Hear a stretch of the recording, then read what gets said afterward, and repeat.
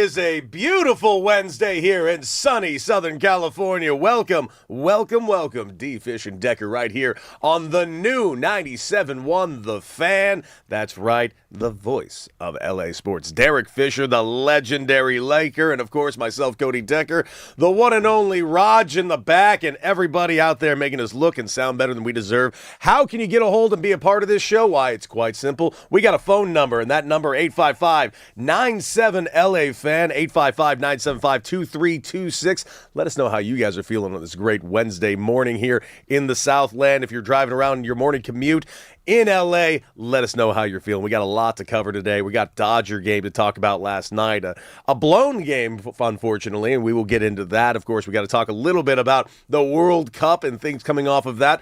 Oh boy, Christian Pulisic catching strays left and right. And I got to say, D-Fish, pretty deserved if you ask me. I'm not a guy that likes going after players, but when a player says something that is just so ridiculous, I can't help but say we got to hold him at least a semblance of accountability, because boy, oh boy, when you've been putting yourself out there that you're him and you're just happy to go home. Oh, God. Which part? When he was saying he can get some rest now? Finally. He can finally get some rest. It's not that he can get some rest, D-Fish. It's that he can finally get some rest. And yes, we will get heavily into the Pulisic of it all later on in the show. The Lakers making some moves, at least if you believe the rumors. And of course, LeBron James, where is he going to go? But let's start with something pretty sweet. Celebrations are in order, D-Fish, because Shohei Ohtani does it again. Last night, Shohei comes to the plate for his first at-bat and does something that, what can I say? Were we expecting anything less? Here's home run 300 from Shohei Ohtani. And there it was. And now, listen, Shohei Ohtani goes up for his first at-bat, cranks his 300th career home run. He hit his 200th career home run with the Dodgers only 2 years ago. So now he's already got his 300th home run. He is an all-star. It is his 20th of the season. He is an absolute monster. However, the game did not go according to plan because the Dodgers did drop this game 4-3. Oh, and here is a little bit of that sound of Shohei Ohtani hitting his 300th home run. Guy that you're just trying to find square up. Highline drive, center field, carries over the wall. 300 for Shohei Ohtani.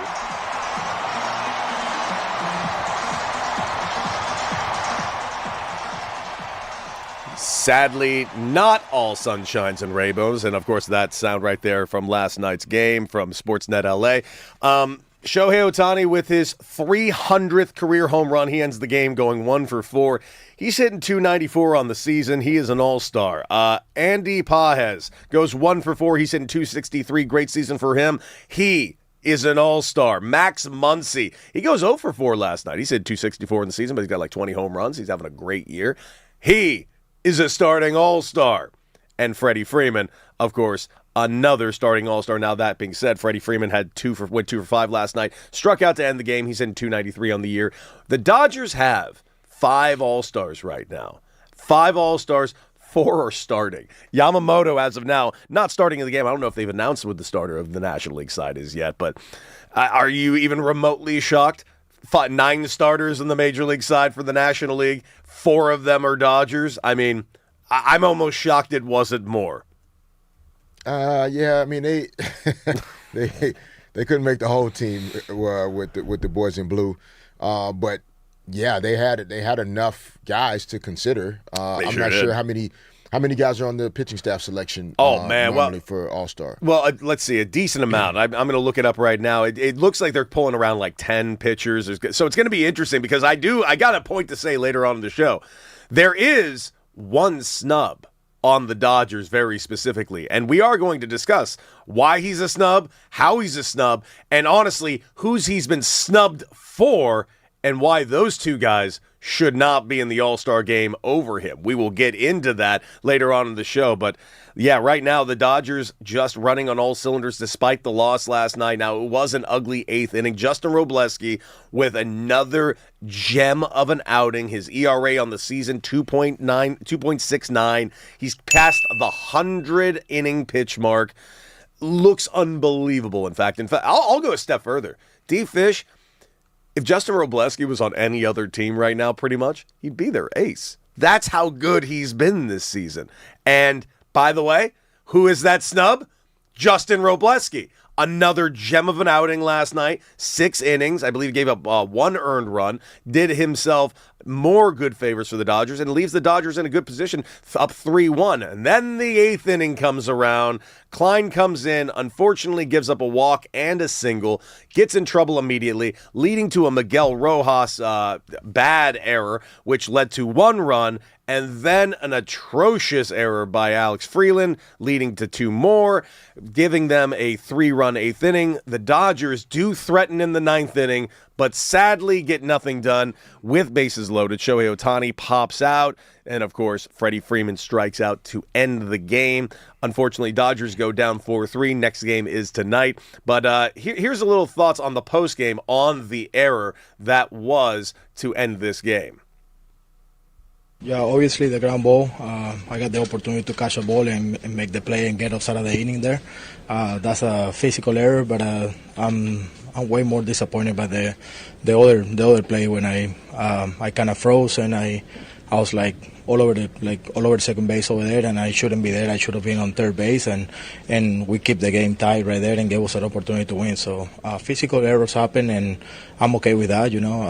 I'm not perfect, and I'm gonna make errors, and physical errors are okay, but mental errors are the ones that are kind of like disappointing. Like I should have been on third base. I shouldn't be putting Alex Freeland on that situation of throwing the ball with me on the run there.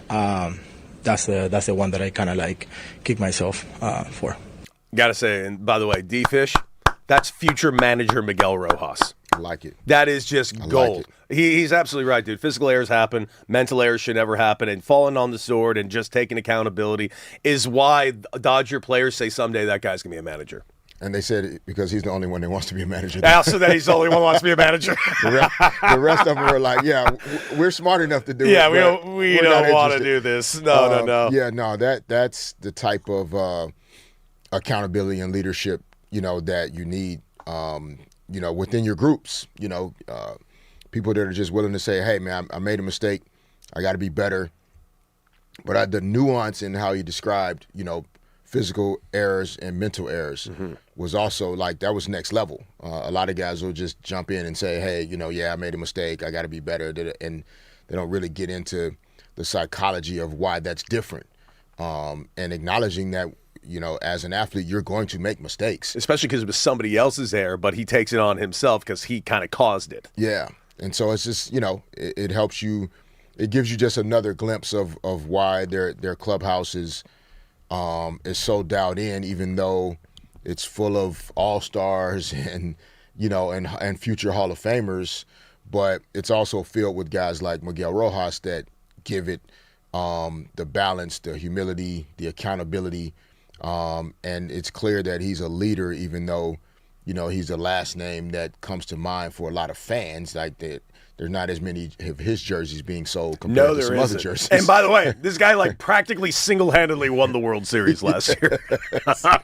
Yes, he did. He and Pajes saved the day for Big sure. time. Yeah. If it weren't for those two, Toronto would be very excited still right now. Yeah, those were just big-time plays. And happy for Andy Pajes making the All-Star team. Same. That's so cool. As well, man. Just, to get enough reps and to get enough action to be able to make an all-star team. What he did in the postseason last year and kind of spot duty, it showed, what he's made of, but to then kind of back that up with a start to this season that lands him on the all-star team, that says a ton. And so happy for him. And I mean, you're on Robleski. I mean, you're right. That's why I asked about the size of the pitching staff selection, and you'll see maybe a possible replacement if somebody has an injury or something. He's probably the next guy up on the list.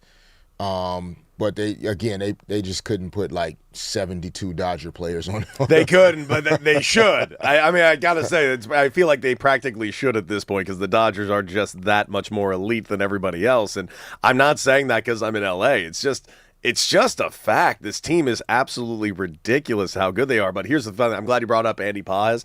Andy Pages is officially the lowest paid guy in the All-Star game. The 24-year-old Cuban player is on major league minimum salary, $780. Now, there are other young guys on there, but it just loves seeing that a Dodgers starter in the outfielder in the All-Star game is arguably the lowest paid guy in Major League Baseball. So I was just looking at this. So in 1998, we have 4 players in the All-Star game. Yeah.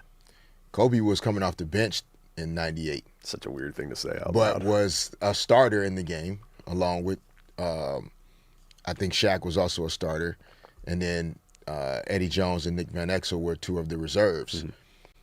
At that time, I mean, Kobe was on his rookie contract. I don't know if he was the lowest paid guy, but it might be worth looking up. Yeah, someone had to be. He might have been. I mean, you just mentioned all those Lakers. Kobe wasn't making all that money. I mean, out of those 4 guys, the other 3 guys were definitely making more money than him. But I wonder, I think the other names on that list, I mean, Kevin Garnett, Gary Payton, Karl Malone, Vin Baker, Tim Duncan, Jason Kidd, David Robinson, Mitch Richmond. He was definitely the youngest guy. Yeah. So we're calling it now. Andy Pages is going to be the greatest. That's right. Andy Pages is going to be the Kobe of the Dodgers, baby. I've said that from day one. Has nobody else been saying that? Yeah. Well, you heard it here first. Hot takes. On the Fan, baby. Clip that, Crash. Get that out on socials. And, of course, you can check out our socials. We're putting clips out there all the time at The Fan LA. It's D-Fish and Decker right here on the new 97.1, The Fan, the voice of LA sports. And D-Fish, we mentioned the snub. The snub from the All-Star game is unquestionably Justin Robleski. What this guy has done for this team has been outrageously good. His numbers are comparable to only a few guys in Major League Baseball, one of them being Yamamoto on the Dodgers, who, by the way, Yamamoto is an all-star. Justin Robleski this season, just so we're clear, is 10-2. He's got a 2.69 ERA. His whip is 1.02. That's walks and hits per innings pitched. This guy is pitching at a Cy Young level this season, and no one is talking about him at all. Now, he's not going to be in the Cy Young conversation. I think those names are pretty much already etched in stone right now. But any other year, we'd also be talking about Yamamoto for this as well. But the fact that, we got 3 guys doing what they're doing. You got Sanchez, despite having a really bad outing his last outing. You have the Miz doing outrageous things up there in Milwaukee. And then, of course, Shohei Ohtani's rocking a 1.74 ERA. So help me understand in terms of like all-star voting in Major League Baseball. Fans only? Not only. Like, for instance, I guess there's a thing, and I didn't know this was even a thing. It's called, like, the Legends pick, apparently where the commissioner could pick a player. And the commissioner has picked Bryce Harper. And I do think that was entirely a political move. Oh, yeah. I mean, that happens. I mean, that was so political because Bryce Harper and him have got into it a couple of times over the upcoming CBA. Yeah, that happens. But in terms of Robleski, Yamamoto, I understand if it's fans, I get that, but how would like managers or other voters choose Yamamoto over Robleski? I think it would just be the fan vote on that one alone. Yeah, okay. That one alone would just be fan vote. All right. That's fans Conversation because over. Yamamoto's the bigger name, and their numbers are obviously comparable.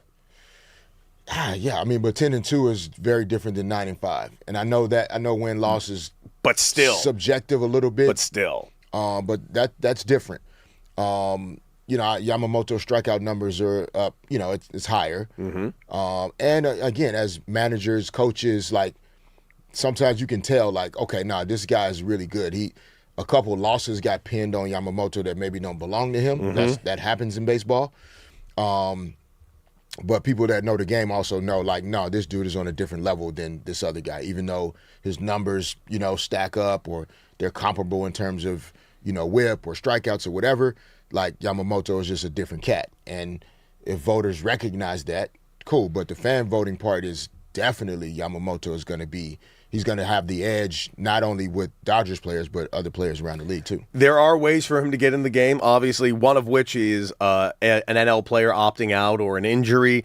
And there's also the winning the replacement designation, because Wroblewski's first half stats are among the best of those that were left off. He's already been kind of labeled a quote-unquote snub. Now, not the biggest snub. There are bigger snubs out there, but they don't affect LA or the Dodgers or Justin Wroblewski. They're all position players for the most part. Pitching-wise, it seems as though he is the biggest snub on the list.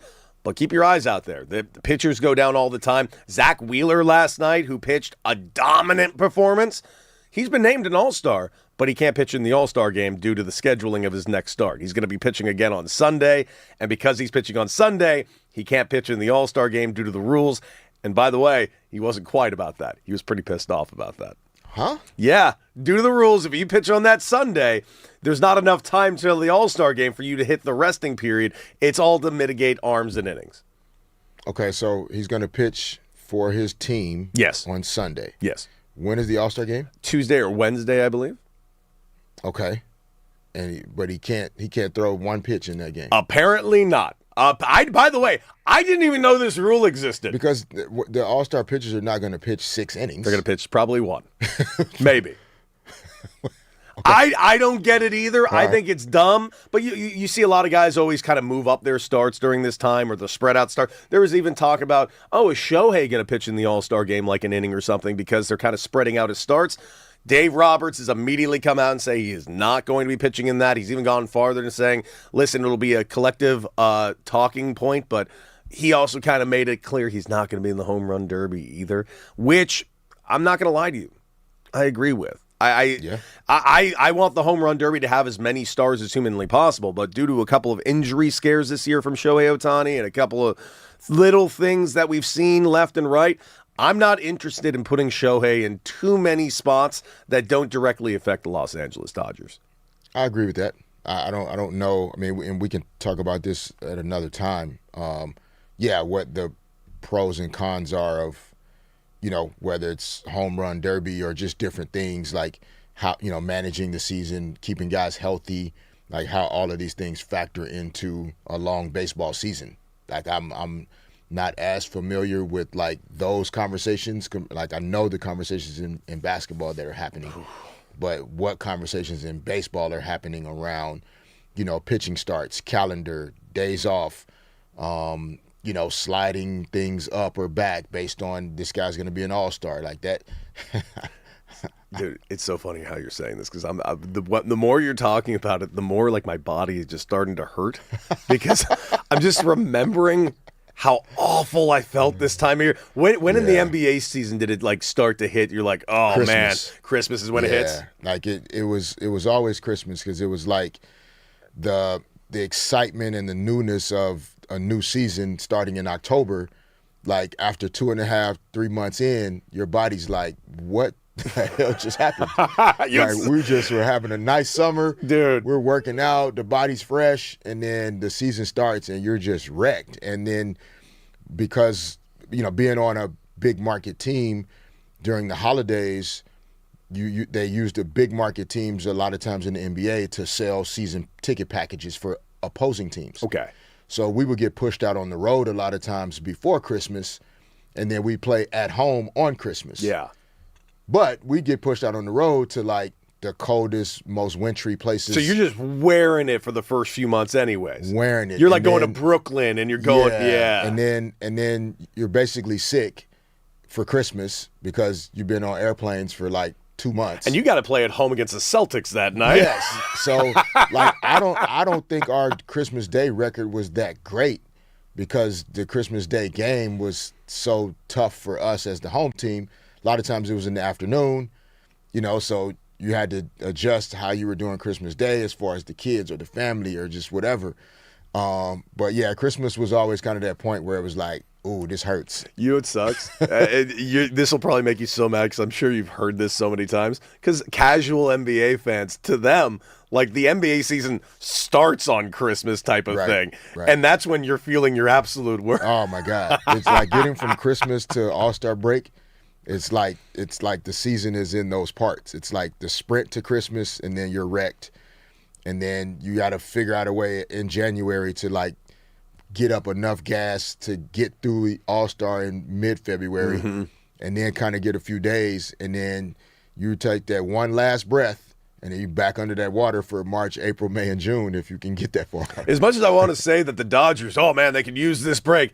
Can they? They don't stop winning. I know they lost last night 4-3 to the Colorado Rockies, which, by the way, I think was the first loss the Dodgers have taken to the Colorado Rockies at home in 2 seasons. I'm so sorry, you poor fans in Colorado. Yeah, that's tough. I played for that organization. They're not super interested in winning. Really? They're just not. It's Come on, man. it's like the worst type of ownerships, man. Like, I hate those ownerships that are just kind of collecting, because the fans show up. Like, in Colorado, that stadium is beautiful. So the fans show up. Team's making money. Why put out a winner? I mean, because you want to win? Oh, no, I agree with that sentiment wholeheartedly. I'm just like, okay, so if you go through the process of buying a car and entering it into the Indianapolis 500, there's 30 cars. Why would you not want your car to try to win the race? Because this car keeps finishing 30th, and they keep getting paid millions of dollars. Right.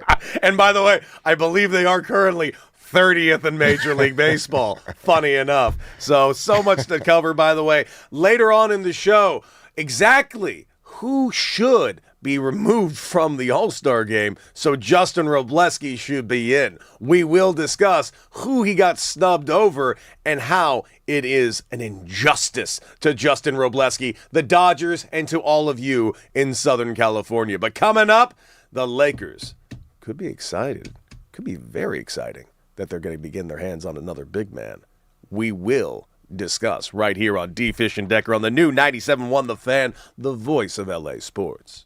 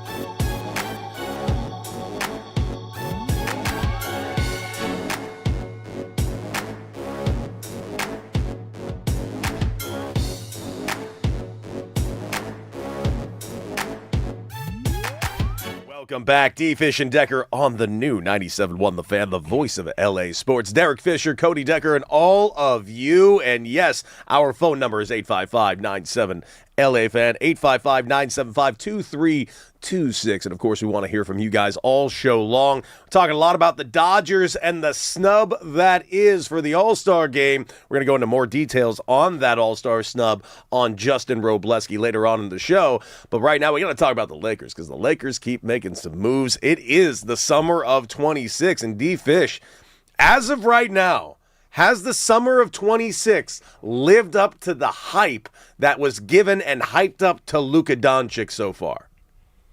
I don't speak Slovenian, so you'd have to ask Luka that question specifically.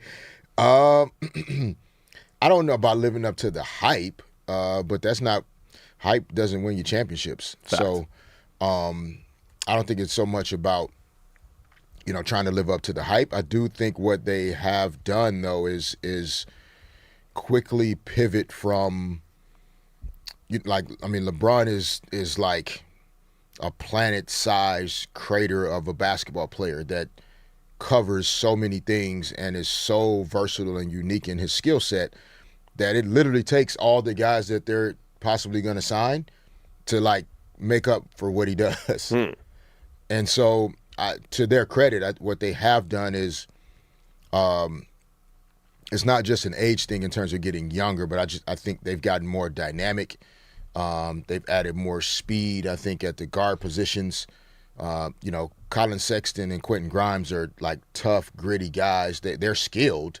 Both guys can score the ball, but they're also hard hat, hard nosed guys that I think will pair well next to Austin and Luka. Cameron Carr, draft picks are always kind of a roll of the dice because they're rookies. So you can't put too much on what Cameron Carr is definitely going to bring, but he has a clear skill set in terms of being able to shoot the ball at a high level, really good athleticism, good length, as a defensive player and rebounder from the guard spot. And then, the signing of Walker Kessler, Kevon Looney. So now you kind of have some youth and length and dynamic play from Walker Kessler around the rim protection. And then Kevon Looney's a super vet, 3-time NBA champion that just knows how to play the game, knows how to be in the right spots, really good screen setter, and has a high basketball IQ. So I think he'll fit well with this group as well. So what do you think is going to actually be the bigger aspect of him? Is it going to be that basketball IQ, or is it the fact that he's just another big man? You mentioned that veteran presence. Looking at the roster, it seems like they could use some more veteran presence. It has gotten a lot younger. Yeah, I think veteran presence, championship experience, low maintenance,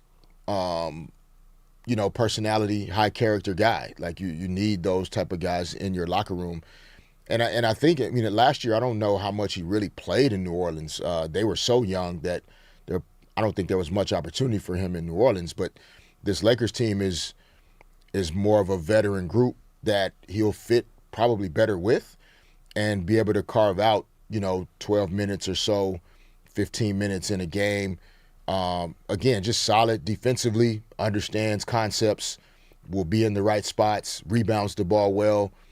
For a guy, he's not overly tall. He's not a 7-footer, but he has really long arms, great wingspan, and he can rebound the ball at a good clip as well. So, they've gotten more dynamic.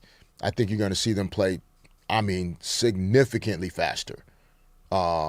It's going to be, I think, a really fun team to watch. It'll just be a matter of, when teams throw the kitchen sink at Luka, do you have enough ball handling, decision making, and playmaking around him to still be able to score offensively? And then when they throw the kitchen sink at Luka and Austin in terms of testing them defensively, does Walker Kessler's rim protection and defensive presence, really allow their defense to still operate at the level that it'll need to? Jared Vanderbilt is still in the cupboard. Jake LaRavia is still in the cupboard. So it's a good, well-rounded combination of guys. I like it. And so it'll just be them finding out, how closely connected can we become in short order. Because in the Western Conference, I mean, Oklahoma City started out 25-1 last year. I mean, I remember. So in the Western Conference, you can end up like out of first and second place running by Christmas, just because those two teams at the top, the Spurs and the Thunder, are going to be so consistently good night in and night out. This Lakers group is going to be finding itself the first few months of the season. So you could just see there's still going to be a gap there to start.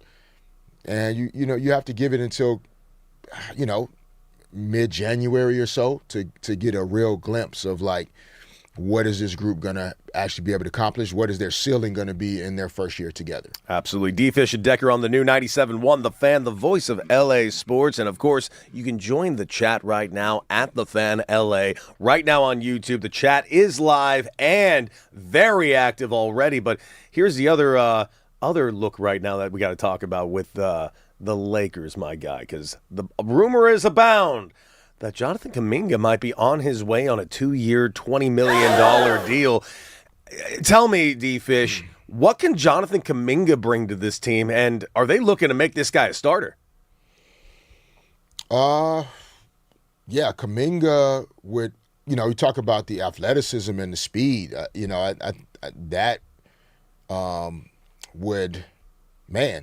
would take the Lakers to an even higher level of, just dynamic athletes being able to play fast.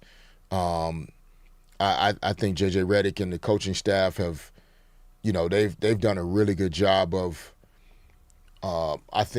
making it clear how guys can impact winning, and keeping the job simple so that guys understand what they're being asked to do. And so I think for a player like Kuminga, that's the type of situation he needs to be in, where it's like ultra clear how he can impact the game, what you need him to do, and his athleticism in terms of being a cutter and a slasher on the wing, being a guy that could dominate the offensive rebounds from the guard wing position. He's versatile enough to be an elite defender, but I think there's still some question marks somewhere. I'm not sure where. Oh, Raj, what can I do for you, Raj? Yeah, no, Fish is talking about it. I mean, the question marks for me, Fish, is like this guy had high potential with Golden State when he was drafted. Was there for, 2, 3, however many years he was. I think we got glimpses of it, Fish. All those things you talk about, athleticism, elite defense here and there, never really fulfilled it. And then once he got traded to the Hawks, I was like, all right, bam, he's going to land there and just flourish. And now he's out on, a free agent again. Like, am I right to say there's some untapped potential there, Fish? Yeah, I think you're right in saying there's untapped potential, but it's sometimes for players coming into the league, like Kuminga was in a tough spot, and I've seen it on teams where I was the veteran guy, and young guys are coming in. It's really hard to break through and find your true value when a team is trying to win a championship right now. And so in Golden State, that was as hard of a situation as he was going to find himself in, because the basketball IQ and the expectations in Golden State were through the roof. Not to mention that's a group that's been together like a decade now. Yeah, so coming into that was very difficult. He had some really good flashes in Atlanta. They made it to the second round last year. I think they were the only team to beat the Knicks a couple times in a series. Yeah. And he showed some moments, but I think there's still some things, some defensive breakdowns that he's got to clean up. And I think he's still, sometimes when we have that chip on our shoulder as players, it blocks us from being able to just trust the game and play the game and make the right basketball decisions in the moment.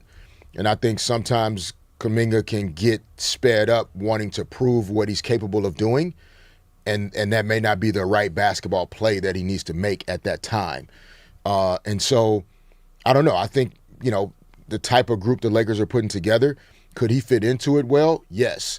But then you also have the flip side of it is on a bigger stage with brighter lights and to some degree, maybe more expectations. Is he emotionally and psychologically ready to handle that spotlight?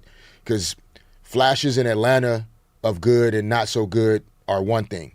Flashes of good and not so good wearing purple and gold is completely different. Like, we just let go of players that were phenomenal, that still catch heat. Like, Rui would occasionally catch heat, which is, Rui was fantastic here. LeBron has got more haters in L.A. than he does, like, lovers in L.A., which I still cannot believe is a real thing I'm saying out loud. Yeah, and that's the the price of putting on that uniform. Like, the expectations are that high.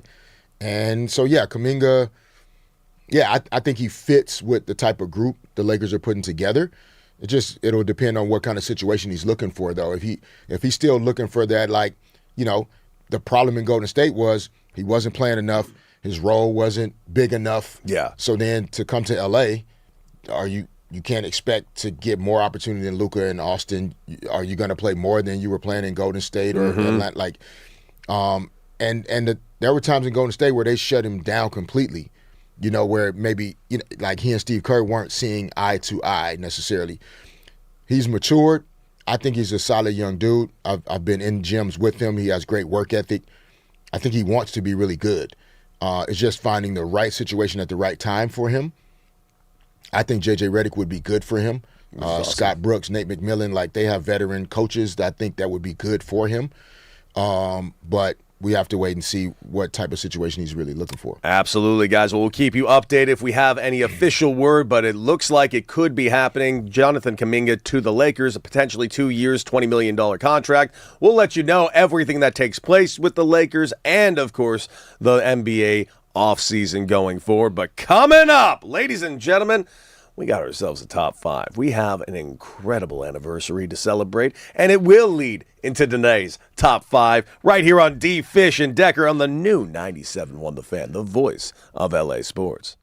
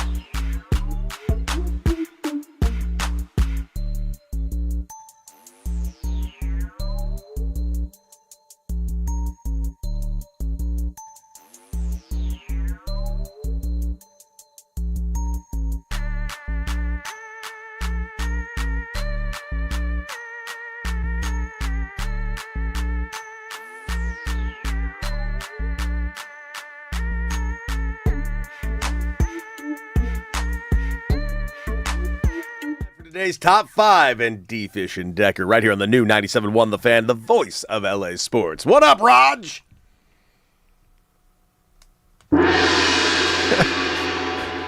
Someone moved my gong across the room a little bit. I had to reach for it. D-Fish, why'd you do that? Yes. But guys, hello. It is the top 5 this morning, and of course, we had some famous birthdays there on the top 5, and I'm not going to give it away because they might be on the list. And of course, our very own Derek Fisher has twins himself, so there were top 5 twins birthdays, and because in honor of Fisher, with his birthday, they just had a birthday, right? The kids. Yes, yeah. Our oldest one just turned 20 last Monday. That is, which is How's that making you feel age-wise? I mean, I physically feel great, but I am definitely recognizing. Thank you, but I'm definitely recognizing my ass is getting old fast. Yeah, yeah. So happy belated birthday, and then some bonus boys that are 17, identical twins. So we got 2 twins. Man, look at you! Rolling around. All the twins, man. Look at you. Yeah. All right. Well, let's see what we got. What is the list today? Well, I said twins. I know. So that's what I need. Famous twins, right? Yes. Famous twins, and guys, a little hint, they don't both have to be famous, but let's see what we've got here. So, number 5. Número 5. All right, D-Fish. Number 5. Number 5. Okay, number 5. I'm going with the Winklevoss twins. Those guys. Yeah. Whoa! Did not expect the villains of the story of The Social Network. Yeah, that was I enjoyed really good hearing performance. Their by the story. Way. Yeah, I didn't know that backstory about Facebook and Zuckerberg and how a lot of things got started and Microsoft and the whole how many of those guys were in the same garage, man, that are now gazillionaires. You ain't lying. But yeah, I enjoyed that story in that movie, and so I always remember. I only know their name because of the movie. I didn't know the actual story. The Winklevoss twins. Wow! I did not expect that. But by the way, you should know my list is very special. If you know, I'm starting my list with this one. You are very let's go. Number 5. Yeah, you're right, Raj. The Olsen twins. Okay. Number 5 wow. is that's why my list is really damn good. Okay. The Olsen twins unquestionably should be higher, but I'm sorry, we just haven't seen a whole lot of Mary-Kate and Ashley over the last 20 years. I know they're out making billions with their clothing lines and whatever and being behind the scenes. Mm-hmm. But now when I think of the Olsens, I think of their sister who plays the Scarlet Witch in the MCU, who's absolutely been crushing it for a decade and a half. Yep. That being said, the Olsen twins were icons for a solid full decade of my life's existence. So gotta go with the Olsen twins, all starting with Full House in San Francisco. All right, good one there. A little lower on the list, but that means we've got some interesting top 4s from you. Speaking of 4, who's your number 4 twin? Número 4. All right, number 4 for me. I got a chance to coach one of the twins, and Brooke and Robin Lopez. All right. Yeah, the big Wookiee and his brother One's Robin. on NBA TV. Yeah, I think it's Robin. Yeah, he's good on there. Yeah, Robin is rocking the hair. A real Renaissance man, bro. Just I like him. Yeah, he's strange. One of the coolest guys you'll ever be around. Nothing, a lot of things bother him. He's ultra competitive, but just good guys. Yeah, man. They both had good long careers. Brooke is still playing, plays for the Clippers. I love it. And man, Brooke and Robin Lopez, number 4. I'm going to go with number 4, Vincent and Julius Benedict.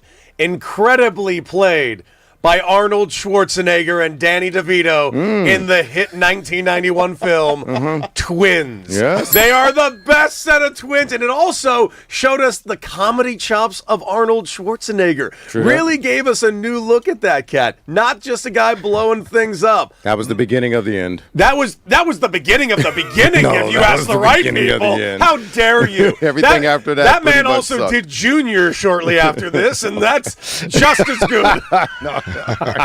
Yep. Oh, boy. All right.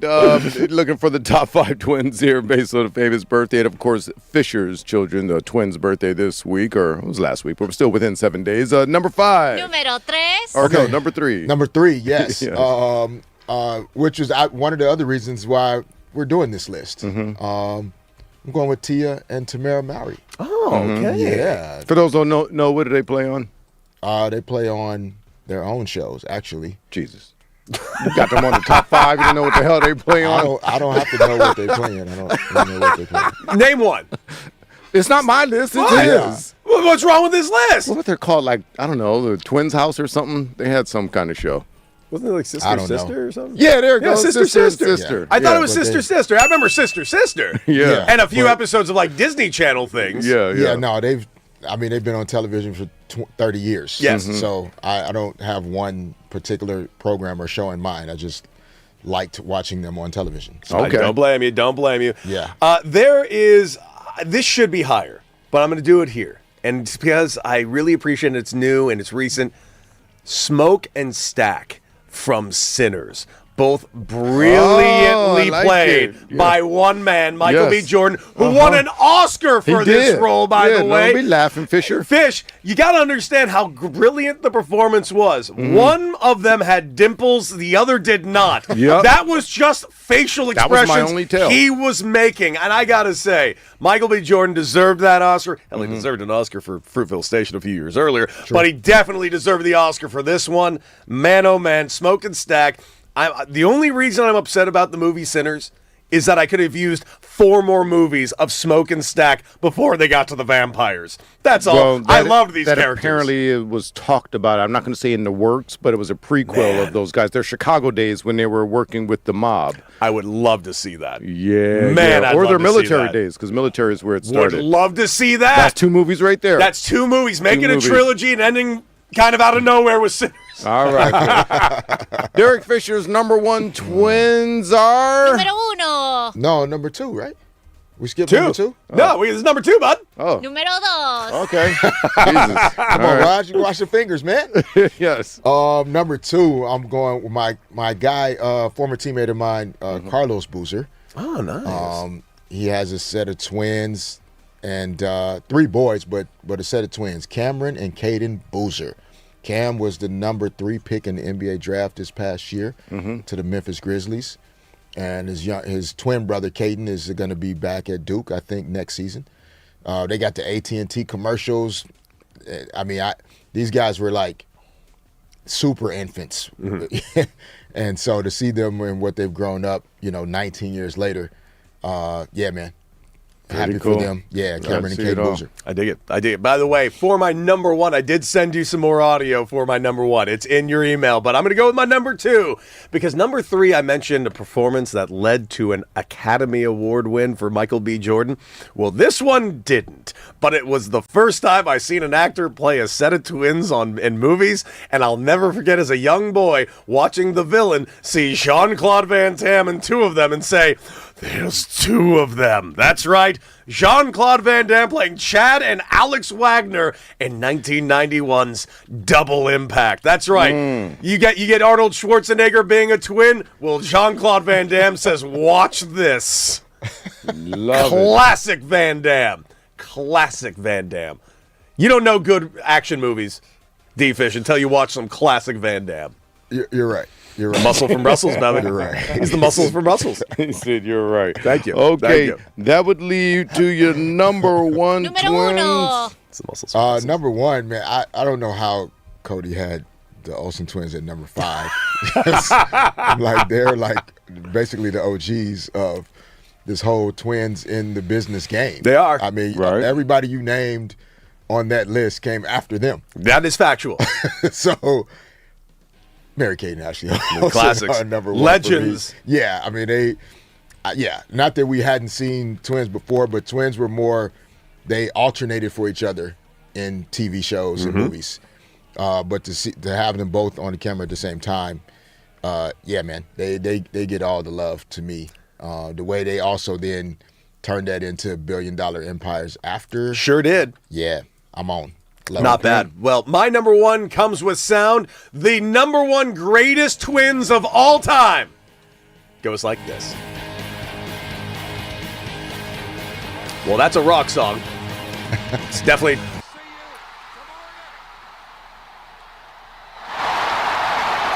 Sadly, we missed the sound, but hey, touch 'em all, Kirby Puckett, 1991, the home run against the Atlanta Braves to go to Game 7 of the World Series. The greatest Minnesota twin of all time, Kirby Puckett. Okay. You're not buying it, Fish? No. It's a list of best twins. Who was a better twin than Kirby Puckett? He's not a twin. He's the greatest twin who ever lived. He played baseball for an organization called the Minnesota Twins. I feel like I nailed it. Guys, we got about to talk about the Dodgers All-Star snubs right here on D. Fish and Decker, the new 97.1 The Fan, the voice of LA sports.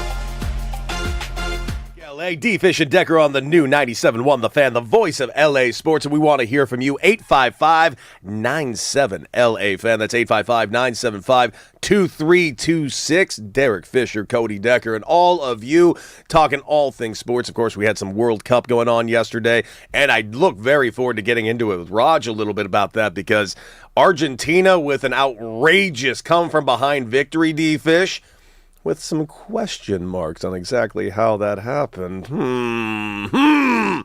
Corruption over with FIFA? Never. No, not FIFA, Raj. Not ever. Anyways, of course, we're also talking a little bit about the Lakers and the moves that they've been making. Jonathan Kuminga, is he coming for 2 years and $20 million? We will be discussing that throughout the show and keep you updated for any updates that we do get on that. But right now, we got to talk about the Los Angeles Dodgers. The Dodgers dropped their first loss to the Colorado Rockies in nearly 2 seasons. But we start with some adulations. We start with some celebrations, because the one and only Shohei Ohtani leads off the game with this very loud sound. And it goes a little bit something like this. Guy that you're just trying to find square up. High line drive, center field, carries over the wall. 300 for Shohei Ohtani.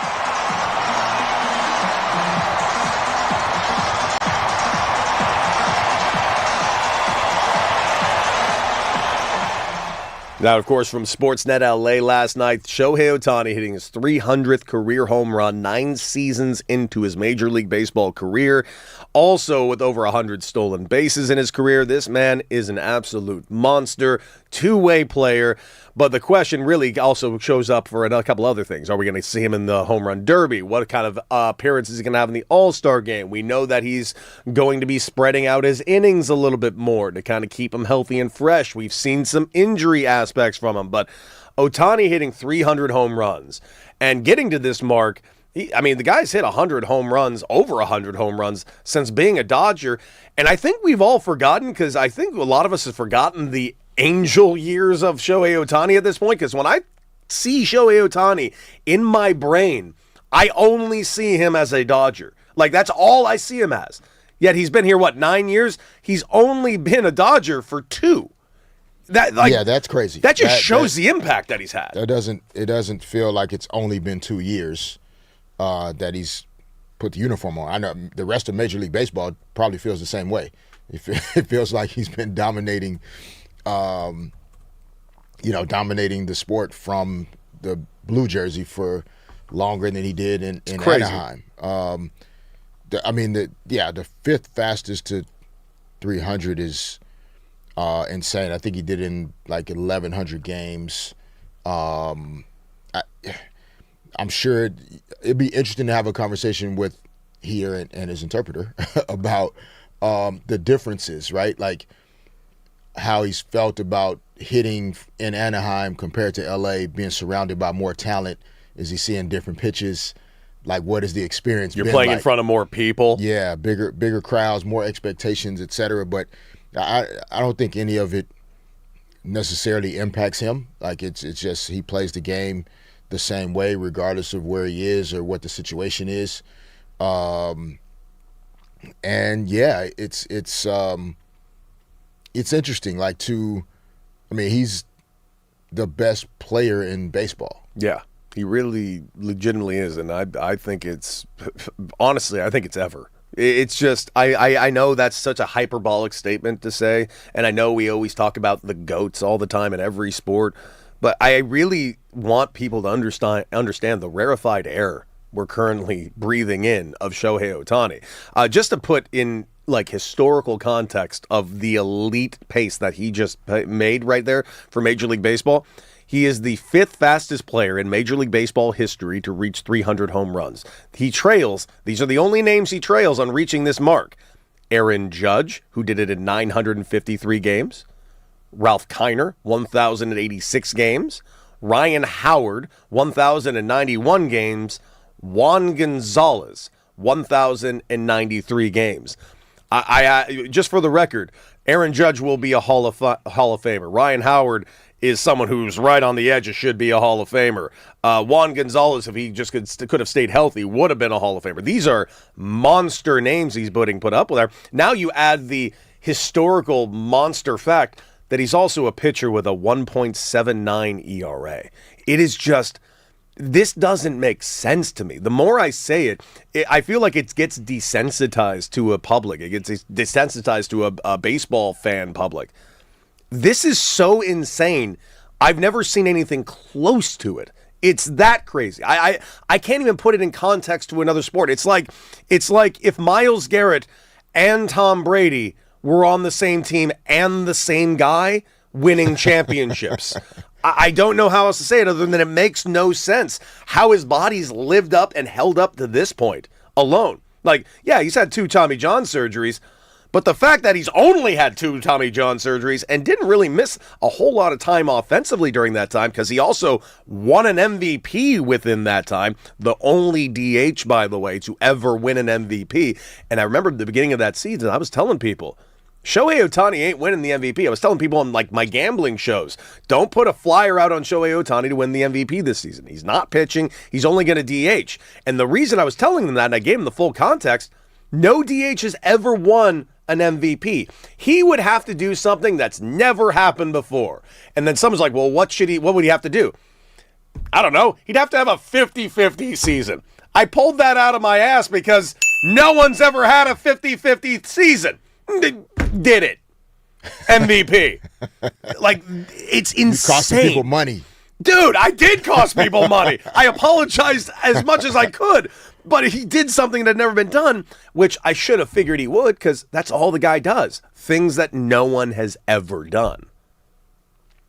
Yeah, I wish, I knew more about his background and his origin story and like the things that led to him having the visions of being this version of himself. Yeah. Like that's the only way you get to this level and sustain this high of a level of excellence. Is like he saw it, he believes it, he's executing it, and it's not a big deal to him. This is standard for him. It is. It's crazy. Standard for him is extraordinary for anybody else on planet Earth. But D-Fish and Decker here on the new 97.1, The Fan, the voice of LA sports. And, of course, the Dodgers did drop that game last night, 4-3 to the Colorado Rockies. But that's not really the topic of the day. The Dodgers taking on the Rockies again today. We'll keep you updated on everything in that matchup. But we got to talk about the All-Star game, which is a week away. Shohei Ohtani, that name I just mentioned, he will be your starting DH, which...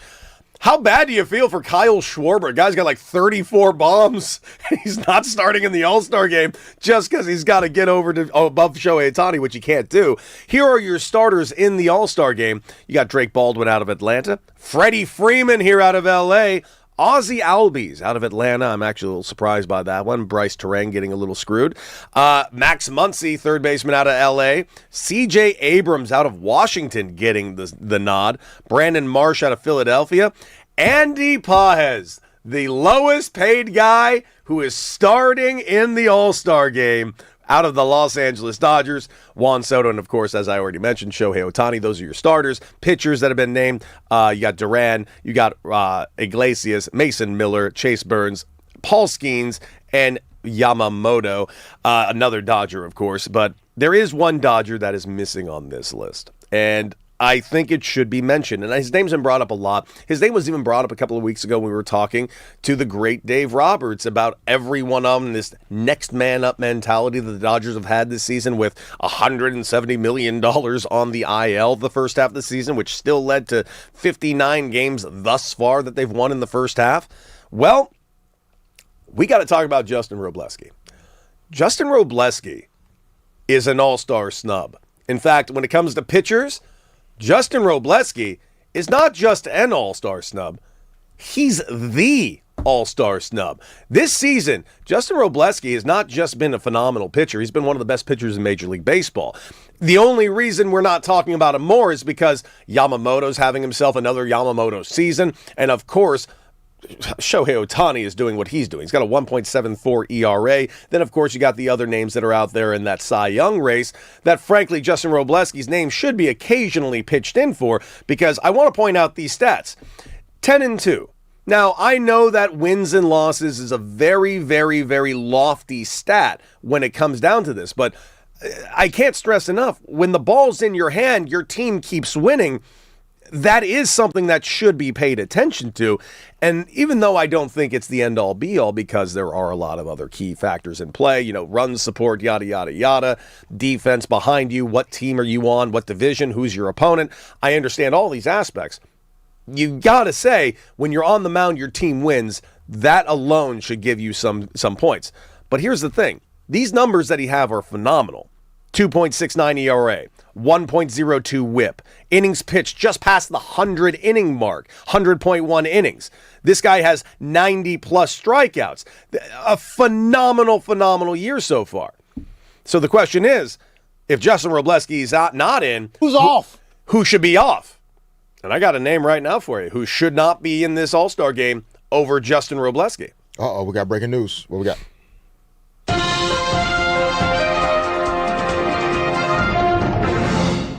Paul Skeens. How dare you? No. Period. Stop. Justin Robleski should be in the All-Star game over Paul Skeens. He's having a flat-out better season. And I'm not saying in one stat, pretty much all the stats. Give me the stats. And what's he better than him in? Paul Skeens, the great Paul Skeens. Well, let's just start with the lofty stat. Lofty stat. I know this is not on Paul Skeens because he has not had the run support this season, and that is factual. He plays for the damn Pirates. He does play for the damn Pirates. He is 7-8 this season. Now, granted, he was like 500 last year, D-Fish, when he won the Cy Young. A well-deserved Cy Young, I might add. So win-losses clearly are... Lofty stat, it's not always taken into account. So We'll go ahead and throw that out. We'll call it a wash between Justin Robleski and Paul Skeens when it comes to the wins. Even though let's get under the hood a bit. Even though Robleski's 10-2, but that's fine.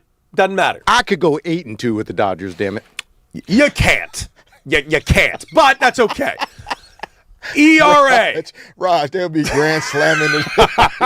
You don't know about my forkball. They would smoke your ass is what they would be doing. That being said, how about ERA? Is that a stat that matters in baseball? Yeah, 1960. 1960 earned run average? The thing where you earn it? Paul Skeens has a point behind him. Almost full point. What is the ERA difference? Justin Robleski, 2.69. Top 10 in the National League. Paul Skeens, 3.62. That's almost a full run more per outing. That seems problematic, don't you think? But okay, forget ERA. I know you love whip. You bring up whip all the time. Every time I see you, you go, oh, what's the whip? What's the whip? Yeah. Okay. Paul Skeens' whips are really good. It's really good. It's 1.04. Ooh, damn, that's good. It's really good. Robleski, 1.02. Boom! Better again! Take that! What else you got? Strikeouts? Sweet. That's adorable. Yeah, Paul Skeens strikes out more guys. Doesn't matter. 123 to 90 plus, whatever. I don't care. Justin Robleski, flat out, is having a better season than Paul Skeens. Yet, no one voted for Justin Robleski. Why? No one knows who the hell Justin Robleski is outside of apparently me. It's a hard name to spell as well. It is also not an easy name to spell. Yeah, the W is silent. You want to hear what Paul Robleski has to say about not being on the All-Star team? I love that his name is now Paul Robleski. Okay. Yes, I do want to hear what Paul Robleski has to say. Here we go. Yeah, obviously it's disappointing.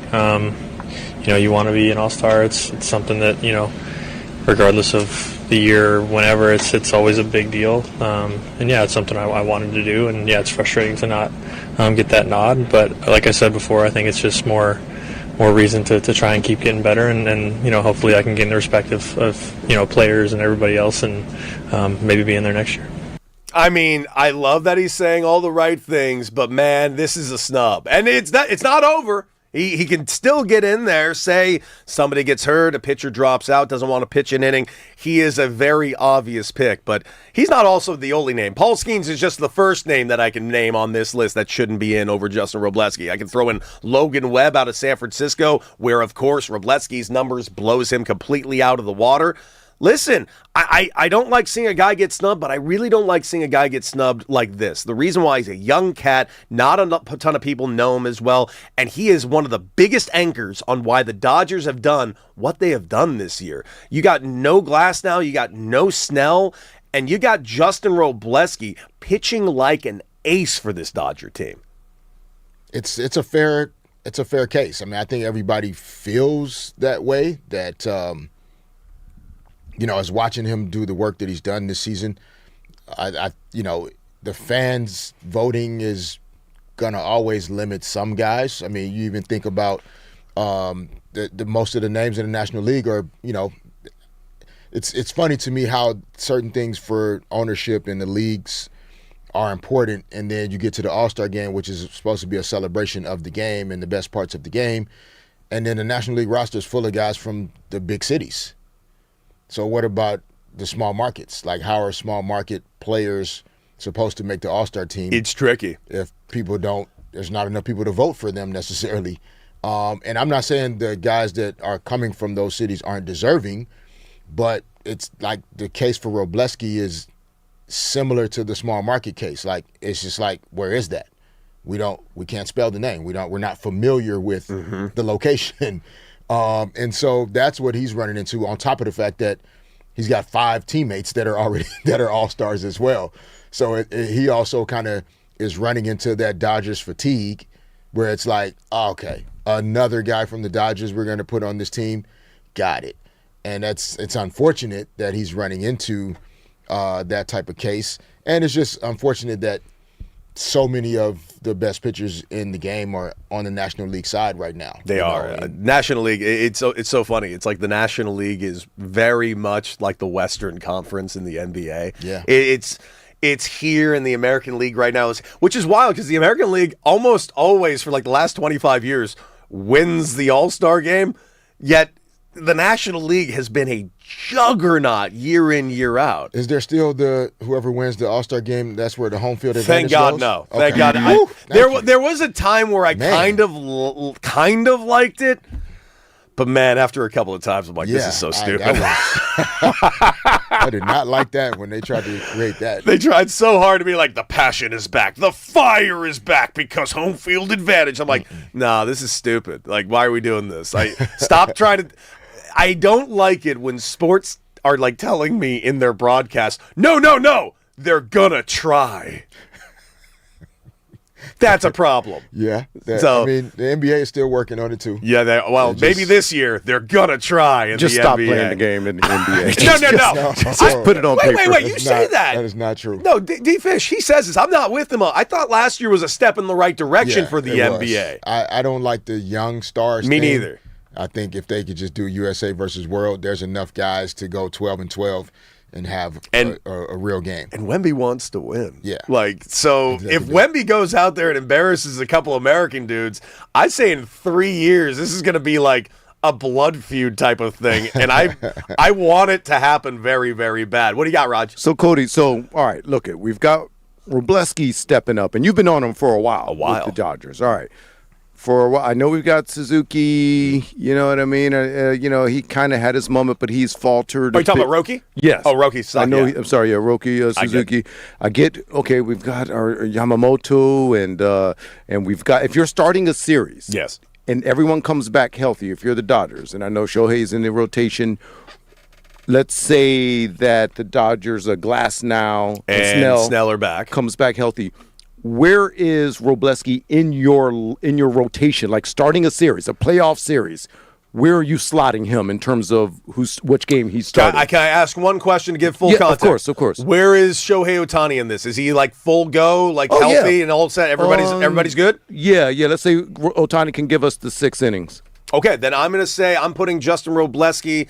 I'm going to go right-handed. I'm going to throw in a lefty. Dude, if I'm starting a series, I'm going Shohei Ohtani probably for the opener of the series, or Yamamoto the opening of the series, then I'm going lefty. And then I got my choice.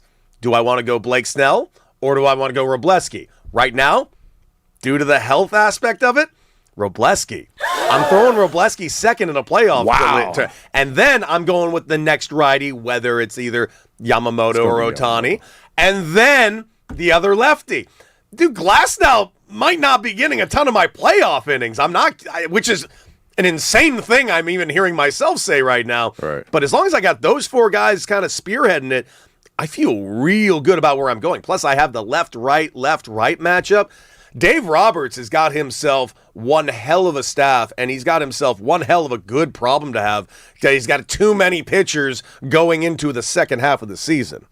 It's a great problem to have. Dude.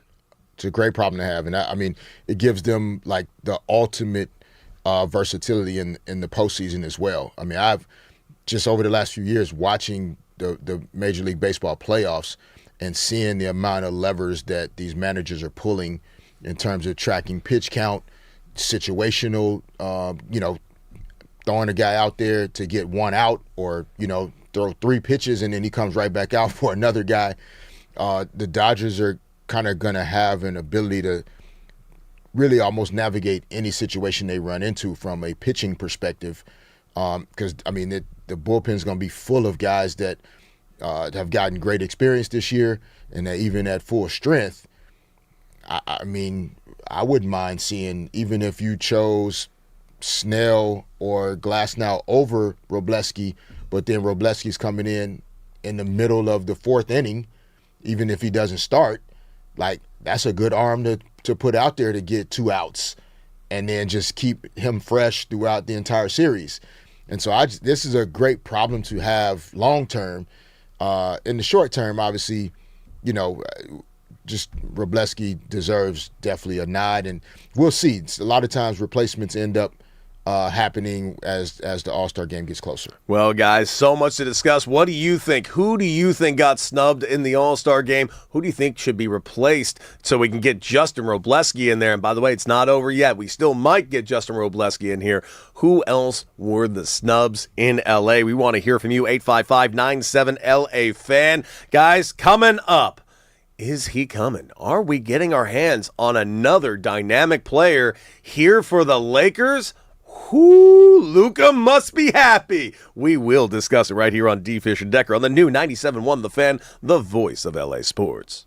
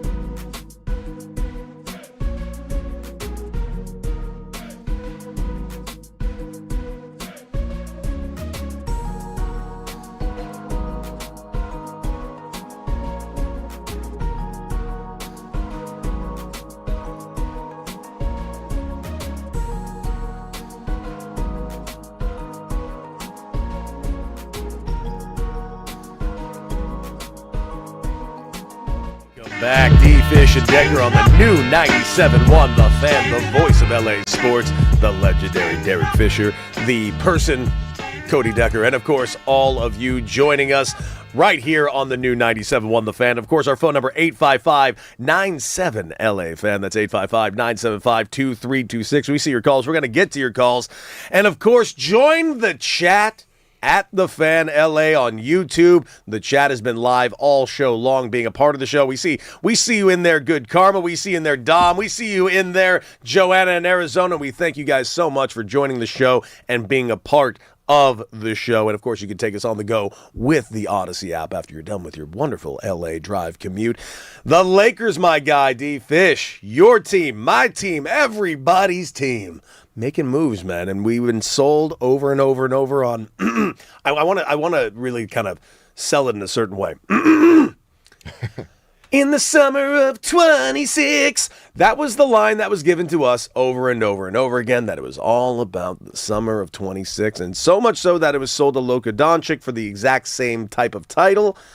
And here we are. The summer of 26, LeBron James gone, brand new looking team. We add a Walker Kessler, we re-sign Austin Reeves, we bring in Grimes, we bring in Sexton, we bring in Mamu. My goodness, it's like a brand new team with a couple of the guys you mentioned earlier in the show still in the cupboard, Vanderbilt still there, and now we're possibly adding another name. Now, not to mention on top of that, another name that was added yesterday in Looney.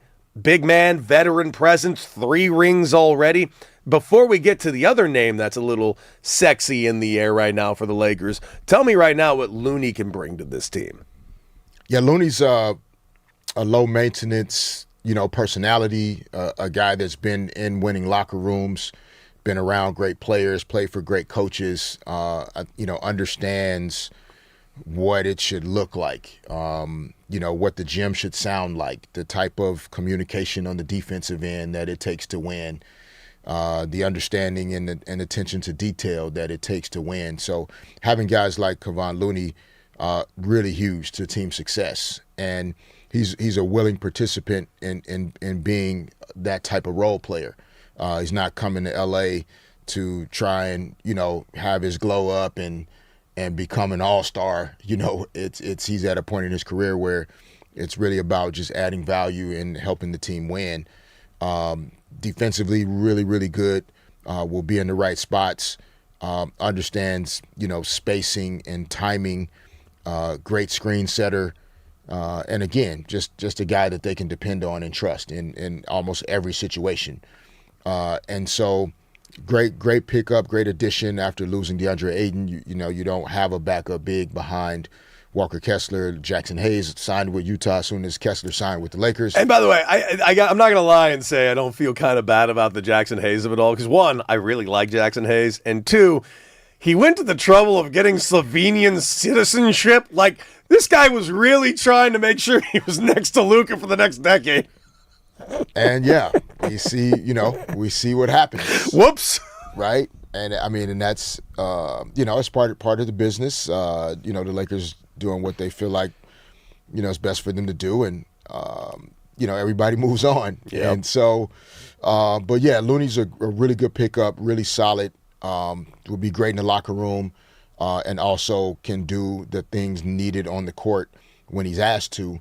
At a consistent and trusted level. So really good pickup, makes a lot of sense. All right, well, I'm excited for him, excited for what this team is, but there's another name that's being thrown out there, and I haven't heard anything to the contrary. It's not official yet, correct? Everybody just making sure. The rumor is out there that the Lakers are also targeting one more player, and it's for a 2-year, $20 million contract to bring in Jonathan Kuminga.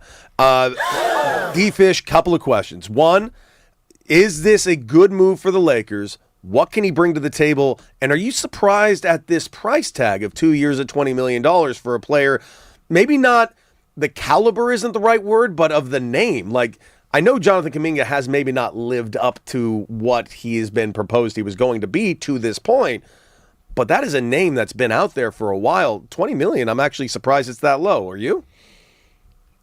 I mean, the market is what it is. Kind of sometimes you put your house up for sale and it's worth more, but it's only worth what people are willing to pay. Fact. So, I think he's one of those guys that is, he's worth more, but in this particular free agent market and timing, he's not going to be able to command more, which is why, the Lakers are in the conversation, it sounds like. The Atlanta Hawks declined the team option that they had for him at 1 year, $24 million. And so I think even the Hawks are trying to, understanding the marketplace, they knew they could get him for a smaller number. So it's not impossible that, if they still like him in Atlanta, he could maybe re-sign there for less, but he probably feels slighted by Atlanta, the fact that they declined the team option. Yeah. So, he's – I don't necessarily want to say he's running out of options in terms of opportunity, but running out of options, the combination of getting paid a certain amount, being on a team that can win, and then also having the type of role that I envision he still wants to have. That was part of the challenge, I think, in Golden State, was that his role wasn't growing in alignment with how he saw himself as a player. And that's what led to a little bit of the disconnect in Golden State, is that they had a proven formula that was working well for them. And some of those young guys that came through, Jordan Poole, Jonathan Kuminga, et cetera, those guys didn't want to keep waiting and passing the baton to veteran guys. And that led to some headbutting at times. And sometimes punching. It happens. Allegedly. Hey, listen, I saw the So I think for Jonathan Kuminga, like physically, he checks a lot of boxes. He does a lot of really good things on the court. Searching for that consistency that his talent, actually holds, I think is something that he's still working towards. He's a hard worker. I think he loves the game and wants to figure out how to do things the right way. But you do have to be mindful of, a young guy that wants more is a good thing, but then kind of similar to Dalton Rushing, right? Sometimes guys aren't as demonstrative as Dalton Rushing. Okay. But there's still a guy that has that volatility emotionally that sometimes gets the best of them if things aren't going their way. And so I just think you have to be mindful of, bringing guys into the locker room that could eventually sour a little bit if it doesn't go the way they want it to go. And then that changes, the chemistry and the energy around the group. And so, that's what I would keep in mind in terms of a guy like Kuminga. But there's no question that at $10 million a year, he's a player that could exceed that exponentially in terms of like what his value on the court could be. And for what I'm reading, that when they have had conversations with he and or his agent, like they've talked about a potential starting position at the forward spot. So you think about Walker Kessler in the middle, Kuminga, maybe Quentin Grimes next to Luka and Austin Reeves. It's not a bad group. They need some time to grow and develop. And to gel, yeah. Yeah, but it's not a bad group. I think you just have to, that athleticism next to Luka and Austin would be great to have, for sure. Yeah, I agree with you. It's definitely not a bad group. But I want to point out what one of our listeners, Dom, says, and I think this is kind of funny because it's not a bad group, but my question is simply this. Can this group compete with what we have in the Western Conference? Because here's what Dom LP says. I thought Luka wanted A-list players, not a list of players. Well, he specifically... I thought that was a good line. He specifically preach, Dom, said... preach. I thought it was a good line, that's all. He specifically said A-list center. Yes, he did. Which they pretty much got that with Walker resolved. Kessler. Yeah. Yes, That's not it. It's B+. B+. Keep it real. It's if he's starting in the All-Star game? Say it again? Is he starting an All-Star game, Kessler? No. You don't need to be a starter in the All-Star game to be an A-list center. Because remember, you're talking about positionally. We're not talking about A-list above Jason Tatum, above SGA, above Jokic. there's a short list of centers in the NBA, period. And them is the A-listers. He is on a short list of guys, and like he's an elite A-list defensive center. Which like, we have been saying for a while we need. An elite level defensive player in terms of rim protection, shot blocking. His offensive rebounding rate is insanely high, so he's going to also create more offense with his offensive rebounding and his conversion rate because he shoots the ball at a high percentage. So they got that part accomplished. I don't think Luka's looking for A-list everywhere. He's the guy. He's the headliner. He's looking for complementary guys to what he does well. I think Kessler is one of those guys. I think a number of the other guys, they've added specific skill in Walker Kessler, and then they've added a ton of speed and athleticism, at the guard and wing positions. Kuminga would add to that. But again, it's a team sport that requires, the blending to happen well. That's what they're going to have to figure out. How do you blend all of these new pieces into a cohesive unit that can go out and win games in the Western Conference and win 55 to 60 games to give yourself a chance to be in the top 2 or 3 in the conference? Listen, it's going to be a very interesting offseason. It's going to be a more interesting season when we get around to it. I can't wait to see how these guys gel together. I'm excited. I am excited for the youth, and I'm excited for the turning of the page for the Lakers, and we shall see how it goes, guys. Coming up, I've been loving the World Cup. I just have been so much. But I've been loving as much as the World Cup? The tensions between Fox, NBC, and Telemundo around the World Cup might be just as good drama as the drama on the field. And yes, we will be discussing it as D-Fish and I decide whether or not we're going to hit it or quit it. Right here on D-Fish and Decker on the new 97.1 The Fan, the voice of LA sports.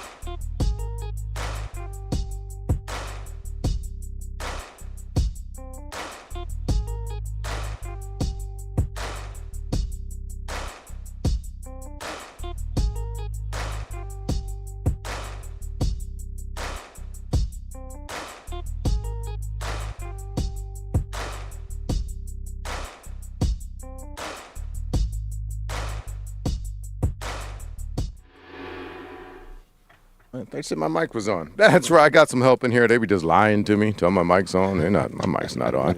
Evil. Yeah, that's right. But Set you up to fail. Hey, guys, we'll talk about this a little bit later, so we won't go too deep. But Landon Donovan, remember him? American player. I remember him very well. Yeah. Sweet hair. He was stunned. Christian Pulisic subbed out of the Belgium loss, and he said, "You would have to drag me off the effing pitch." In a game like that. Pitch, hit it or quit it for subbing yourself out in a elimination game, if you will, if we can talk your language. Yeah, I agree with Landon Donovan's quote. I do. You've talked about how much you've played through injury, which is... I believe that. But I also, soccer is a very different game in a lot of ways.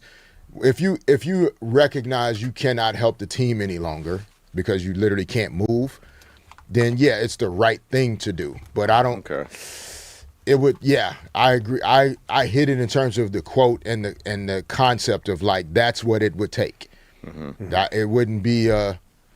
I'm checking out unless I just literally couldn't move. I remember literally feeling my knee pop out almost in the finals, and. Yeah, Game 7, 2010, and yeah, I'm not coming out of the game. Yeah. My issue is not necessarily that he pulled himself out of the game. It was about the 4 minutes of limping around, being completely ineffective, and basically stopping all momentum that the U.S. team had at that exact moment while he sat there and cried on the ground because he kicked somebody's leg. I can't stress this enough. All the good faith and goodwill I had for Christian Pulisic is currently dead in the water. And don't worry, we will get to it. Yeah, we will get to it. We got some sound we want to just go back over as we dig deeper into it. But we'll get to that a little bit later in the show. So keep listening. In the business, we call that a tease. Hey, guys, there's reportedly a tension between Fox, NBC, and Telemundo. And as they count English speakers for the World Cup, because a report indicated 20% of Telemundo's World Cup viewers speak English as their primary language. In fact, Andrew and I, our boss, we like to watch Telemundo every now and then because they don't go to break on them on those water breaks. They stay right there. And then when you hear a goal, they be like, they be hype, man. They get lit for it. So hit it or quit it, Fish, on Telemundo stealing some of the English speakers even. What happens during the breaks that like you have to watch? Well, a lot. Like it's like they show replays, they do analysis, they show in the huddle what they may be talking. Like NFL, a lot of NFL, by the way, there isn't a lot of live game action. It's a very little percent of that. It's all about replays and analysis and talking about what you saw. That's what Telemundo does during the break. Okay. No, I like that. Yeah, I like that. So you'll hit it then. Yeah, no, I don't. I mean, they're supposed to steal the viewers. It's a competition. Yeah. I mean, if they're showing, a version of the World Cup that people are enjoying, that's what they're supposed to do. Okay. And so the other and they hype too. It's just man, when you hear their goals. Remember, we played a Mexican version of a goal on the show, and it was like, oh, it's night and day. Dude, have you ever listened to baseball calls in like the Mexican versions or like the Colombian versions? El Cody strikes out again. We do everything wrong here. And by the way, you're not offending me. I struck out 150 times a season. Ball went over the wall 30 times, though, so I don't care. That's right. Hey, you fit right into today's game, dude. Baby. I missed my time. Is what I did. That's right. That being said, I'm gonna quit it, dude. Telemundo, what are you doing? Where else am I gonna see these sweet Coors Light commercials if you're constantly just keeping it on the match? Embarrassing. I need my Coors Light commercials. All right. Daddy's got to pay bills. Hey, Charles Barkley, he declined the Travis Kelce Taylor Swift wedding invite. Do you know why, Fish? No. He said it was going to be a crap show. I think he wanted to use another word for crap, but we can't do that on this show. But hit it or quit it. Have you ever skipped a wedding, Fish, that you thought might be a crap show? It was going to be a crap show. No, not because my thing is I don't think you would receive the invite if you thought it was going to be a crap show. Yeah. You know what I'm saying? Like you wouldn't invite somebody to a wedding that thinks your wedding is going to be a crap show.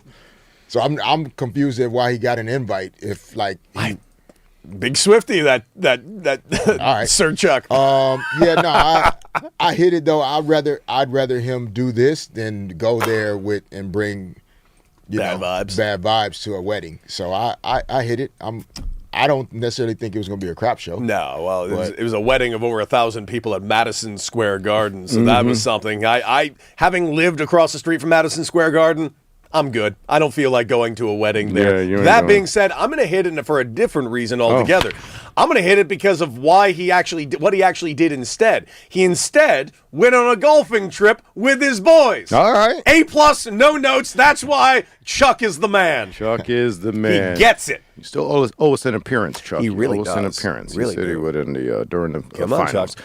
Hey, by the way, umpires are running for the hills. Apparently, you know the strike ball system they have now, Fish, right? Yeah. Where you can challenge calls. ABS system. The ABS system is getting some of these umpires to be like, I'm good. They take it. So explain briefly what they're doing. So the ABS system is a system that's been put in place where you can challenge we the know balls and that. strikes. But what are the umpires doing? Oh, now? the umpires are retiring and quitting in Yeah. droves, and it's all the bad ones. All Don't the ones worry. that we knew was bad. Yeah, like for Retiring? the instance, reason the damn system is in because of these guys. Yeah, they're all taking a taking a buyout and retiring at the end of the season, or just quitting the game altogether because they're getting embarrassed at an exponential rate. Yeah. And by the way, I want to point this out. I kind of feel bad for some of them because the human eye shouldn't be calling balls and strikes for a strike zone by the millimeter. They shouldn't be doing that. Yeah, but I don't think it's that, Cody. I think it's you know this as a hitter. Different umpires have a different strike zone. I know, but Okay, that's the problem. and that's the they, BS. They shouldn't have a difference. Right, and The so- strike zone is it's the not- strike zone. Right. So it's not about a millimeter. It's about you think the strike zone is up and to the left all the time when you know damn well it's right there. It's their egos that get in the way. So and that's before why this I all don't happened, feel bad about. no, I Melo. don't feel bad about CB Buckner. Goodbye. Yeah, peace. We do not miss you, Angel Hernandez. We're glad you're gone and never coming back. That being said, when I get a strike call that I hated, I would step out and call time, and I ask the umpire all the time, "Is that as far as you got it?" And then they would usually respond, "Oh, my zone, I got a little bit more." What is this my zone crap? It's the zone, not yours. I hate umpires. All right. Hey, peep this out, guys. In a casino, you play the slots and whatnot, and sometimes, they got the ones you don't want to spend that much. You want to risk that much. So a Brooklyn woman, she puts 40 cents in a machine slot and saw that she won $43 million. $43 million. But then the casino was like, nah, that's a mistake. And they offered her $2.25 in a steak dinner. This is real talk. She went to court. She was like, hey, I should get 600 and something thousand for the max pay of this machine. They were like, nah, the ticket, the screen was just messed up. She wound up getting nothing. But hit it or quit it on a casino, backing out on some big time money, Fish. So they said the screen made a mistake? Yeah, they said the screen. So she took a picture. She has a selfie with it and everything. And it says 43 million? Yeah. Wow. And then they it offered. didn't get upheld? And they offered her $2.25 in a steak dinner. And then when she went to the 600,000, they still didn't give her that either. She didn't get a damn Bro, thing. what? Damn. I quit it on that. I mean, she should get something more than $2.25 in a steak dinner. What if it was a good steak? They ain't $600,000 steak. I'm sorry, dude. I'm going to quit the living hell out of it. Is FIFA running this casino? Because I smell corruption. Yeah. Maybe some corruption there. Corruption. Hey, Emmanuel Acho, he said Caitlin Clark got the necessary eyes there. Speaking of eyes in the WNBA, of course. He says, but now that the eyes are there, we don't necessarily need her anymore. Hit it or quit it on that theory, Fish. I quit it. Okay. I don't. Yeah, I'm not sure what point he's trying to make, but it's like she's still a really good basketball player. Like no basketball league. 11th best guard according to the players. No basketball league needs less good basketball players. Mm-hmm. And she is definitely a really good basketball player. So, I mean, I get what he's saying. Like, I think he's trying to say the WNBA has such momentum now that if you took any one player out of it, like it's off and running now. Like now the WNBA is going to be what it's going to be. Mm-hmm. I get that conceptually, but that's like saying if we take Asia Wilson out of the W, it's just going to be the same. It won't be. Okay. I quit it. Yeah, maybe he's making some sort of like characteristic saying like, well, we don't need to cover her nonstop because the league is now there. Sure. By the way, I'm doing a lot of digging to kind of make this quote make sense because on just the surface. When's the last positive time we've covered Caitlin in a positive manner? Like when something good happened? You don't think that's more of a media issue? That's not the point, but I'm asking you a question. Very rarely. We normally only Have cover we done the a negative. positive one this season? No, because that doesn't give column inches. That's simply but there's it. the saying, all press is good press. They do say that. And you know what? I also want to point out her coach who said the other day she's really tired and angry at political people trying to make her a political statement when she's just a basketball player. Yeah, that's what I'm trying to do. That I appreciate. Okay, all right. Hey, guys, let's see. Oh, this one here. A Maryland burglary suspect, he was nabbed after calling the police because someone stole his truck while he was robbing a store. Fish, next time you rob a store, would you call the cops if someone tried to steal your vehicle while you were robbing the store? I mean, if I was in a situation where I had to rob a store, I probably would call the cops if somebody was stealing my Things truck went really wrong while I was robbing the store because I need that truck. Dude, D-Fish really needed that sixth ring, man. Now he's at a liquor store. I probably would because if I'm in that situation. Listen, I'm assuming I'm gonna hit it too. I'm assuming I would have called the cops too because if I'm dumb enough to rob a liquor store, I'm clearly dumb enough to make that call too. Yeah, I heard that. Okay, and last one for me, fellas. Archie Manning claims the media hype wasn't fair to Arch Manning. Said the media hype made him have a poor season last year, and that's what the man says. Hit it or quit it, Fish. One. I hit it on media hype not being in alignment with, like, he hadn't shown us enough for us to be as hype as they tried to make it. Yeah. That did not cause him to play bad, though. Okay. Like, you know what I mean? I don't, that doesn't go together. I think we way overhyped it. Okay. I agree with that. Yep. But that has no bearing on going out and playing the game, in my opinion. Yeah, quit it. The media didn't do it to you. The media wasn't out there playing on the field. You were. They didn't make you do it. Now, they may have added more pressure, but I'm with you, dude. I'm sorry. The media has its issues, but they didn't make you have a bad season in Texas. No way. Guys, we are going to take a quick break. And, of course, coming up so much, Pulisic, we're going to get to him later on the show. But really, when we come back, will we see Ohtani pitch or even be in the home run derby during All-Star Week? We will discuss on D-Fish and Decker on the new 97.1 The Fan, the voice of LA Sports.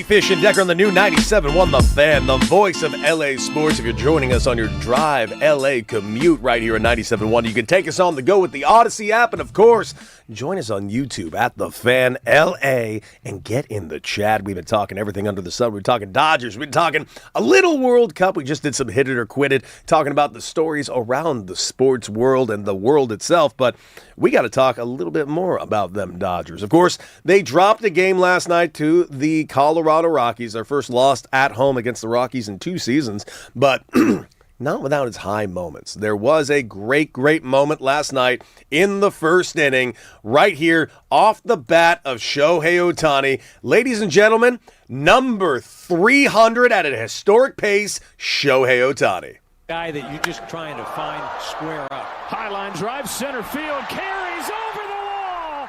300 for Shohei Ohtani.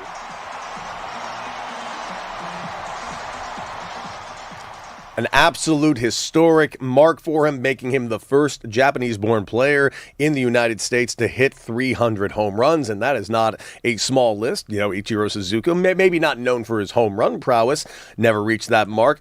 Matsui never reached that mark, so Shohei Ohtani in a very rarefied air on that. Not to mention, 5th fastest player in Major League Baseball history to reach the 300 home run mark. The only people that did it faster, because this was his 1,000th, 101st career Major League game. Well, here's the deal. It was the 5th fastest, just behind Aaron Judge, who did it in 9:53, Ralph Kiner, 1,086, Ryan Howard, 1,091, and Juan Gonzalez in 1,093. The only thing that makes it insane is he's also pitching at a Cy Young clip right now with a 1.74 ERA. It's astonishing what he has done. But we got an all-star game coming up, and we've already seen Shohei Ohtani's pitching stats kind of get a little spread out a little bit. We've seen the injury scares that we've had. We got the blister on the right finger that's been flaring up all season long. We saw the left knee that kind of gave him a little bit of trouble. Keep in mind, this guy is still DHing and playing an offensive game every night. He's still stealing bags. He's still being one of the most dynamic baseball players in Major League Baseball. So it comes to the question, will Shohei Ohtani pitch at all in the All-Star game?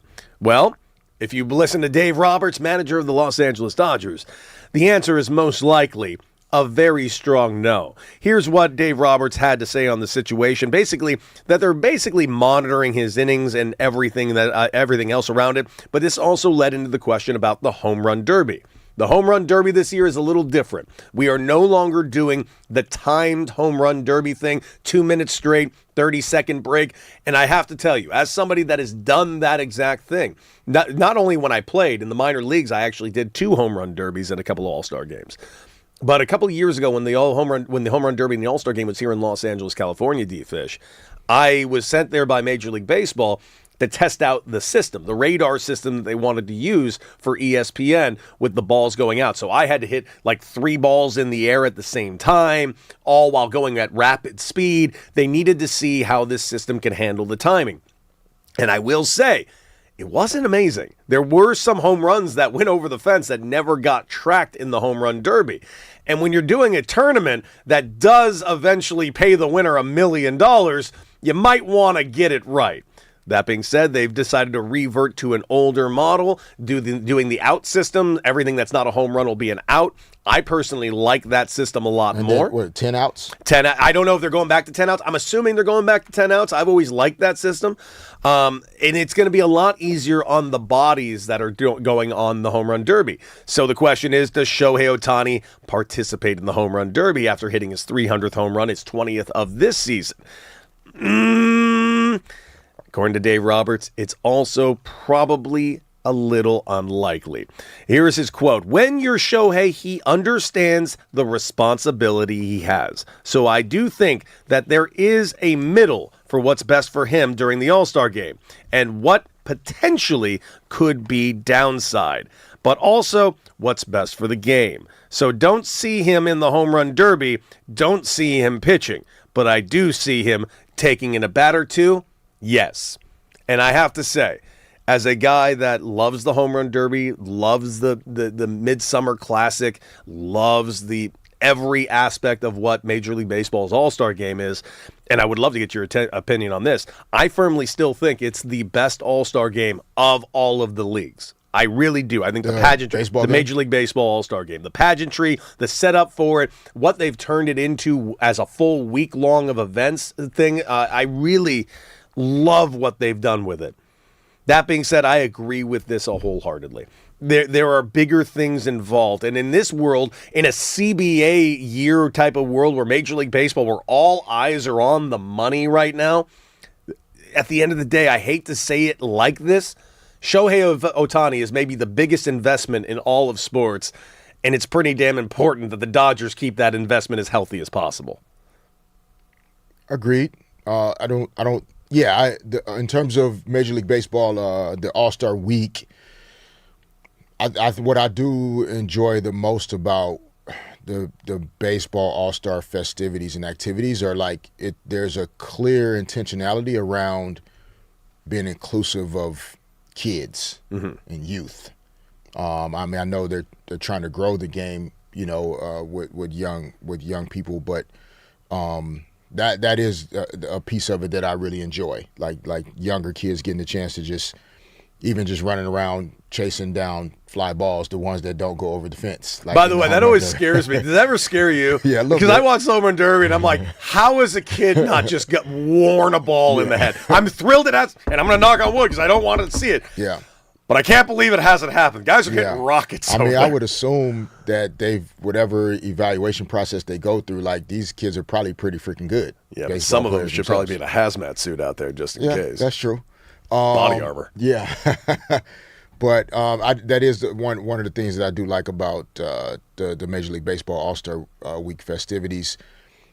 And then in terms of Ohtani's responsibility, I agree. I don't think, adding potential wear and tear for a home run derby or to try to pitch even at any point wouldn't make a lot of sense. I think balancing it is super important. It is for all the guys that make the All-Star team, but there are certain guys that All-Star weekend or week is just absolutely exhausting.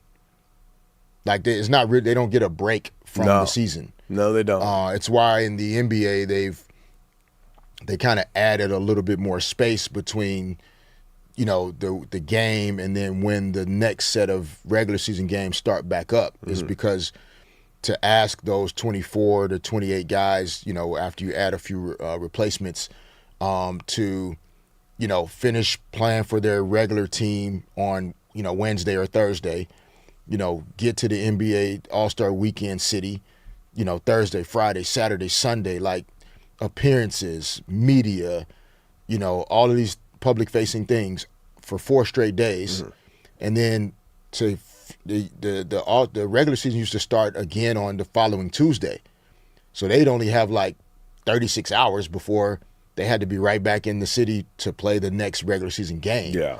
It's a lot of travel on that body. Yeah, and so just the point being around All-Star Week, I think with Ohtani, you have to be mindful of how much energy he's going to exert just being Shohei Ohtani at All-Star Week. Even if he didn't go out on the field, he's still going to be the most coveted person for interviews, for appearances, for all the things that we won't even see that he'll be participating in. So I agree with the fact that holding him out or him choosing not to participate in the Derby makes a lot of sense. Makes a lot of sense to me.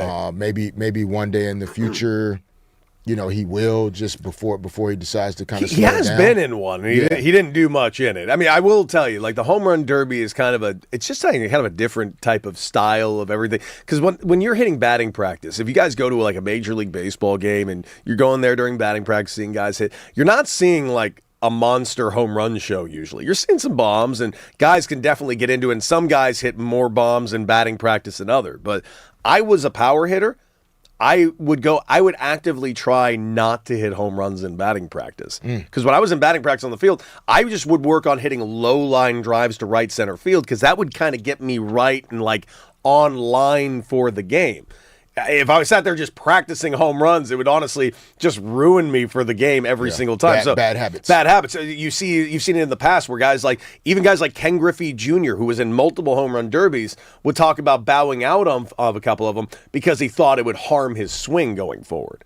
That makes sense. I mean, it sounds very much like my golf swing. Very much so. A lot of bad habits that I repeat all the time. That doesn't help my swing in the future either. Nope. That being said, I had a monster day on the course last weekend, so I'm hoping I keep those good juices going, and hopefully everyone else can too. By the way, this, of course, baseball talk is covered here on the new 97.1 The Fan, the voice of LA sports. It's presented by Xfinity. Score the most reliable Wi-Fi, one price, 5 years guaranteed. Xfinity. Imagine that. And, of course, we're talking about Shohei Ohtani on D-Fish and Decker on the new 97.1 The Fan, the voice of LA sports. Yesterday, he got his 300th career home run, historic pace. Congratulations to the great Shohei Ohtani. But the Dodgers did drop a game last night, 4-3, to the Colorado Rockies. Now, the series is not even close to being over yet, but we do have some really important sound because the game was well at hand because Justin Robleski was pitching his ass off yet again. 10-2 record, a 2.62 ERA, and an absolute all-star snub as of right now is Justin Robleski. Comes out of the game, they bring in Klein, who ends up getting into immediate trouble that leads to a very bad error, and the error sounded a little something like this. It is, and it's placed nicely, and Muncy had no play. And look now the race to third. Tyler Freeman, the ball gets away. And it went out of play. He scores. The Rockies have taken the lead. That's some baseball IQ, boys. That is a very, very ugly play that took place yesterday in Sportsnet LA. And yes, that led to the victory of the Colorado Rockies. But full context on that play in that inning. You heard that Alex Freeland error. That was the second error of the inning. The first error was done by Miguel Rojas. Here's the issue.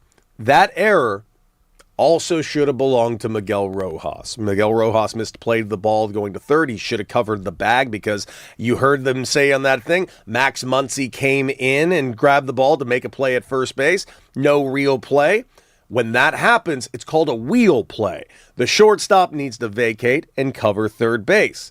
Miguel Rojas did not do that, so Alex Freeland threw to the ball to a completely open base where no defender was standing, thus run scores. But this is what I want to point out, and this is why I appreciate and love Miguel Rojas so much, and this is why one of many reasons his teammates say he's going to be a big league manager someday. That, and he says he's also the only one that wants to be a big... one stupid enough to want to be a coach or a manager. Are you sure you want that smoke? I don't know it's for everybody, but here's Miguel Rojas after the game talking about the misplay. Yeah, obviously the ground ball. I got the opportunity to catch a ball and make the play and get outside of the inning there. That's a physical error, but I'm way more disappointed by the other play when I kind of froze and I was like all over the second base over there, and I shouldn't be there. I should have been on third base, and we keep the game tied right there and gave us an opportunity to win. So physical errors happen, and I'm okay with that. I'm not perfect, and I'm gonna make errors, and physical errors are okay, but mental errors are the ones that are kind of like disappointing. Like I should have been on third base. I shouldn't be putting Alex Freeland on the situation of throwing the ball with me on the run there. That's the one that I kind of like kick myself for. D-Fish, shall we together? Mm-hmm. Just A+. We love you, Miguel Rojas. That's how you do it. That's how you do everything. That's how you handle a press conference after a game. That's how you answer a question. That's how you defend your teammate. That's how you fall on the sword yourself. That's how you take accountability. A+++. I would love to play with Miguel Rojas. That's the way, leadership sounds. Mm-hmm. That's what it looks like. You don't have to be the best player, and you don't have to have played the best game. You can step up and acknowledge that you needed to be better in a certain situation, but it was also contained. Like he didn't beat himself up and allow it to get in. Yeah, he didn't get into like negative self-talk. That's different. And the nuance between physical errors and mental errors, and helping us connect to those are different, and helping us connect to like the standard he holds himself to is that the mental error is more the one that he loses sleep over. Yeah. He's accepting the fact that he's a human being and physical errors are going to happen. But to be able to highlight that it's the mental error that is going to, that's the one that frustrates him. He's going to kick himself over. He put his teammate in a really bad spot and his team in a really bad spot. And, you need a locker room or a meeting room full of those type of people that aren't so quick to just try to hurry up and say what somebody else should have done. It's just like, hey, I needed to be better in this situation. I will be. Here's why I needed to be. And then we can move on from there. And that's just great sound and great mindset. It's kind of wild, though. That's another thing I just got to point out about this Dodger team. Like, I know we gush about this Dodger team because of all the talent that's on it. We gush about this team because of the level of play they've given us so far this year. 59 wins already. They're going to be the first to 60, most likely, unless, of course, they drop the rest of these games to the Colorado Rockies and go winless for the next week and a half. But based on what the Dodgers have been this year, I have no reason to believe that's going to be the case. But it's about just the demeanor of this team. And I'm once again going to go back and look at Dave Roberts. Because look across the country. Look over at the New York Yankees, who have been a calamity as of late for the last about week and a half, 2 weeks. It's not nearly the same type of accountability. You take a guy that I'm a big fan of. Say a guy like Jazz Chisholm. Jazz Chisholm is an extremely, extremely talented player. An all-star a couple of times. He was on the cover of MLB The Show. He's my ex-teammate that I played with in Arizona. And I will admit that sometimes Jazz rubs teammates the wrong way because he's a bit of an arrogant cat, and he says a lot about it with his very arrogant bravado. And you take something like the other day when the Yankees were getting their asses kicked and Jazz is out there at second base eating a lollipop while mid-game. Now, do I think it's a problem that he's having a lollipop mid-game? Honestly, no. It's not that big a deal, but there's just like a certain arrogance to it considering the fact it was just kind of a bad look in the situation that they were currently in. Team's playing bad. He's having kind of a rough night. Now he's playing second with a lollipop in his mouth. Like, okay, you're the Yankees. What's going on here?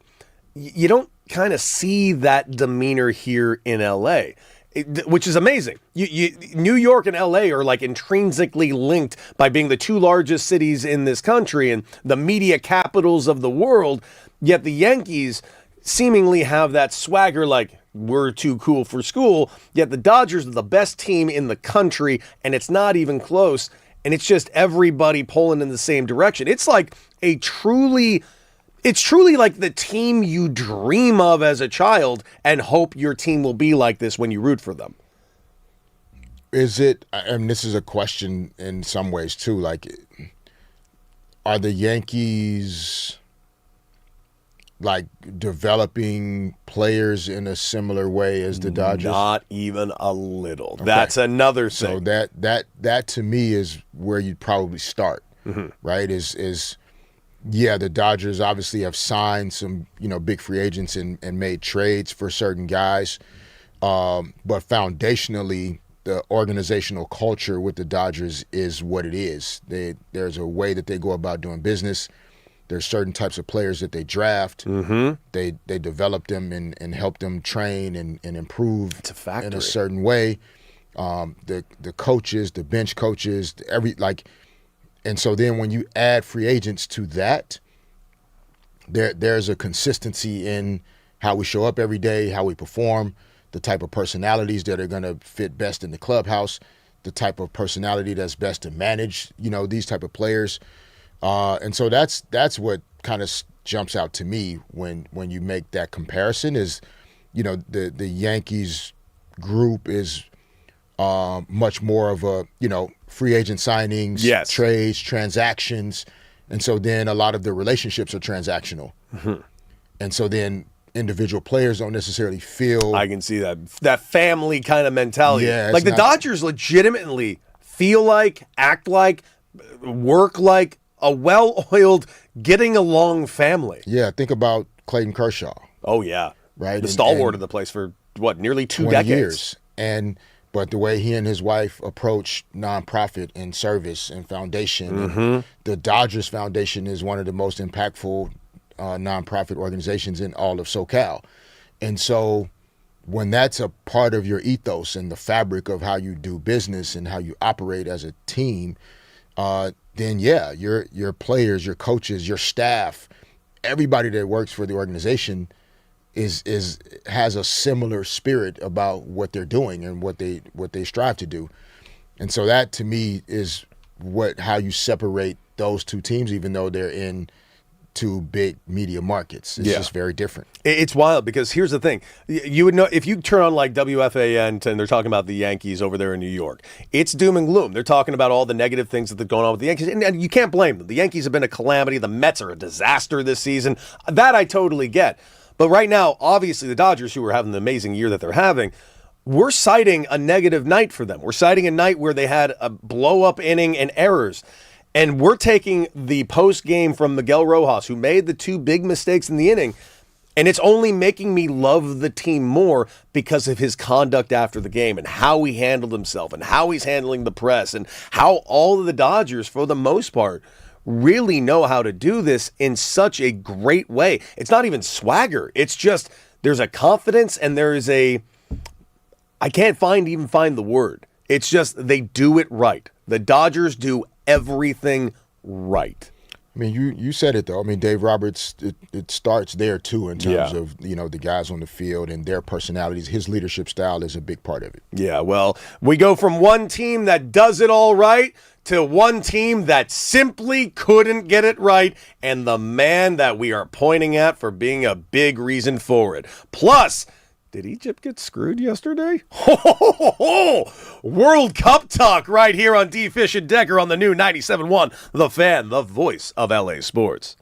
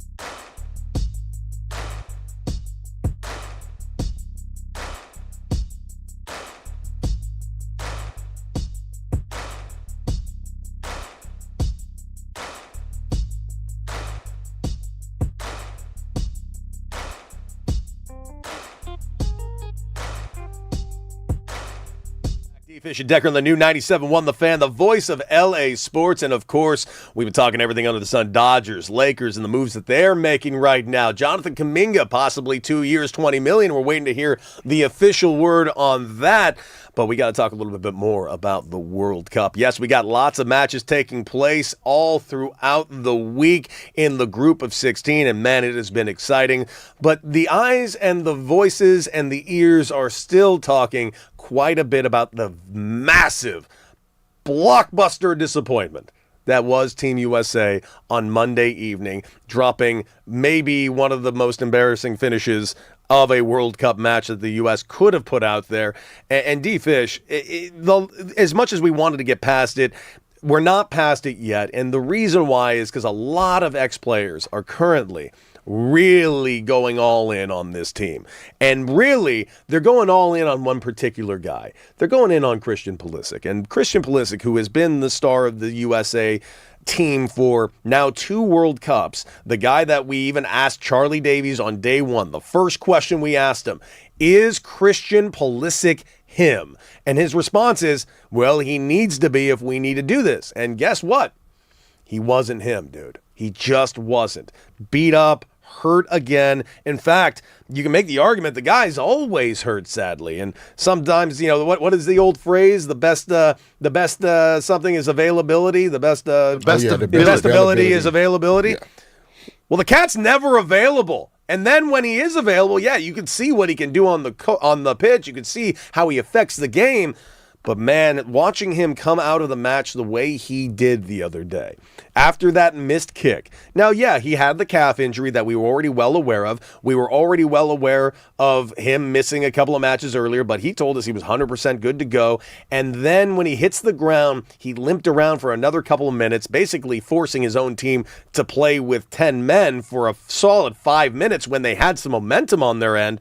This was awful. But guess what?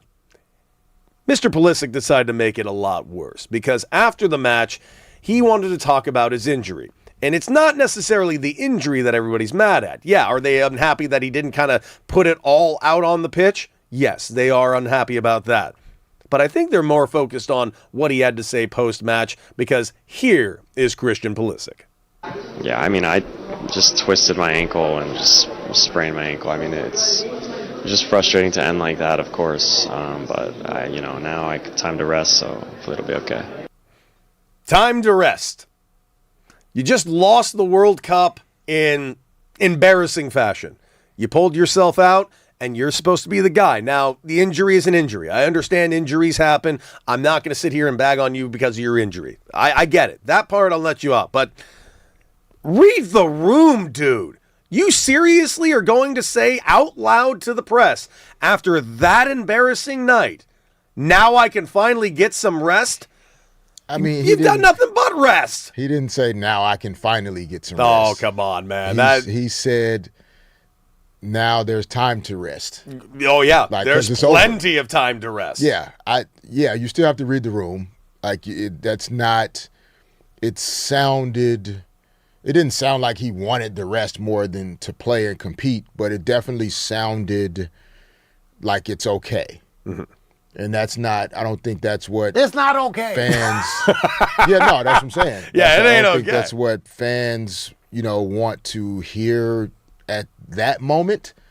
Maybe after you reflect on it a little bit, you can say, hey, now we have to take a step back and, we'll have to spend the next few years hoping to get back to this moment or whatever. But initially, yeah, it should feel like and sound like this is the worst thing that's ever happened to you, to be honest. I mean, that's what it should feel like in the moment. And that's immediately after. And then once you're able to kind of take a step back and reflect and think about the tournament and how things went, I think then you can arrive at some of those spaces where, like, okay, there's a lot of positive, there are a lot of things we can take from this and move forward. But yeah, in the moment, it definitely sounded like he was comfortable with it being over. Now time to rest, so hopefully it'll be okay.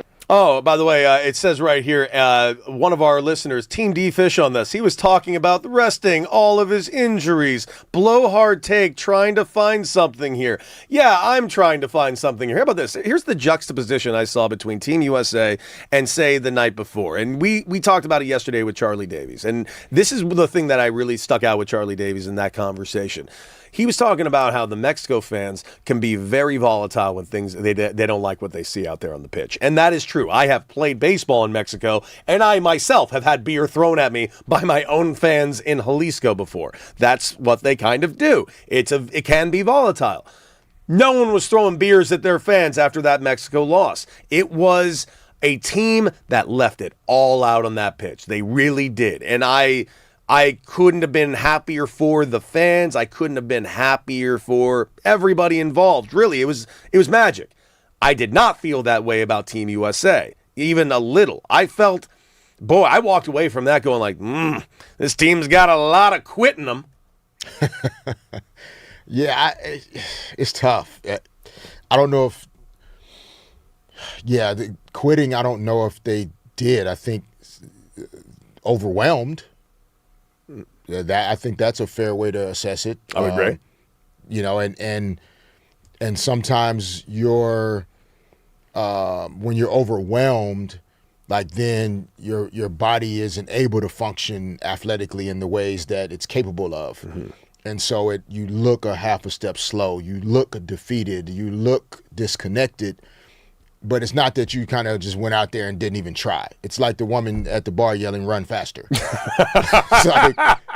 like, what are we? Why aren't we running fast enough? Seriously, like so you guys really think that these Belgians are we so all fast? Just went out here on the field and just didn't even try?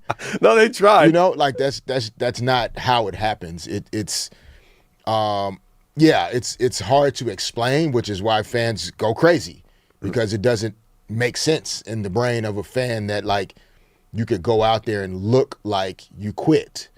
I think there are very few teams and times where like athletes just quit and completely give up, but they looked defeated as that match played out a couple of days ago. And you have to give Belgium a ton of credit. I mean, you guys have also talked about like tactically.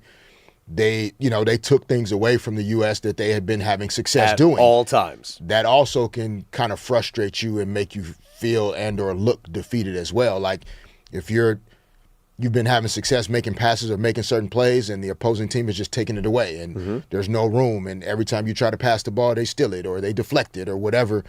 Those are all things that can just rob you of some of that passion and energy that is what has gotten them over the hump. Throughout the tournament. And so, because then that also prevented the crowd from being able to stay in the match in a way that could elevate them to wins as well. Yeah, it took the crowd way out of it. You could just feel the energy. And by the way, I really like this take right here from Joanna in Arizona. She doesn't agree with my take. She says, terrible take. I know what he meant, but it came out wrong. Very wrong. He made it about himself. And yeah, that's my problem. I don't like that he made it about. I understand he's answering a question about the injury, but you got to be able to read the room, especially if you're the face of this team. However, I would say there is one aspect about the negative press that Team USA has been getting over the last couple of days that is actually positive. Okay. Congratulations, Team USA. You are actually a real player in the sports world because you're getting this much negative press from the American media. That means you've made it. It means you're no longer some underdog story. It means we now expect things from you. We expect you to be the team that we want you to be now. That is not a place that I feel like American soccer has really ever been. This is kind of new air for American soccer. And there does come pitfalls with that. And that is the negativity of the press. But that also comes with good. Finally, we can be negative about American soccer. Yeah, I mean, and positive when it's warranted. They got our attention enough to like want to talk about it and want to help fans come to grips with it. And people do have their gripes and complaints, but this is a part of the growth. Mm-hmm. The World Cup being hosted here in North America and so many of the matches being in the U.S., this is what's going to come with it. This is kind of this was part of my thought process with the WNBA as well. Like with growth comes more eyes, more viewers, more engagement, but also significantly more scrutiny. Mm-hmm. That's just part of the process, and to some degree, that's what they felt out on the match as well, out on the pitch. Like, you feel the scrutiny, you feel the extra energy going into the match around Balogun and the red card and all. Like, you feel all of those things more when the expectations are higher. Oh yeah, and that's what kind of almost robs you of the. It's almost like, for some of our listeners that I've never experienced an asthmatic type of incident, but like when you're trying to breathe and you don't have access to all of your oxygen, it's not that you're not capable of it, but there's just moments and times where something flares up and it limits your ability to just freely breathe. That's what happens to athletes when they're not functioning well. Completely. It's not that like they can't do it. It's just something there, whatever the variables are, that limits their ability to execute freely as though they normally do. And that could be pressure from media, fans, family, expectations. This is my first World Cup. This is my last World Cup. They expect me to be him. They don't expect me to be him. And I'm trying to show I can be. Like, there are all of these reasons why it just doesn't work out. And unfortunately, it hit all at the same time on Monday, where a collection of them just couldn't be at their best. Yeah, it was a tough watch, but hey, U.S. soccer seemingly has made the mainstream, so that is phenomenal news on the other end of that. But hey, this injury report brought to you by Ozaran Law, the Injured Worker Hotline. Coming up, a little more World Cup coming your way, because man, oh man, did we have 2 bangers of matches yesterday. And also, we got some amazing sound that we cannot wait to share with you. Yeah. Is it Telemundo, Fox, or NBC? We will let you decide right here on D. Fish and Decker on the new 97.1 The Fan, the voice of LA Sports.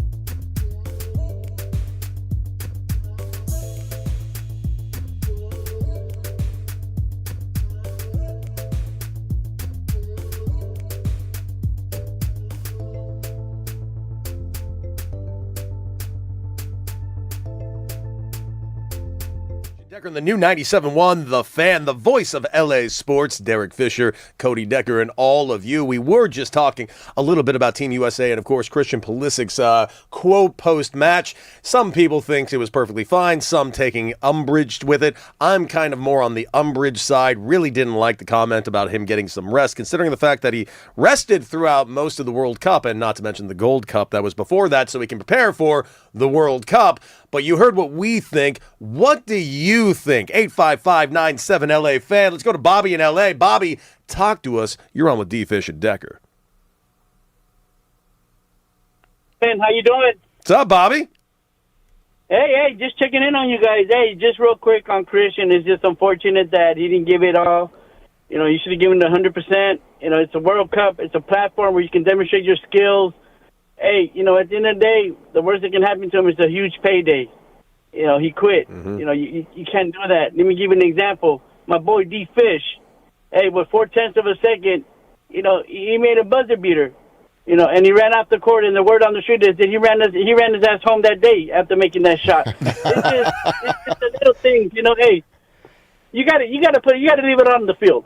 At the end of the day, you know, you want to perform and you want to make yourself look good because, you know, you want to get that next big payday. So that's what's going on. And then real quick on the Doyers, you know, Miggy Rowe, that's what you call. He's grooming himself to be a next general manager.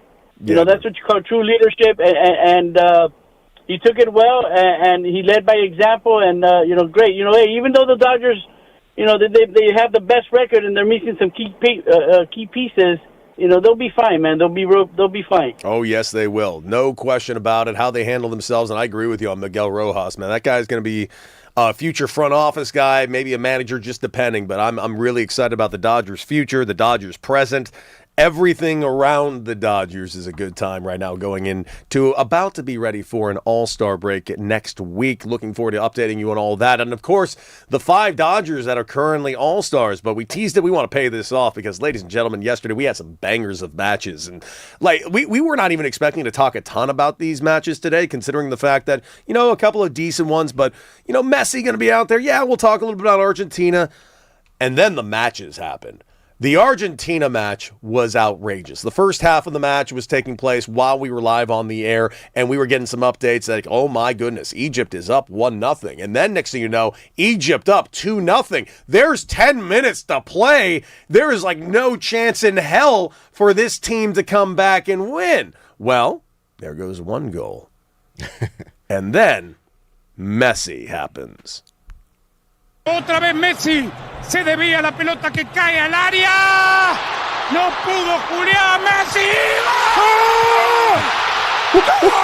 So hype. So hype.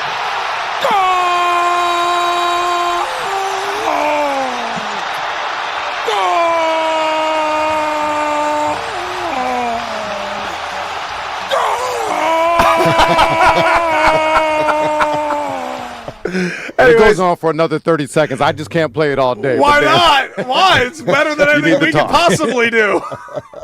By the way, he lost his voice yelling goal over and over again. And that was, of course, only the equalizer in the match. That led to a little bit more later on, which, of course, was a go-ahead goal, which, let's just say, some controversy around it. And I asked Raj when I got in here because I saw the chatter online. And by the way, there was even some chatter in the chat. I don't remember who said it, but it said, and I quote, and I want your opinion on this. Vargentina strikes again.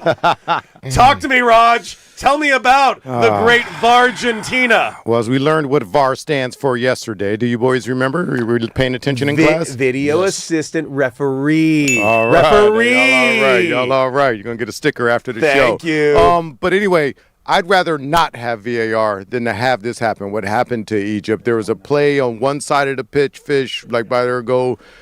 There's some contact. Lets the play go. A guy takes it damn near the length of the pitch, passes it off. Then a beautiful pass. One of the best goals you'll see during the freaking World Cup. Finish. Everyone celebrating. These fools went back 30 seconds and said there was a foul, and they disallowed the goal. Like 30 seconds earlier. That ain't I mean, I get offsides. I get some things. I get doing red cards or not. I understand. But this was... I get the ball over the line. That's what it was originally for, if the ball is over the line, you're like on a goal. But this was egregious. This was bad. And then, of course, later on, Mo Salah's in the box, and there's a contact. He goes down, and they didn't get that call either. So now... But also no VAR for that, which was... I thought it seemed pretty fair. I could see them at least going to look at it. Oh, dude.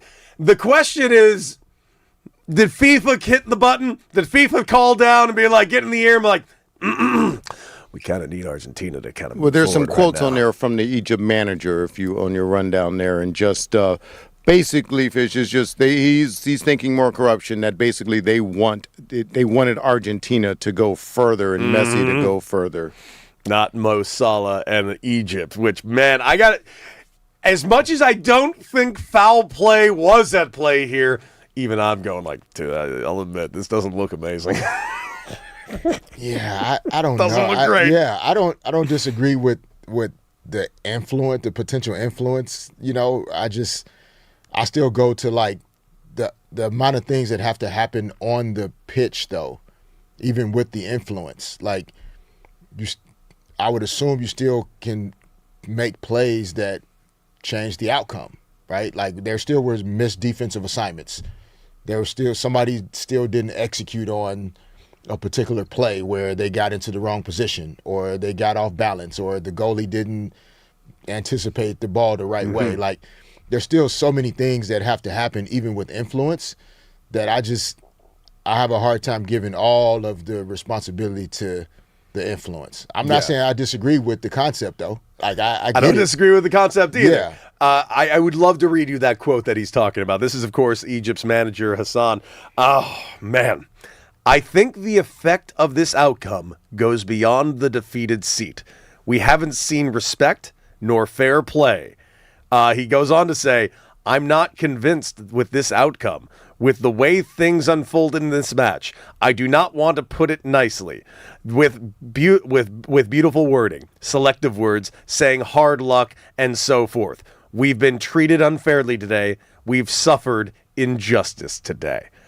Whew. I mean, that's pretty direct and basically calling out FIFA right away. But I will also admit this, when it was 2-0, they've been doing all these shots up into the booth of like the FIFA president, which I wish they would stop doing that. I have no interest in seeing his face. I don't need Lex Luthor looming down at the pitch every single day. That being said, the look of sheer panic on his face, seeing that Argentina is about to be eliminated from Egypt, it made me question things, because it did change quite drastically in that last 10 minutes. And here's the other thing. You were still up 2-0. Yeah, that's the other thing with 10 minutes to go. I hear that too. Bro, keep the ball on your side of the field. Play keep away. Do something. Like, I don't know how you're up 2 goals in soccer with 10 minutes to go and lose 3-2. It was wild, man. I'm not saying some of the calls weren't, so that's the bad debate, calls. Fish. It's both sides. People are saying that, okay, those were some horrible calls, VAR, not letting Mo Salah even looking at that. And they would have been up 3-0, by the way, if that goal counted like it should have. It would have been up 3-0. So I'm going to take you to this. Late 3-0, or others are saying you had a 2-0 lead late in the game and you gave up 3 goals, so you choked it away. Yes. Yeah. Which is also fair. Yeah. Which one do you think? I'm always going to lean towards choking it away. Okay. I influence, and in basketball you play road games, where you know for sure you're getting. It's like that game, when you guys were playing the Celtics, and it was game 4 in Los Angeles, and you guys were up like 20-something points. You know what I mean? The game was over. You would could have tied the series at 2-2, but no. It was kind of. Do you think, Fish, you're gonna like punch him in the face? Sky. Like. I'm just trying to draw a comparison. No, it's not a comparison. Kicking the ball. We cross sports all the time. It's not, right, but in that situation, wild. We couldn't blame the referees. Wild. I know you're just joking. We choked it away. Yeah. See, there you go. Fish is the man on the verge. That's right. But so, what do you think on this soccer thing? Real talk. Yeah. No. I mean, I got you. You think they choked it away, Fish? Cody? Yeah. Dude, do I think that the momentum changed? Do I think the refs helped? Yes. But you know what the refs didn't do? What they didn't do? They didn't put the ball in the net 3 times in 10 minutes. Yeah. I'm sorry. Yes, both things can be true, but I'm leaning more towards Egypt. He gave up 3 goals in 10 minutes. Mm-hmm. And how does that happen? How does that happen? That's real talk. That being said, D-Fish, do you think you would punch Raj with your left or your right? I know you're left-handed. He's left-handed, so that's what I would be guarding for. But, My right hand is going up. Yeah, but he's expecting the left, so... It's a right hand to the body. Oh, I wouldn't be expecting that. Yeah, he's not ready for the body. I'm going down. He's not ready for the body shot, my guy. All right, guys, so much more to talk about here on D-Fish and Decker. But we have a lot of time to do it because guess what? We changed something recently at our show. We were always going out at 8:50, 8:30. Not anymore, baby. You get an extra minute of D-Fish and Decker right here. But D-Fish, man, I'm just thinking. We got more World Cup to talk. We got to talk about the Dodgers. We got to talk more about the Lakers. One person in the chat jokingly said LeBron talk. And you know what? Because of that joke, you're going to get some LeBron talk. And not to mention on top of that, the Lakers are looking to add more to this upcoming roster for this next season. And of course, there was a snub. Yeah, the Dodgers got 5 All-Stars. 5 extremely deserving All-Stars, 4 of which are in the starting lineup. But there's one guy that has been left out of this entire conversation, and as far as I'm concerned, it might be, if not the biggest snub of the All-Star game in the All-Star week, it's in the top 2, D-Fish, and I got to tell you who it is and who he should be replacing. And sure, maybe controversy? Fine. I embrace said controversy. We got lots to talk about, and only 1 more hour to do it here on D-Fish and Decker. That's right. We want you to join us, 855-97-LA-FAN, and get in the chat at The Fan LA on YouTube. It's D-Fish and Decker on the new 97.1 The Fan, the voice of LA sports.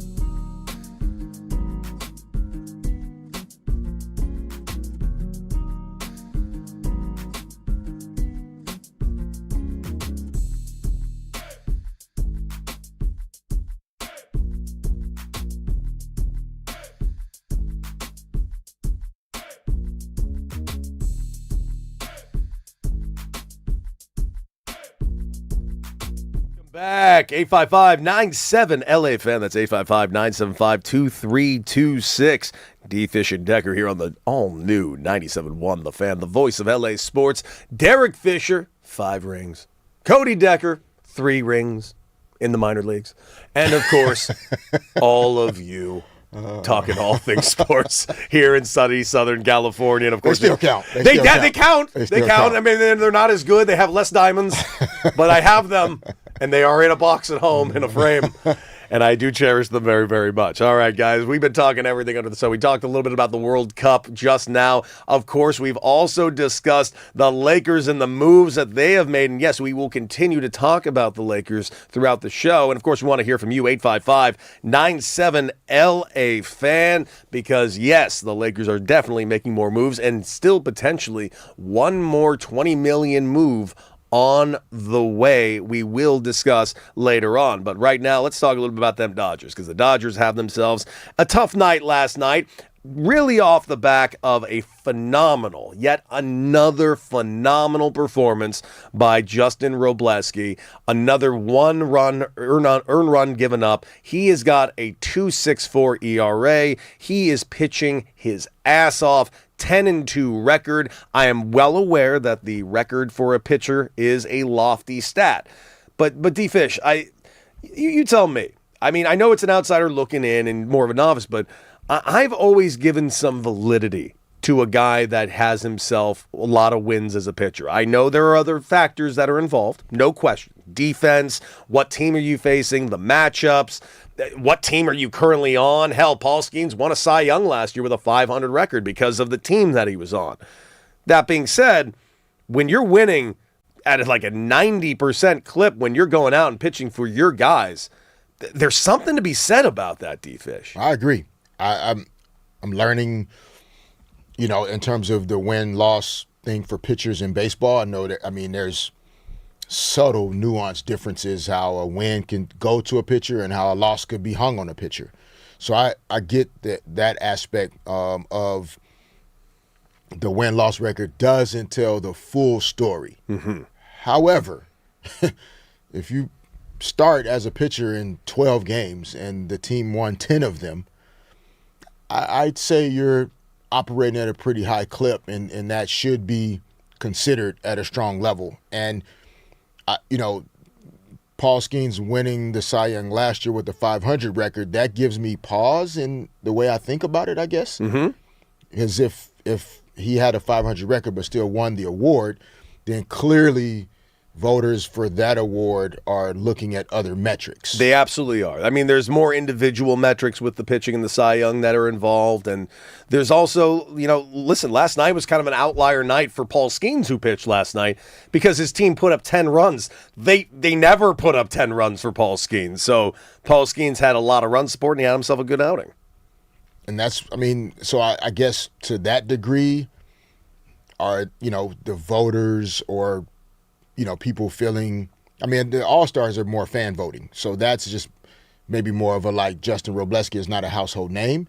So that's really kind of why he's getting snubbed, over Paul Skeens. Mm-hmm. Or, are some fans nuanced enough to recognize Robleski has more run support and more power offensively, Mm-hmm. and so his wins come easier.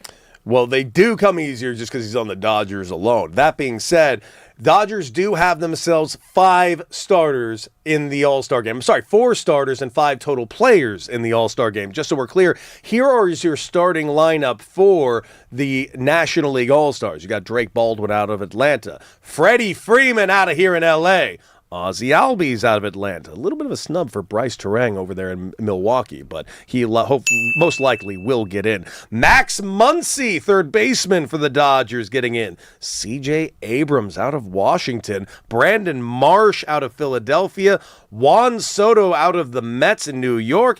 Andy Pages making his first All-Star appearance. The lowest paid man on the All-Star team is Andy Pages from the Los Angeles Dodgers. And, of course, the great Shohei Ohtani. And the 5th member of the Dodgers that has made it to the All-Star team is Yoshinobu Yamamoto. That being said, they are missing a name.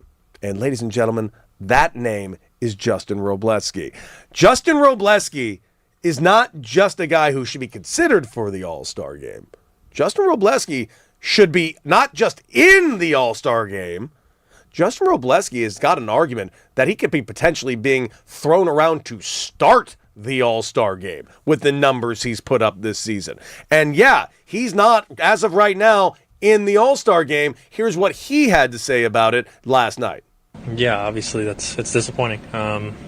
You want to be an All-Star. It's something that, regardless of the year, whenever, it's always a big deal. And yeah, it's something I wanted to do. And yeah, it's frustrating to not get that nod. But like I said before, I think it's just more reason to try and keep getting better. And hopefully I can gain the respect of players and everybody else, and maybe be in there next year.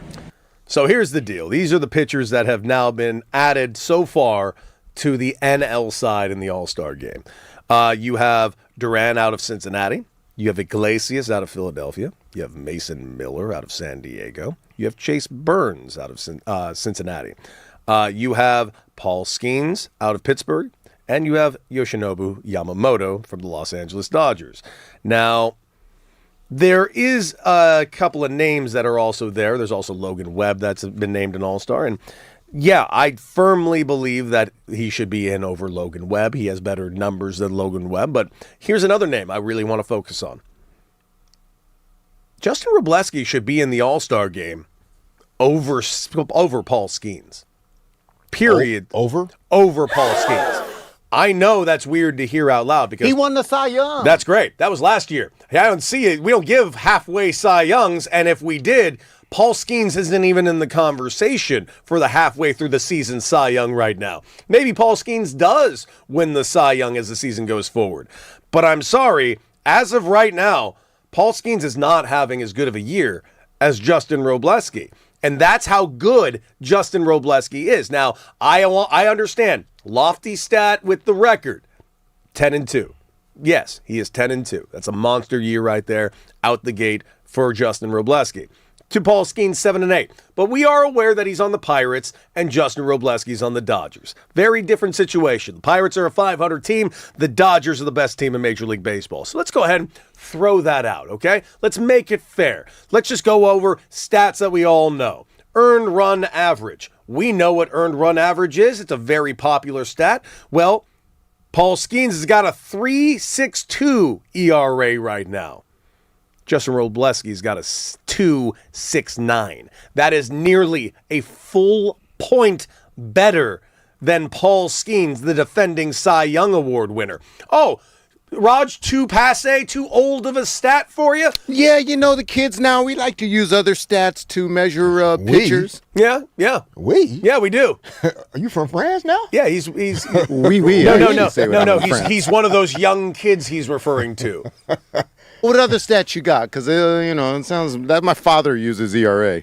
Do you use WHIP? Because I've heard you bring up WHIP so many times on this show. I have mentioned ERA, and you said, well, what about his WHIP? Yes, because I think it's in today's game, it's more important than ERA, in my opinion. Walks and hits per inning. Yes.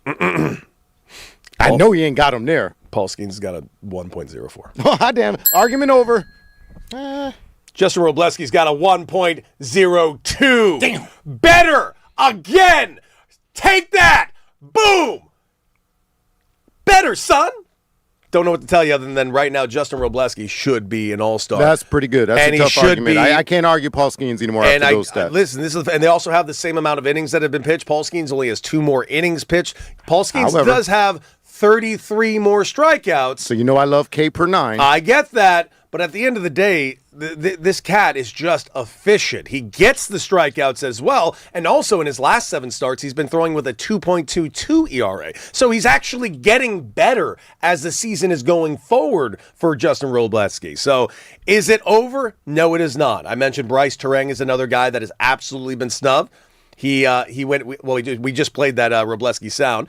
But Bryce Terang, who's already been snubbed, it's not over yet. Because right now, Justin Robleski could still get into the All-Star game if one of the following happens. An NL pitcher opts out, which does happen very, very often. Could be injury-related. Could be a team saying we'd like you to not throw an inning, and you just go to the All-Star game as an All-Star and just enjoy yourself. That absolutely happens all the time. An injury can happen. And, of course, there is also a replacement thing. They always do add a couple of snubs at the very end for player votes and of the sort of that. So it's not completely over. That being said, Justin Robleski, no question about it, is an all-star this year, and I hope he gets ND Fish. It sounds like he will, between someone sitting out. Someone's going to opt out. It's going to happen. Someone managing, not even necessarily injured, but just don't want to take the risk and choose not to participate. That's a second one, and then hopefully as they add players and they can continue to think about filling out the rosters, they'll do that. Are the fans also involved in the pitching voting? They are the initial voting, but now I think it goes more to the coaching staff, and I think they start to pick it. It gets very lofty. It actually changes sometimes year to year. Not unlike the home run derby this year, that we got new rules, new old rules in the home run derby. I'm actually looking forward to kind of breaking down what the new home run derby is going to be. But it's also a thing, they kind of make it up year to year. They change it all the time. Not unlike the NBA All-Star Game, how they kind of always change the rules and how that all works. Yeah, they've been trying. I mean, it was the same for a couple years, and then just still trying to figure out, not only engaging the players more, but engaging, the fans more as well. What type of model will work best there. And that's why it's important to, include the fan voting, because you want the fans to feel I think that is important. Yeah, to feel engaged and a part of the process. But how important do you think it is? Because I've always kind of gone back and forth with the fan voting, because at the end of the day, an all-star game is about the fans. It's about what they want to see and who they want to see out there as all-stars. But also it leads to so many guys falling through the cracks. You've talked about the quote-unquote small markets, right? Well, Bryce Terang is not a name that a lot of people know out of Milwaukee. Despite the monster year he's having, Atlanta just has such a bigger reach with their fandom. Ozzie Albies is going to be the starting second baseman of this game. No, I agree. And the numbers aren't even close to each other. It should be weighted properly. I think, fan involvement is key to the growth of the game. But when it comes to things that are also, that need to be weighted by performance, then I think you have to kind of be able to then rely on some consistent, data or metrics, and then also, coaches and, some members of the media. But even sometimes with the media, it gets a little tricky, because some members have these it's kind of like the strike zone thing with some media members. It's like, one media member has a strike zone this big and one doesn't. It's I'm trying to think, this past year wasn't there like one person in the NBA that didn't vote for Wemby or didn't vote for somebody? Yeah, it was something like that. It was something weird where it's like, how are you the one person out of like 175 people? We see it with Hall of Fame votes too. Yeah. Like, no one could ever be unanimous. I didn't vote for Derek Jeter. You shouldn't have a vote. Yeah. That's nuts. So those are the kind of things that sometimes make it a little tricky. And so that's why I think having that, you have the fan voting, you have, coaches and managers involved, a little bit of media, but then there has to be some type of, like, look, this person struck out 125 people, this person struck out 25 people. Come on now. It can't be, can't have a pitcher that didn't accomplish anything near what the other guys accomplished playing in an all-star game. Those are big, lofty goals and dreams for young players as well, that sometimes they're not getting access to just due to like celebrity more so than performance. And dude, you see it in the NBA a little bit more now. I think the players' money is more connected to it in the NBA, obviously, because of what the contracts they can sign after the fact.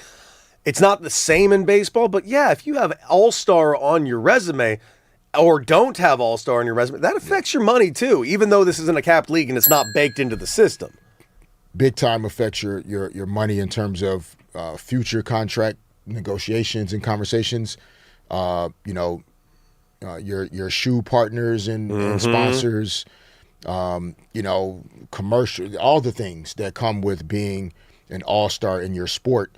Those things are heavily impacted. So you definitely, fan voting should be, a part of the process, but then there definitely needs to be some type of system that starts to kind of take the subjectivity out of it just kind of get to some realities of what the guys are accomplishing out on the field.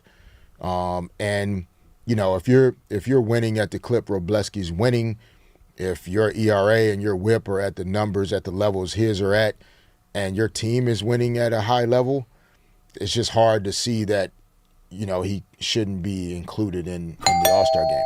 Oh, Raj, what can I do for you, my guy? Hey, guys. Well, we did ask the people, we love the people, the people show, should Wroblewski be an all-star over Skeens? That's my question, because if you put him in, who's coming out? Got to talk about it. Mm-hmm. So 79% of the people say yes, Wroblewski is playing better, and 21% say no. Skeens was the All-Star or the Cy Young winner. He was the Cy Young winner last year, but this year, if you're picking All-Star, Wroblewski should be the All-Star if I have one of the two. Now, that being said, I think they should both be All-Stars. Yeah, you take it out of someone else. Yeah. But no I'm one sorry. knows who the hell Logan Gilbert is, so we don't talk about him. No, we don't. Well, Logan Gilbert's playing for the American League side. That shows how little you know about Logan's him. parents are listening, we're sorry, but no one But knows that being said, Logan Webb out of the Giants should definitely be removed. Yeah. Hey, so guys, also had another question on this conversation here while we have time left in the segment. Looking at a logjam situation, let's say the playoff starts. Now, we've had Dave Roberts on the show, and it's all about the playoffs. So we know Ohtani will rest a bit, and you mentioned earlier he's not going to participate in the home run derby contest, thank goodness, or pitch in the game, fine with that, suffering through a biceps injury right now. So they're pretty much going to rest him and let him go his 6. You think he can go more than that during the playoffs. But anyway, let's just assume by then Ohtani is healthy. Let's assume, speaking of health, we got to bring up Glasnow and Mr. Snell, because that word is always attached to those two. Where are we putting Wroblewski in the playoff rotation, Mr. Decker? Where are we putting him? I want to hear from you. So here's the deal. Like, when it comes down to the playoff baseball, as we've seen, it comes down to how many pitchers do you actually have that are starting rotation pitchers. It depends on what your rotation's going to be. We've seen teams be very successful with a 3-man rotation when October rolls around. We've seen teams be successful with 4. The Dodgers are going to find themselves, if they're fully healthy, with a legitimate 6 or 7-man healthy rotation. And these are the names that we're talking about. We're talking about Shohei Ohtani, talking about Yamamoto, we're talking about Justin Wroblewski, we're talking about Blake Snell, we are talking about Tyler Glasnow. I think Emmett Sheehan will not be in the mix over there. I think Roki Sasaki will no longer be in the mix over there as well. And I'm assuming Eric Lauer will also not be in the pitching mix when October rolls around as well. Someone's going to have to go to the bullpen. And it's probably going to have to be 2 guys going to the bullpen. So who are those 2 guys? For me, no question, I'm putting Tyler Glasnow as a long relief guy. And who else am I moving? Because I saw him do it last year, Roki Sasaki will be back in the bullpen for me as well. But we also run into a logjam there too. Say we get back Edwin Diaz. Blake Trinan's going to be healthy again at some point. Say we get back, I don't know, Brusdar Graterol. All of a sudden, that's 3 arms in the pen they'd get back.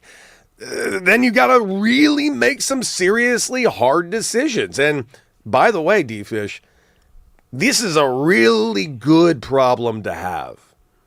It's a great problem to have. I mean, I'm looking at, some of the names now, like you said, if Diaz possibly coming back, Alex Vesia. I mean, Will Klein is getting some reps. Like, they had a bunch of guys. A lot of guys. Just depending on the situation and the scenarios, Bobby Miller might come back. Oh, my God, Bobby Miller might come back. The names just keep going. Yeah, I mean, but one of the things I've definitely noticed with baseball is, like, in the postseason, the situational baseball is through the roof. Oh, yeah. I know some of that drives people crazy in terms of analytics and data and, when you're substituting or changing pitchers and when you're not. But as a coach and as a former kind of point guard quarterback type of guy, I love to see the strategy and the thinking and the chess moves. And so the Dodgers have a bullpen full of guys that, if you need a lefty to get an out, if you need a righty to, get 1 out, if you're trying to get out of an inning, like you have all the things that you need in order to win and advance. And so, it's going to be interesting to see, who the 5 rotational guys are. but then how they use the bullpen in what situations. Everybody's going to have to sacrifice, though. And I mean, if you're on the Dodgers team, you understand that already, hopefully. Yeah, well, when we eventually get over there and say they're all healthy, I'd probably look, although Dave Roberts might not make the same decision, and honestly, whatever Dave Roberts decides, as far as I'm concerned, is the right decision, period, stop. But if I were doing it, I would probably go left, right, make that breakup very simple. Start with Ohtani or Yamamoto. Good problem to have. There's no wrong answer on that one. Immediately go to a lefty, whether it's Robleski or Snell, and then vice versa in the next two games as well. That's the rotation I would use in October. That being said, I'm sure they have written down already 90 different versions of what their rotation can be. And who's to say they don't go out and grab another pitcher? That Tarek Skubal is going to get traded. Will he be wearing an LA on his forehead? That remains to be seen, because the Phillies will be in on it. The Cubs will be in on it. Oh, if you have a chance for the playoffs, you should be in on it. Period. Stop. Someone has got to put something together to try to beat the Dodgers. That being said, who can beat the Dodgers anyways? We will discuss it. Guys, coming up, the Lakers, the Los Angeles Lakers getting more bigs for Luka. And we got to talk about it. Is it A-list or is it A-list? We will discuss right here on D. Fish and Decker on the new 97.1 The Fan, the voice of LA Sports.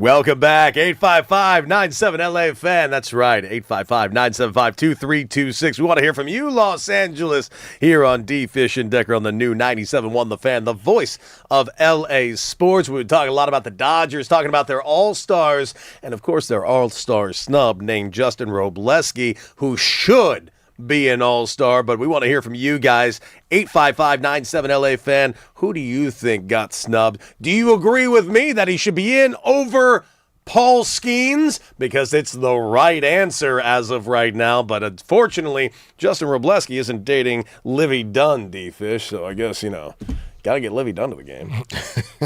I understand realistic natures of stuff. It's like, got to have her there. Oh, my God. But she's very popular and famous, and I'm told fetching. I don't know. I'm not that guy. Anyways, guys, we got to talk about the Los Angeles Lakers because the Lakers have been making moves in the summer of 26. It's going to be a new song. Well, a new old song. New version of an old song. Anyways, dude, what do you think of what this team has accomplished so far in this trade market, in this free agent market? Obviously, still no one knows where LeBron James is going to go. A lot of speculation around that. But now the word is coming down. The Lakers aren't completely done with their A-list summer. Now they're looking to add another player to their roster after the announcement of Looney joining the team last night. It looks like they're hot on the heels of potentially signing Jonathan Kuminga to a 2-year, $20 million deal. And D-Fish, it's being reported that he met up with JJ and Rob Pelinka, and they weren't just showing him how he could be a fit on the team anywhere else specifically. They were also showing him how he fits on the starting rotation for this team. What do you think Jonathan Kuminga could bring to this team? Is he the right guy to fill in this last spot? That is he the right guy will be a question mark, I think, for some time, assuming, things actually come together between, the Lakers and Kuminga. I don't know if the Lakers situation is, what he's looking for. I'm sure he definitely would love to be a starter somewhere. Mm-hmm. But a starter still as not necessarily a primary option. I don't know if that's something that he's looking, to do. I think part of why some of the frustrations in Golden State were because his role wasn't big enough. So you have to keep that in mind. And I'm sure that's a part of the conversation that they had with him in terms of sharing that vision for how he fit in, as potentially as a starter, what role he'd have, the way they see him, positively impacting the game.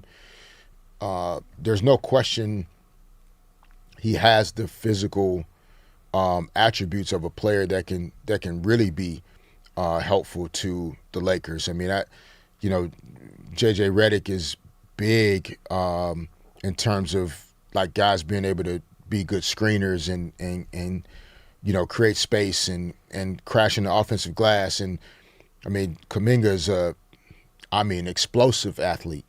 And so when you start to think about adding his athleticism to the court next to, Luka's talent and ability with the ball, Austin Reeves' ability and skill with the basketball, the team is continuing to focus on, more athleticism, more speed, quickness, toughness, guys that are willing to put their hard hat on and get after it and mix it up. So I think Kuminga could be a good fit, but you just, part of the conversation just have to be, it depends on how they see him. Like, do they see him as a long-term guy and it's just the 2-year deal is just to kind of get him in the fold? I think there's also some possibilities that, if he does a sign and trade with the Atlanta Hawks, which is the last team that had him, he could potentially sign for more money. And so it could be a situation where if you do a sign and trade with the Hawks, maybe you send Atlanta a player. Mm-hmm. The Hawks can sign Kuminga to a little bit more money, which I'm sure he'd like to have. And then you can kind of swap a couple guys out so he gets paid more. It frees up some additional cap space. And then it possibly also clears up a logjam because you still have Jake LaRavia, you still have Jared Vanderbilt, you still have Dalton Connect. Yes, you do. So to add another, 6'8", 6'9" guy when some of those guys may not even have as big of a role as they would like to have, it can get tricky. So I'm sure they're trying to navigate a lot of those different things, and Kuminga and his agent are also trying to make sure he doesn't agree to something because it sounds good and it's exciting and it's the Lakers, and it could end up kind of being a log jam that puts him in a situation where he doesn't create a market for himself going forward either. That's the tricky part about these 2-year deals for young players is if you don't land in a role that allows you to continue to increase your value, you could almost end up, signing your way into a situation where the offers in the future are only going to be less. Yeah. So we'll see. I think Kuminga's a good kid. I do think he has crazy upside and potential. But there's something, he has to find the right spot that allows him to really exercise that potential, though. Like, whatever this is, whether it's with the Lakers or anybody else, is going to be kind of one of his last chances to really lock into his upside and potential. Yeah, and then also you got the other names that are out there. Another name I want to just bring up real quick, of course, is our first-round draft pick, Carr, who had a monster first game over there in the Summer League. How much should we be taking away from the Summer League? Is it just more to see the skill? Is it more to see the reps that they're getting in a system that might be similar to what their respective teams are, or is it more of a novelty right now? Like, what exactly should we as Laker fans be getting out of the Summer League watching our young stars go at it? Yes, it's tough, right? It's very tough. Summer League is tough to, it's nowhere near what a regular game is like. So there's not as much to read from it. I think, if a guy's an athlete, like, that jumps off the screen. Yeah. If he can run and jump off the screen like that, that's transferable. And Carr's debut, it jumped off the screen. Yeah. He's a really good shooter. Sometimes the guys don't shoot it well in the summer because there's just so much going on. They're adjusting to the pro game, the speed of it. They are exhausted because they've been going at it. They've been training hard all spring, through the summer up to this point. Then they go to kind of like a summer league training camp for a few days. Obviously, the Lakers have already played some games up in Sacramento at the California Classic, and then that rolls into games in Vegas all week. And so these guys are getting worn out. And so sometimes they're not playing as well. It's not as fluid. The shots aren't going in as much. So you're still looking for those intangible things, the body language, the energy. Does he have the ability to be a good teammate? Is he a positive guy? Just little things that you can still look for in November and December. But if a guy jumps out and scores 25 or 30 or, makes 8 threes in a summer league game, like, don't get too excited that he's going to make 8 threes against the Golden State Warriors or the Oklahoma City Thunder or the Spurs. Like, it doesn't work. There's no Wemby out there in summer league. Well, I'm going to go ahead and I'm going to pay off this tease, of course. It was the last thing I said before we teased it. I do want to ask this question of you. I want to ask Derek Fisher, Laker legend, this question. All the moves we made this offseason so far, and potentially one more on the way with the Kuminga deal, is this A-list or is this A-list? Is this the team that we think could go out there? I mean, obviously a lot needs to happen. We need to see how they gel together. But on paper, is this a team that can contend in the Western Conference?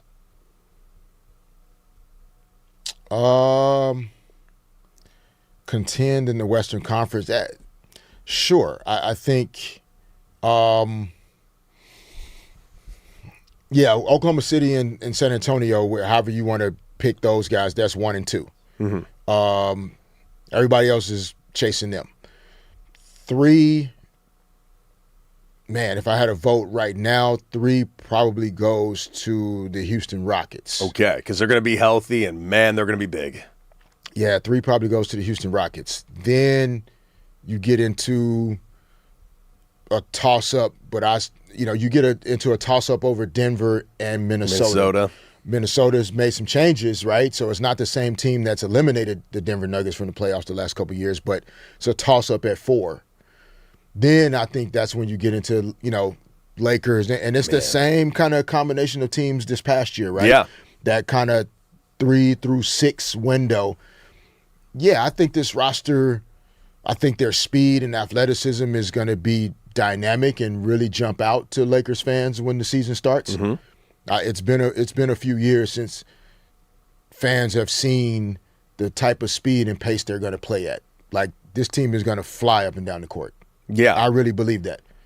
Well, man, I just the biggest question mark for me is our new $140 million man in Walker Kessler. And it's not that I don't think he's talented. I know he's talented. I just wonder the health. That's it. If he stays healthy, man, this could be great. Yeah, but the injury he had was a specific acute traumatic shoulder injury that knocked him out. I don't think he had a lot of injury history prior to that. Thank God. That's good to hear. But to your point, any type of injury with him, the on-off is the on the court, off the court minutes and ratings for the Lakers are going to be astronomically different. That's what I'm going to be curious to see. When he's on the court, he kind of has a Wemby effect. Okay. Right, in terms of the length, guys not being able to score at the rim very easily, shot blocking, rim protection, rebounding. When he comes off the floor, how the Lakers choose to defend and some of the things that they do, that's going to be a big challenge. Oh, man. Well, it's in the chat. Frankie in the chat just says, Lakers need to get an early bird airfare to Cabo. Oh, man. I wouldn't go that far, but it does worry me that this was a team that we thought was probably the third best team last year, especially in March came around, and now we're kind of looking and reading the tea leaves, and it's not necessarily the Lakers didn't do a good job. It's just everyone else did a pretty damn good job this offseason too.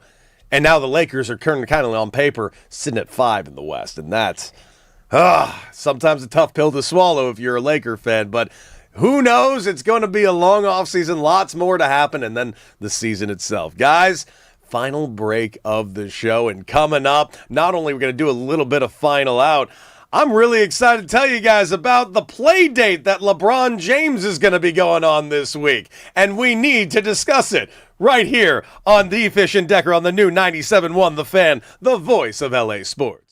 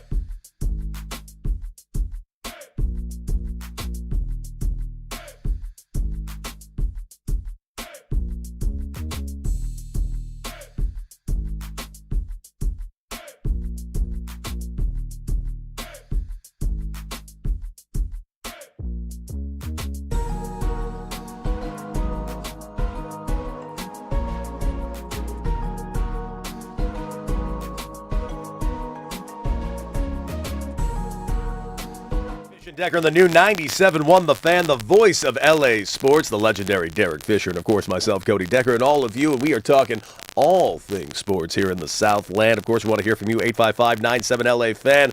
And the chat has been phenomenal all show long on YouTube at The Fan LA. And of course, we love hearing from you. We love you guys being in the chat, joining us. All of our regulars in the chat, and a few new voices and new faces in the chat today. Very good to see here on D. Fish and Decker. And of course, you can always take us on the go and like and subscribe to the podcast, D. Fish and Decker, on the Odyssey app. So anything you missed today, go on the Odyssey app, check us out, type in our name, and it'll take you right over to the podcast. We'd love for you guys, the prediction market aspect of it all. Currently, the prediction markets have been making some new predictions about LeBron James's upcoming real potential landing spots. And they go as such. Hanging around down towards the bottom at 5%. Is currently the Minnesota Timberwolves. By the way, this is on Kalshi right now. 5 to 7%, according to Kalshi in the prediction market, has them going to the Philadelphia 76ers. The team that a week ago we all practically thought it was a done deal that he was going to, the Golden State Warriors, well, they have dropped significantly, D-Fish. They've dropped down to 16% is what they're currently trading at on Kalshi. Above them at 17 and 19%, that is currently the Miami Heat. But at a whopping, after yesterday's news of Donovan Mitchell, a whopping 58% on the predictive markets has LeBron James returning home to the city of Cleveland, Ohio, to once again be a Cleveland Cavalier. And I mentioned yesterday, I do think that's going to happen, but interestingly enough, last night, a Shams bomb was dropped on all of us. According to Shams Charania at ESPN, it looks like the courtship of LeBron James is not nearly over, because Shams Charania has announced that LeBron James and Draymond Green are going to hang out this week. Rich Paul, you don't need to leak that to Shams Charania. You can just tweet that yourself. Like that's we're doing too much now. Who said Rich? I'm assuming Rich Paul might have told Shams Charania this. Just like I feel like a lot of things has come from Rich Paul. But this one is so Rich, you could just say they're hanging out this week. I know they're friends. You could just mention that rather than leaking over to Shams. But hey, the courtship is continuing. We've mentioned they are one of the teams that have been in the mix for LeBron James. I'll freely admit I'd like to see it just for the fun of it all. But what are your thoughts? What do you think Draymond could say to LeBron to kind of sway him up north to the Bay? Yeah, I'm not sure. I'm not sure. Maybe honestly, talking about the other guys, right? Like if you think about the Warriors roster, I think it's trying to get an understanding of, Kristaps Porzingis' mindset. What is he like on a daily basis? Mm-hmm. Some of the young players, Brandon Podziemski, Santos, DeAnthony Melton just got re-signed, former Crespi High School hooper. He signed a 2-year deal to return to the Warriors. Go Crespi. Drafted Yaxel Lindenberg out of Michigan with the number 11 pick. And then obviously Al Horford re-signing with the Warriors. So to me, the conversation between LeBron and Draymond would be to get a handle on if he's still considering the Warriors at all. It would be to get a sense of like what the other guys are like. He knows Draymond. He knows Steph. He knows Steve Kerr. He probably knows enough about Porzingis as well, but it's getting a handle on some of the other guys. He knows what he'd get from Al Horford. But Real Richard from the University of Florida, who did actually carve out some decent minutes last year for the Warriors, what is he like on a daily basis? What are his practice habits? Tell me about Podziemski. Tell me about some of these other guys, and what chance we legitimately would have, to compete, in the Western Conference.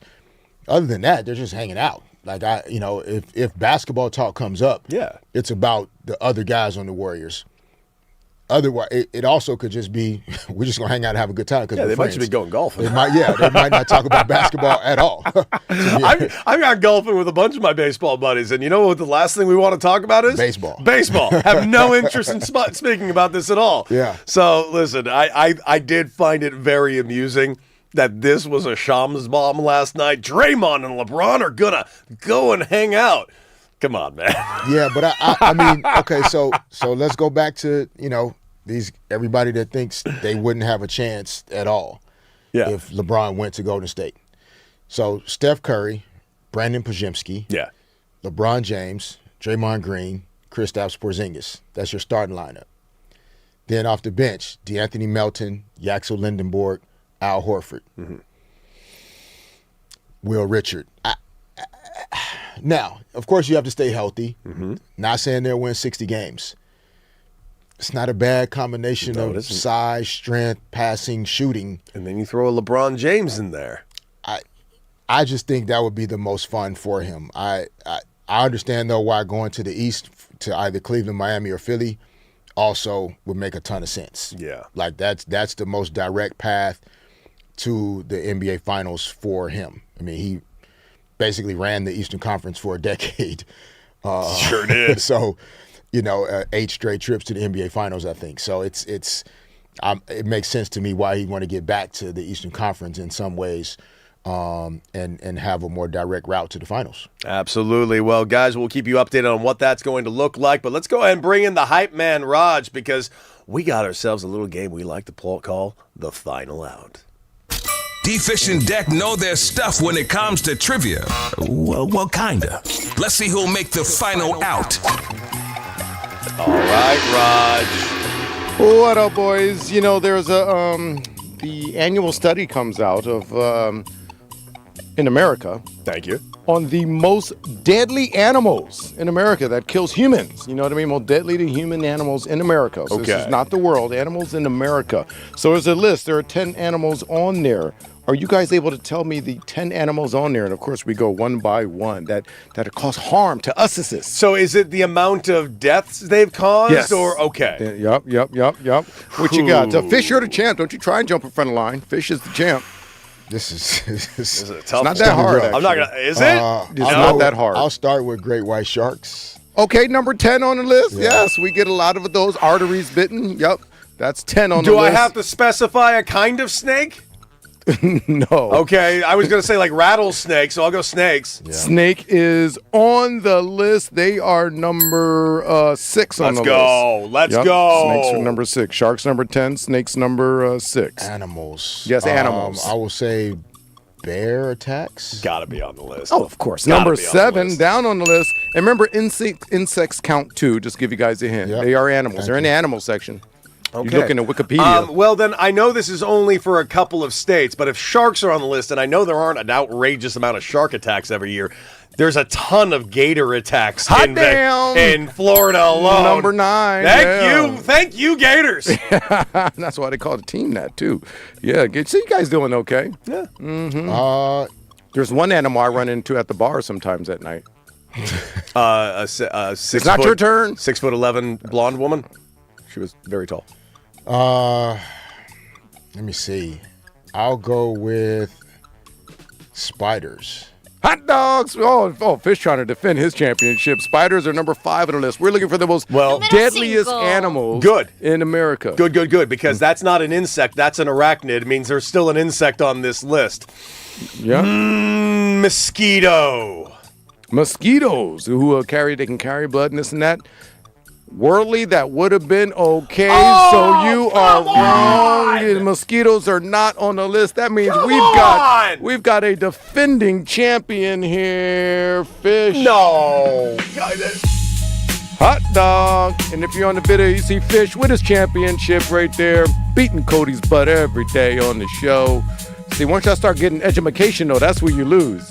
You know what I mean? Yeah. Sorry that I'm aware of Fish, malaria. And you want to give him one more in America? I hope he doesn't get another one. I hope he gets this wrong. You've already won, but would you like to give one? Please get this wrong. Scorpions. No, but Thank that's God! okay. Thank God! But all right, so I'll go back. All right, so the ones you run into at a bar, Cougars. Oh, yeah, there's a lot of Cougars. I never would have guessed a cougar, though, to be fair. Boy, I've been in trouble with some cougars. Lions? They have threatened my life. I've been in way more trouble with the bar cougars than I've ever done with mountain lion cougars. Yeah, that's true. Number 4. Número 4. Livestock at farms. There are incidents there. Like cows and like a stampede? Yeah, cows will stomp your ass, man. You don't get out the way. Obviously, number 3, mailmen are very terrified of this one. Número 3. Dogs are on the list. Dogs. I don't like hearing that. I don't like hearing that at all. Number 2 is an insect. You might be allergic. I'm allergic. Gets me swollen, but I don't die from them or anything. Bees? Bees, Número wasps, 2. and hornets. I should have said bees. Yeah. God, they got that kid in my girl. Mm-hmm. And number 1. Número 1. This one you wouldn't think, but it is there. If you are driving, especially nice conditions, in your deer. Oh, that's a good one. I one. didn't consider the driving aspect of it. Deers, That's a good one. I man. should have gotten bees. I'm actually really mad about the bees one. Yeah. Wow. I The went Pittsburgh Pirates are very upset at you, not just for your skeins, but not getting the killer bees. Nah. Well, Who remembers the killer bees? that was the Houston Astros. Nice try. Damn it. Oh, what about Bonds and Bonilla? They didn't call them. I don't think they were called the Killer Yeah, Bees, you needed sadly. 3 of them. They needed that third Yeah, guy yeah, because you're Van right. Slyke didn't work on that list. Oh, D-Fish. Look at us, man. We've done it again. Another show, man. full show. Look at us, Made my it through man. hump day today, too. Yes, we did. And, of course, we'll be back here live, bright and early for you on your early L.A. commute. Check out D. Fish and Decker tomorrow morning right here on the new 97.1 The Fan, the voice of L.A. sports. We'll be back at 6 a.m. live right here on your airways and on the Odyssey app and on YouTube at The Fan L.A. Until then, enjoy sports. Kick rocks. We'll see you tomorrow.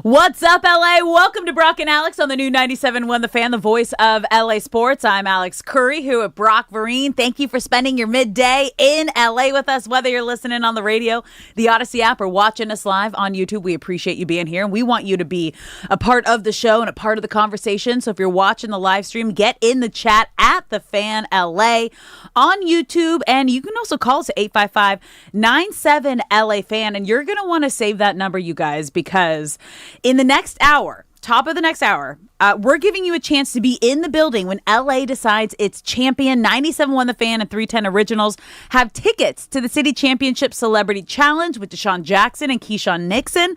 This Saturday in Harbor City, Paul Pierce, YG, Matt Barnes, Jordan Love, and more will be there along with Marathon Burger. So listen next hour for your chance to win. Every time I read that, now I want a burger.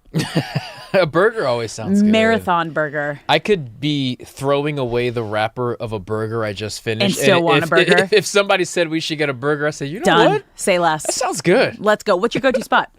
Ooh, my go-to spot Well, you're a fast food guy. I'm a fast food guy, but for a burger, I will splurge. Okay. I'll give you mine while you think. I do Proudly Serving.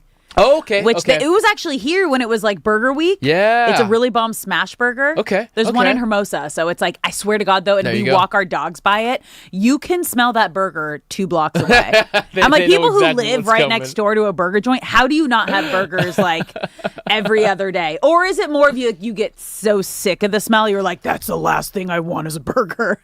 I could see that. I could also see your brain going into survival mode saying we can't have burgers every day, so we're going to suppress the smell for the sake of our well-being. My go-to burger spot my favorite burger spot is in Chinatown. Okay. It is called Amboy. Anybody, if you find yourself downtown, it is not far from Is it like Umami Staples. Burger vibes? It is a former chef who who worked in a steakhouse. Okay. And so it's good gets chuck. very quality chuck. Yeah. And just wanted to make burgers. I guess he made all the money in the world and just wanted to have fun.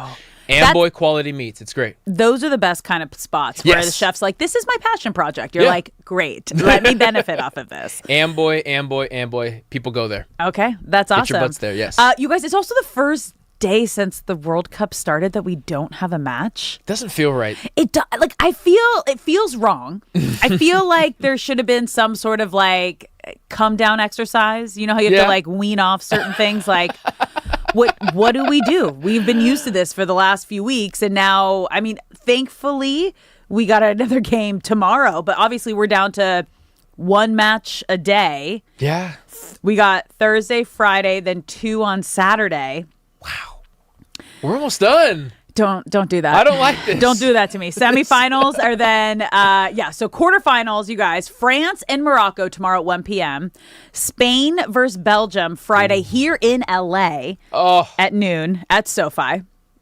And then Saturday at 2 p.m., you got Norway against England. Yes. We're all Norway fans now, right? I'm all in. I feel like a lot of U.S. and Mexico fans are like, we're all practicing the row, right? We're all in unison.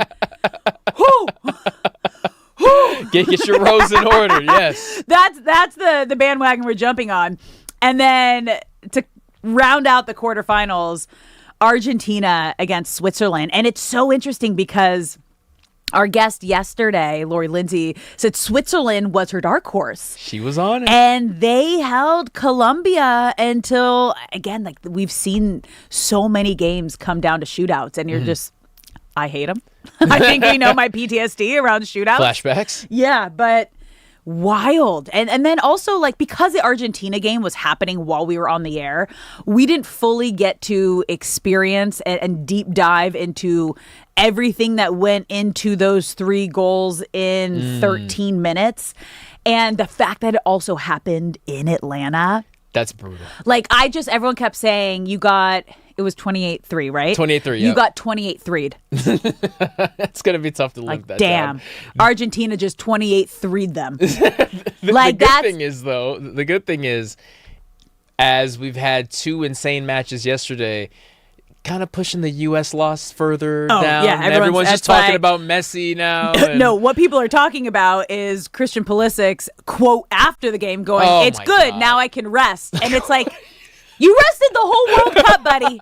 You rested the whole World Cup. What do you mean now you get to rest? Carly Lloyd said it best, and I've always loved how just honest and straightforward she is. I mean, I got to cover her when she was on Team USA and they made that historic back-to-back World Cup win in 2019, one of the leaders on the team. And she's like, you rest when you retire. Yeah. That's when you rest.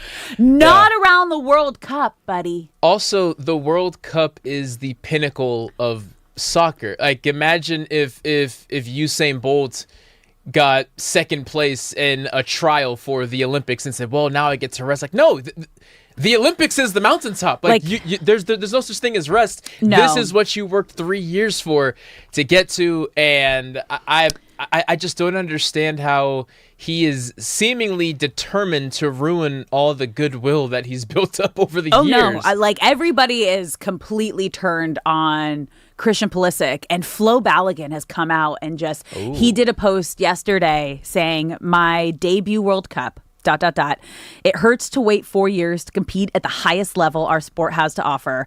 I want to say sorry to our fans. It was not good enough when it mattered most, and we let you down. Soccer in America will only become bigger. The belief, the talent, the passion is continually growing, and I know the best days are in front of us. The future belongs to those who never stop believing. This moment will fuel us. We will be back. Why not us? For the nation, for the flag. And then he did an American flag, the eagle emoji, and B. That is our leader. And that's how you become the face of U.S. soccer when they go to, it's Portugal, Spain, and Morocco are hosting in 4 years. So Flo Balogun, we are right behind you. Wow. There. We will be right behind you. Oh, that's going to be incredible. And then next summer, the Women's World Cup in Brazil. That's going to be which great. They've already been down there having friendlies to get used to the weather and all that jazz. Oh, it's going to be fun, you guys.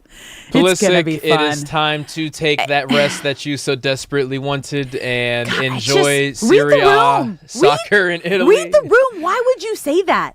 Yeah. I want to see you angry. I want to see you upset. I want to see you, sad.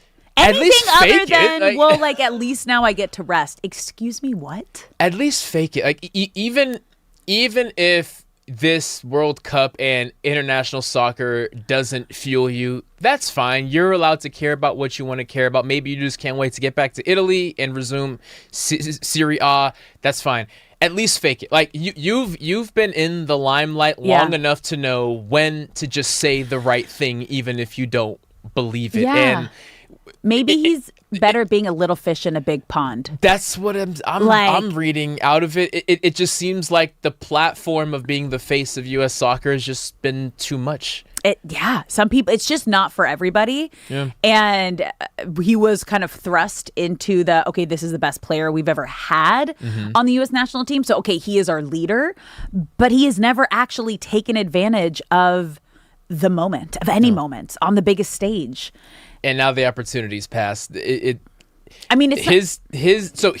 will be on the team as long as he wants to be on the team. But his moment of being that Landon Donovan, of being that Clint Dempsey, of being the face of something currently and years after, that window is shut. It's just hard because you see the moment he steps on the field, he completely changes the dynamic of the game. So he is that great of a player. We just haven't seen, again, like a Messi in that Argentina game yesterday. Obviously, no one's comparing to the GOAT, but I'm saying when you have a leader like that on a team and you're down 2-0 and then you come back to score 3 goals in 13 minutes. I mean, the U.S. had a similar situation. Like, you could have, but you let the game get away from you and you gave up. And seeing players like Messi cry tears of joy and seeing players, say, on Egypt cry tears of sadness, like, we've never seen Pulisic care that much. No, he's happy he gets to rest now. Right? Like, you can go out there and have a bad tourney, but at least show us that you care. But at no point have you, 1, played well in this tournament, 2, shown that this even matters to you. Yeah. So why are we going to care about about there you go. going forward. Like showing that it matters. Yeah. I think that is the hardest thing of everything. Yeah, disappointing. So, yeah, no World Cup today, sadly. That's okay. Kicks back off tomorrow. You're listening to Brock and Alex on the new 97.1 The Fan, the voice of LA sports. What a wild night at Dodger Stadium. Started off really high with Shohei Ohtani hitting his career number 300 home run. And we kind of knew. It was like, okay, he's at 299. Probably happening tomorrow. Justin Robleski giving the Dodgers 7 innings of 1-run baseball, and then things just went sideways, you guys. A 3-1 lead in the 8th turned into a 4-3 loss after a walk, a missed double play, a throwing error, and it just you kind of looked around and you're like, what just happened in the span of a couple minutes? And the Dodgers, again, they had a chance in the 9th with the tying and winning runs on with exactly who you want at the plate to make it happen, and they just couldn't capitalize. So we're going to kind of break down and go through each of these moments. Let's start with the good and take a moment for the unicorn, and Ohtani becoming the 5th fastest player to 300 home runs. Let's just listen to the call right now so you guys can be a part of this moment. Guy that you're just trying to find square up. High line drive, center field, carries over the wall. 300 for Shohei Ohtani.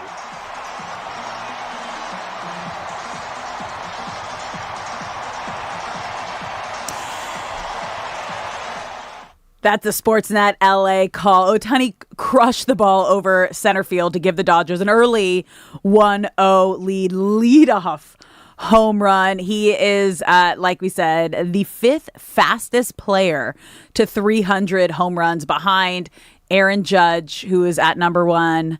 And right behind Shohei Ohtani is A-Rod. So he's like, once again, like, Ohtani just doing Ohtani things. One thing that broadcast crews are going to have to change is Ohtani bats first. So typically you set the stage, but when Ohtani is capable of hitting a home run, like how many home runs he has over his Dodger career where the production crew is still kind of setting the stage of the game, so they can't really give him the proper call that they need. Like the amount of times crews are so caught off guard, like a beautiful day. And Ohtani just welcome to Dodgers Ohtani. There needs to be a highlight reel of just booths caught off guard. But one thing that I will give some grace to them yesterday for is that home run that he hit was the lowest trajectory home run he's hit as a Dodger. So it didn't look like a home run. Like, even if you watch the center fielder and left fielder's reaction, they're looking to play the ball, and it just keeps carrying and carrying and carrying, and it goes over the wall. So, credit to Shohei. Obviously, we know he's a miraculous man and is only going to continue to do miraculous things, and I'm glad he's doing it in Dodger Blue. 2, I want someone to cut up a highlight reel of production crews getting caught off guard because Shohei is always ready. You got to be ready too. Oh, that's so good. It's so good. Okay, let's go to the other good. And that was Justin Robleski, your guy. 7 innings, 6 hits, only 1 run. Like, he's now thrown 7 innings in 3 straight starts. He is looking like an all-star, and we're all just kind of crossing our fingers and hoping, because he can still get a late all-star nod if somebody gets injured or somebody drops out. But each time and time again, he is becoming the number 3 dependable arm for the Dodgers. And what's so insane is that yesterday, as dominant as he was, if you look at his past 5 outings, technically it was one of the worst ones. Like, this guy is unbelievable. Yeah, 6 hits, so he was getting hit. But how his standard has risen so much to where 6 hits, Robles, that is the standard that he is now set. No, he's been lights out, and through 3 innings he had 2 walks and had hit a batter. And I heard, again, going back to the production crew, they were talking about, that this is just not the start that Justin Robleski wants. And I'm sitting there thinking, how far has he come to where people are criticizing because they expected better of a 25-year-old who has begun being a key piece to a starting rotation just 3 months ago, to where he is being criticized for walking 2 batters and hitting a third. He had a jam that he got out of in the 5th inning. He had 2 on 1 out, got out of it scoreless. And that was really it. Like, that was the only time that the Rockies were able to threaten him. He got out there, he threw strikes early. 85% of his first pitches were strikes. And when you set yourself up for success that way, you tend to be successful. And it's tough because when you have such a solid outing like that, and the very next inning, things just got sloppy. And the 8th inning just turned upside down. A missed double play by Miggy Rojas, a throwing error by Alex Freeland that sent the go-ahead run in. I mean, in that moment, they kept panning to Dave Roberts' face, and he was like... He was in pain. What is happening? He was in physical pain. It looked like Little League Baseball sometimes. Like, when you watch like some of these errors in big league games, you're like...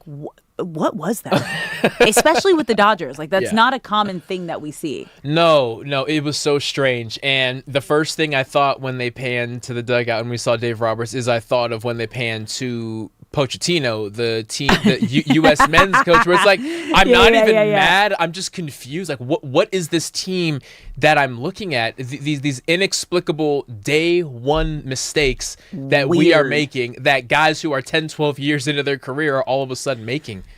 Oh, that was a tough watch. Here, listen, we actually have the audio from the errors in the 8th inning, just so you guys can understand. It is. And it's placed nicely, and Muncy had no play. And now the race to third. Tyler Freeman, the ball gets away.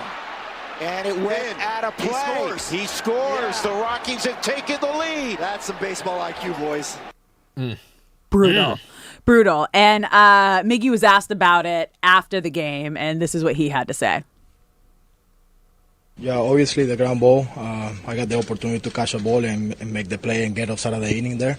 That's a physical error, but I'm way more disappointed by the other play when I kind of froze and I was like all over the second base over there, and I shouldn't be there. I should have been on third base, and we keep the game tied right there and gave us an opportunity to win. So physical errors happen, and I'm okay with that. You know, I'm not perfect, and I'm gonna make errors, and physical errors are okay, but mental errors are the ones that are kind of like disappointing. Like I should have been on third base. I shouldn't be putting Alex Freeland on that situation of throwing the ball with me on the run there. That's the one that I kind of like kick myself. That's what you want to hear. Like, he understands. He got it wrong. It was weird. You're looking, you're like, who's covering third?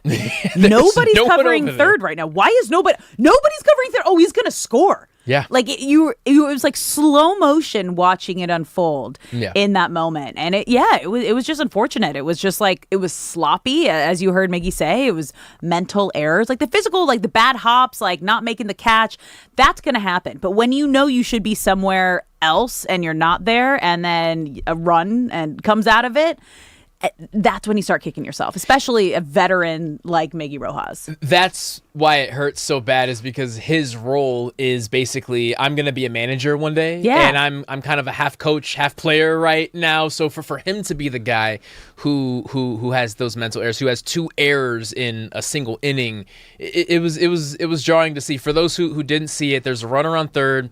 The Rockies batter lays down a sacrifice bunt. It's a great bunt. Runner scores. There's a throw to first, but on the throw to first, the runner who was on first, who was now at second, realizes, oh, the third baseman ran up to get the ball. Miggy, who was playing shortstop yesterday, is supposed to cover third, and he just stood there. So now him and the runner are running, and Freeland has to basically play quarterback and catch a wide receiver in stride, or throw the ball to a wide receiver in stride. Ball goes OB, and the runner scores. Yeah, it's not that it happened. It's that it happened via Miggy, and I don't know if I've seen a worse inning for Miggy Rojas. Maybe not a worse game for him. Two errors in that inning, and then he had an opportunity to lay down a sac bunt in the 5th inning, I believe it was, and it just wasn't a good bunt. So Rushing got thrown out at home. But you know what? This is the only time I can remember us saying Miggy had a bad game. Yeah. And he's gonna wash it down because he's a vet, and the next time he gets an opportunity to get back out there, he'll do what he can to make up for it. But it was an ugly night for him. It was. But again, like what you hear him say after the game, that's what you want to hear from your veteran guys. He understands. He's kicking himself more than we ever could. Yes. No. There's no need for anyone to even say anything to him, and he bears the weight of it because he knows his role. When rushing gets out of line, maybe I say a word to him. I'm here for Pajes. Me and Teoscar have a thing going. He's a prototypical glue guy who again will be a manager someday very soon. And it's just you just have to bury it. There's no use lingering on it. And now you need to win the series. Yeah. So you're sitting here tied with the Rockies. You got to figure it out. It's silly. All right, guys, we're going to take a quick break here. When we come back, we are currently in the Mark Walter Luka Doncic era of the Lakers. So who are they eyeing next to complete this roster? We're going to dive into that. Don't go anywhere. Brock and Alex here on 97.1 The Fan.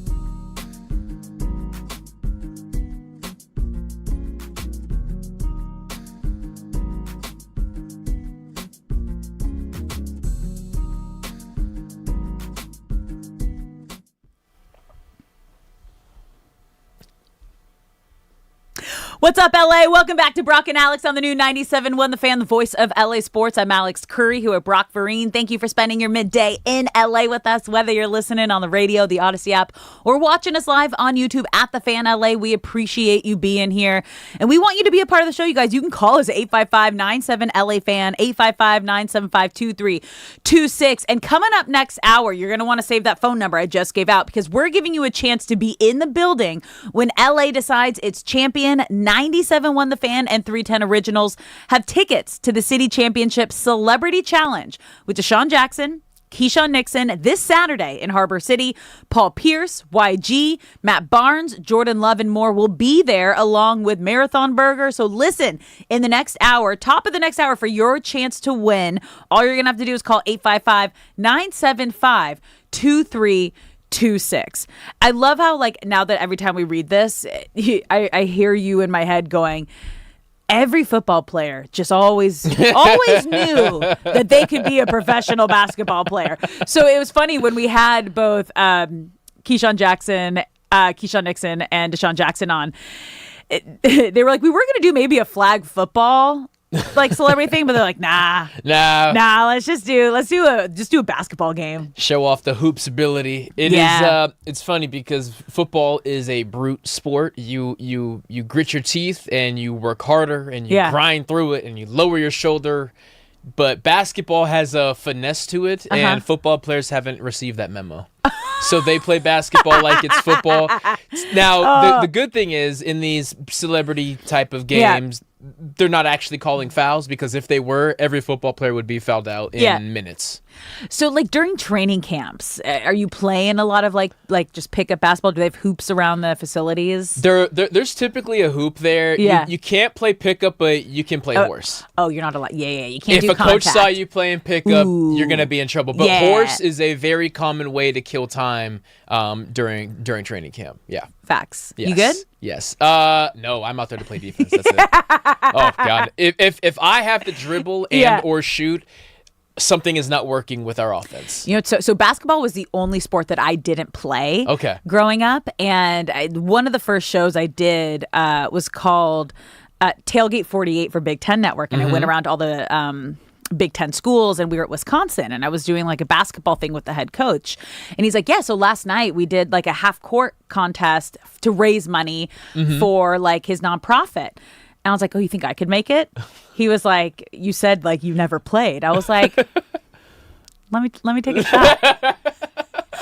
I granny swooshed that ball from the half court. Was that probably the first half court shot you've ever taken in your life? No warm up, no anything. I just kind of did the granny okay. I could do this. I'm telling you, like, this is how I became a great athlete. I just willed myself mentally into it. I was like, oh no, I'm going to be great at this. Like, I was I knew it was going in, and it did.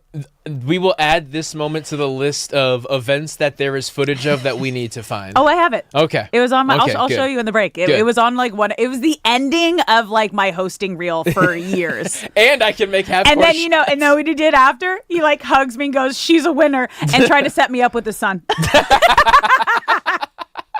Doing so much winning. I need you in the bloodline. Exactly. Oh, it was beautiful. All right, well, let's stay with basketball, you guys. You're listening to Brock and Alex on the new 97.1 The Fan, the voice of LA Sports. So the Lakers are still trying to piece together this new roster under the Luka Doncic era, and the latest kind of rumors of who they might be going after, because they still need a big athletic wing who can defend. Like that was, again, it's a completely new group, new pairings, new roster, besides Luka and Austin here. But they need defense. Yes. That is something that the Lakers have been talking about for a while. And Jonathan Kuminga has become the next biggest name to watch, with reports saying that the Lakers are interested in a deal around 2 years, $20 million. I don't know if that is going to be able to get Kuminga. The problem also is LA doesn't currently have enough cap space for that. So it would likely need to be like work out some sort of sign and trade with the Hawks to make it happen. And then you kind of go down and you're like, okay, what would they have to give up in order to trade? Because obviously they don't have a ton of draft capital anymore. They got a couple of second round picks back, but is Kuminga worth going out and getting and giving up like a Dalton Connect, Jared Vanderbilt, probably a LaRavia if Atlanta wanted him, they probably wouldn't be as interested. But my short answer is yes. And why the Lakers can offer Kuminga just a 2-year, $20 million deal is because his time in Golden State was so tumultuous and combative that you can sell Kuminga not on the money, just on having a home. So Jonathan Kuminga didn't go to college. He went the G League route. So he spends a year in the G League with the G League Ignite. He gets drafted by Golden State in 2021. He spent 5 seasons there, averaging 22 minutes a game. The problem is he never really locked in a role. And because Golden State, I feel, did wrong by him. Again, he went to G League. He didn't go to college, and a lot of the G League players aren't fully developed. It's similar to Summer League, where it's kind of just ISO ball. Whoever's the best athlete kind of just runs the show. You don't really play team basketball, so to speak. So when the Golden State drafted Kuminga, it was 2021. They were still in their championship window. Okay. And they didn't have time to develop him as a player. So he is an athletic wing, but Klay Thompson was there, Andrew Wiggins was there, Jordan Poole was there, Andre Iguodala was there, Dante DiVincenzo were all guys who played a wing type role, not to mention the ball runs through Steph Curry. Yes. So Steve Kerr and Jonathan Kuminga over the years kept bumping heads because he's saying, I need to be developed. I need more minutes. And Steve Kerr is saying, well, we're in our championship window and we don't have time to develop you when we need to maximize Steph and the rest of these guys. And Kuminga saying, so then why did you draft me if you're not going to play me? So Kuminga, in my opinion, has never had a fair shake.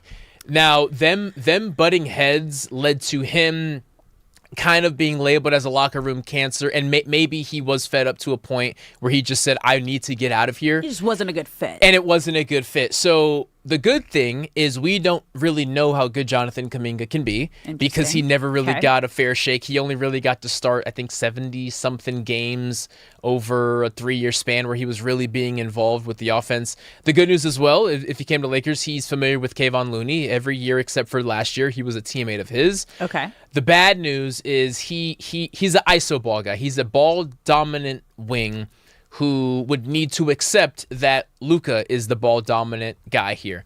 Defensively, I would get excited by him and Quentin Grimes being on the court. I think Kuminga and Quentin Grimes on the court, any worry of Luka and Reeves playing defense gets washed away because you have 2 elite wing defenders out there. Yeah. And for 2 years, $20 million, you have to find a way to convince him to come on board. You can't really offer more than that.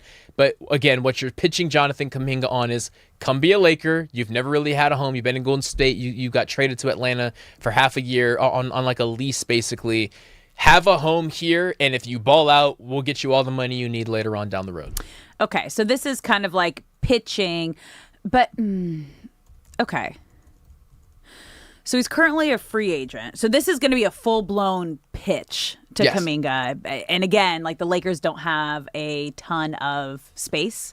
Other teams can offer him much more money, more. and a bad team can offer him money and a position to be the star, which the Lakers can't offer. Okay, so this is coming. This is the new Lakers ownership group figuring out the conversation, like kind of what we saw them do with the Dodgers. So they are currently building a completely new look Lakers team around, obviously, Luka Doncic, Austin Reeves, now Walker Kessler.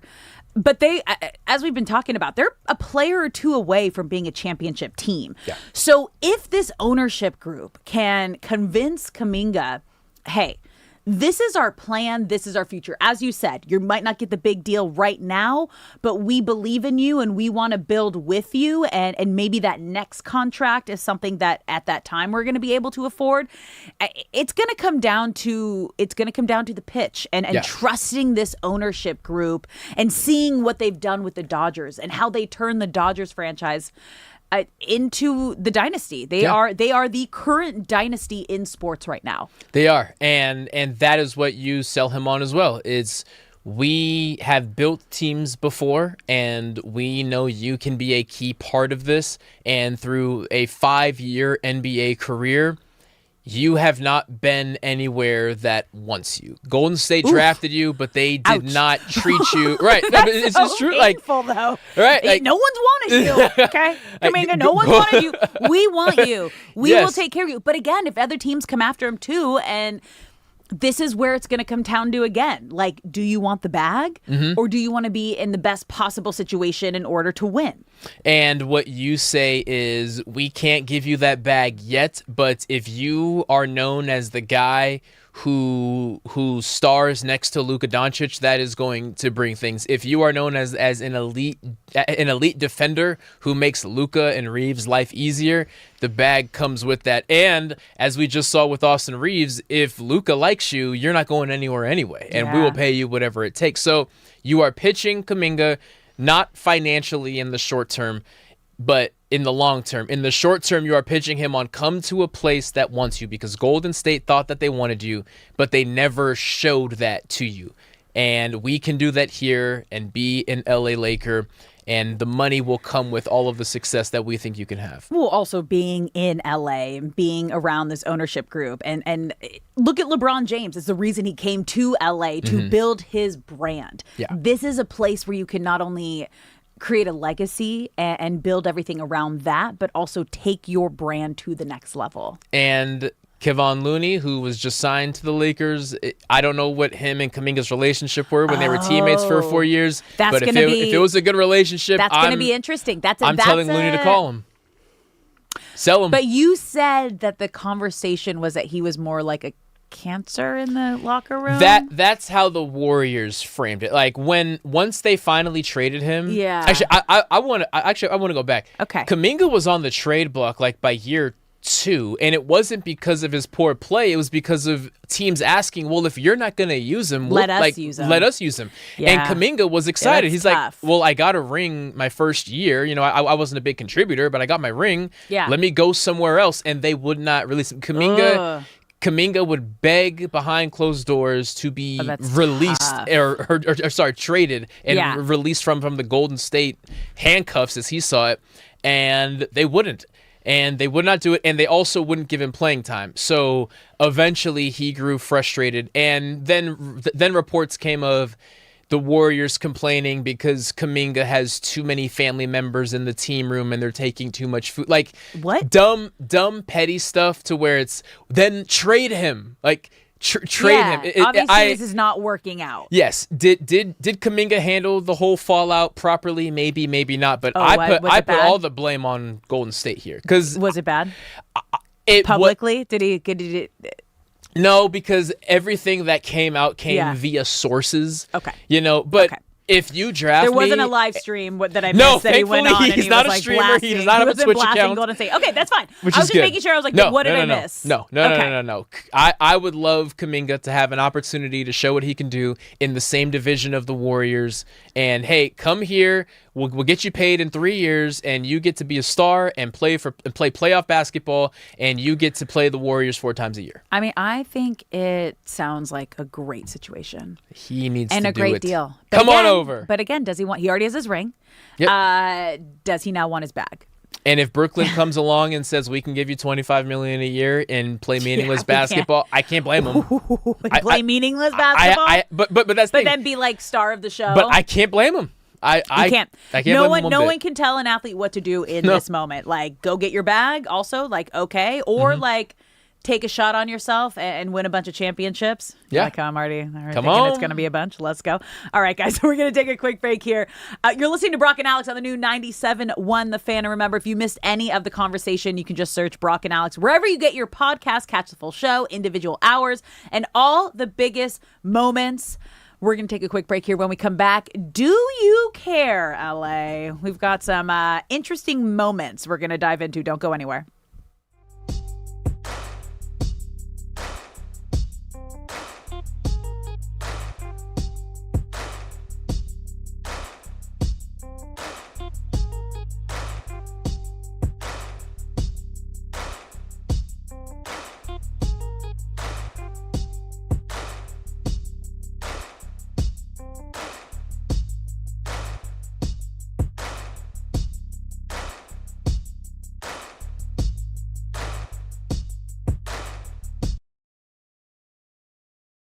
Are you excited or a little bit upset that the Lakers are quickly becoming the whitest team in the league?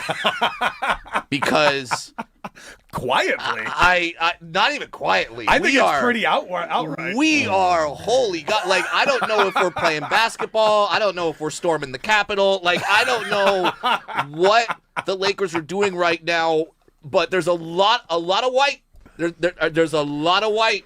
There's going to be. But those two white guys can really shoot it. I mean, I know, but I just don't know if the locker room vibes are going to be good when it's Yacht Rock being played after a win.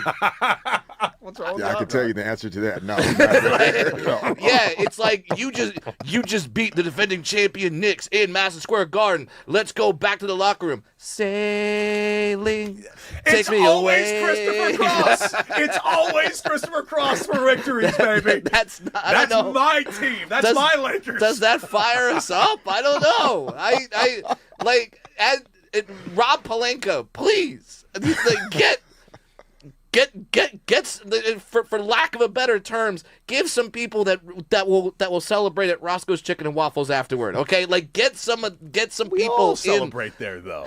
Trust me, I love it, but get some soul in that locker room, please. Get some melanin. I believe in him. I believe that Rob can do this. No question. Resurgence of Mookie Betts. Of course, those first couple weeks post coming back injury were a little shaky, but what can you say of him getting back to his best form? He's such a talented guy. He's going to the Hall of Fame one day. And a lot of times I think we tend to write off guys who get older. Then they prove everybody wrong. They still have a lot left in the tank. And I think the same thing with Mookie. I mean, just such a great athlete and a lot of pride. So, no, he's back to being the Mookie Betts of old. In good shape going forward. There's really no signs of letdown that he won't keep performing well throughout this full contract. Modric, the amount of games he's played, and they're all still competing at the highest level. It's incredible. As far as I could tell, that was really cool. That reminds me of Brad Pitt from Snatch. You ever seen that where like they just can't understand a thing he's saying? Yeah, it's a good. I haven't seen it in a while, but yeah, I see it. Left foot. Magical Wayne Rooney. Ronaldo sucks. No. Sue, don't do it. It's not a Ronaldo moment. What are you doing? This is like the Dodgers having a championship parade and a bunch of people showing up in Giants. Go away. Go to the loser bar. Oh, Ronaldo, I'm back. All right, it's Messi's birthday. We're celebrating Messi. I think it's funny when it is funny because I never pushed your buttons before, but it's an interesting have you do it to me. Yeah, I mean, I feel that like was sarcasm. I see the sarcasm. It's a second language to me for sure. But look, there is no doubt about it. Messi is the GOAT. Ronaldo, not the GOAT, but still, he is back. Just a coach or whoever's evaluating just sees too many areas of growth and they just move on. But like you said, spending some time working on your body, your mobility, your core strength, like some of these things that are going to actually make you a better baseball player or a better athlete, sometimes that's the better investment for most. Completely. And, it's hard, though, because there's so much out there about showcases and opportunity and being seen, and the scouts are going to be there. And it's getting younger and younger and younger. You got like 12-year-olds, 10-year-olds, like parents being told, oh, you need to get in this program or else your kid's not going D1. I'm like, that's not how any of this works.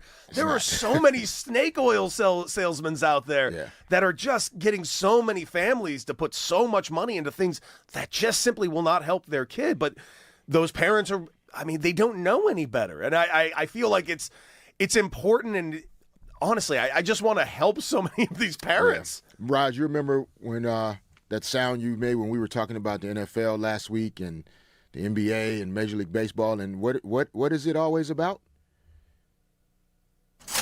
Money! By the way, that's to get even darker into it. Like, private equity is so into youth sports now. It is a multi-billion-dollar endeavor. Everything with youth sports. You got the travel teams, you got the equipment, you got the showcase culture that exists right now. It's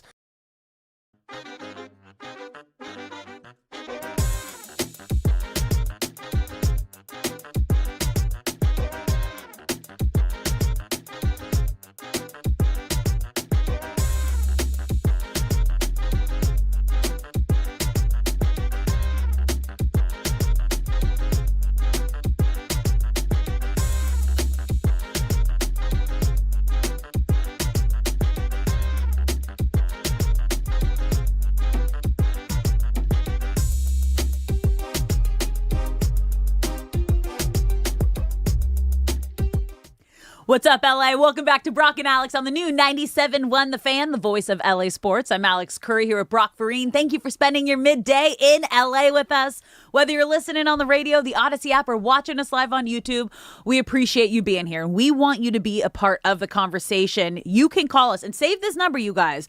855-97-LA-FAN, 855-975-2326, because coming up in about 15 minutes, we're giving you a chance to be in the building when LA decides its champion. 97.1 The Fan and 310 Originals have tickets to the City Championship Celebrity Challenge with Deshaun Jackson, Keyshawn Nixon this Saturday in Harbor City. Paul Pierce, YG, Matt Barnes, Jordan Love, and so much more. So many more. Like, they were kind of teasing. They're like, oh, there's other big names coming. We just you got to be there to survive. So it's a good little tease. Along with Marathon Burger. So in about 15 minutes, all you're going to have to do is call 855-975-2326. Be caller number 4 for your chance to win. But right now, it is time for Do You Care LA, producer Shay. What do we got? What is up, guys? Hi. How we doing? Happy Wednesday. I was like, what's today? Hump day. I have no Hump day. idea. I have no idea. Honestly, yeah. Who are you people? Where am I? With Team USA gone now, too, it's like I have no reason Are you to track the shimming days. while you're trying to have this conversation with us?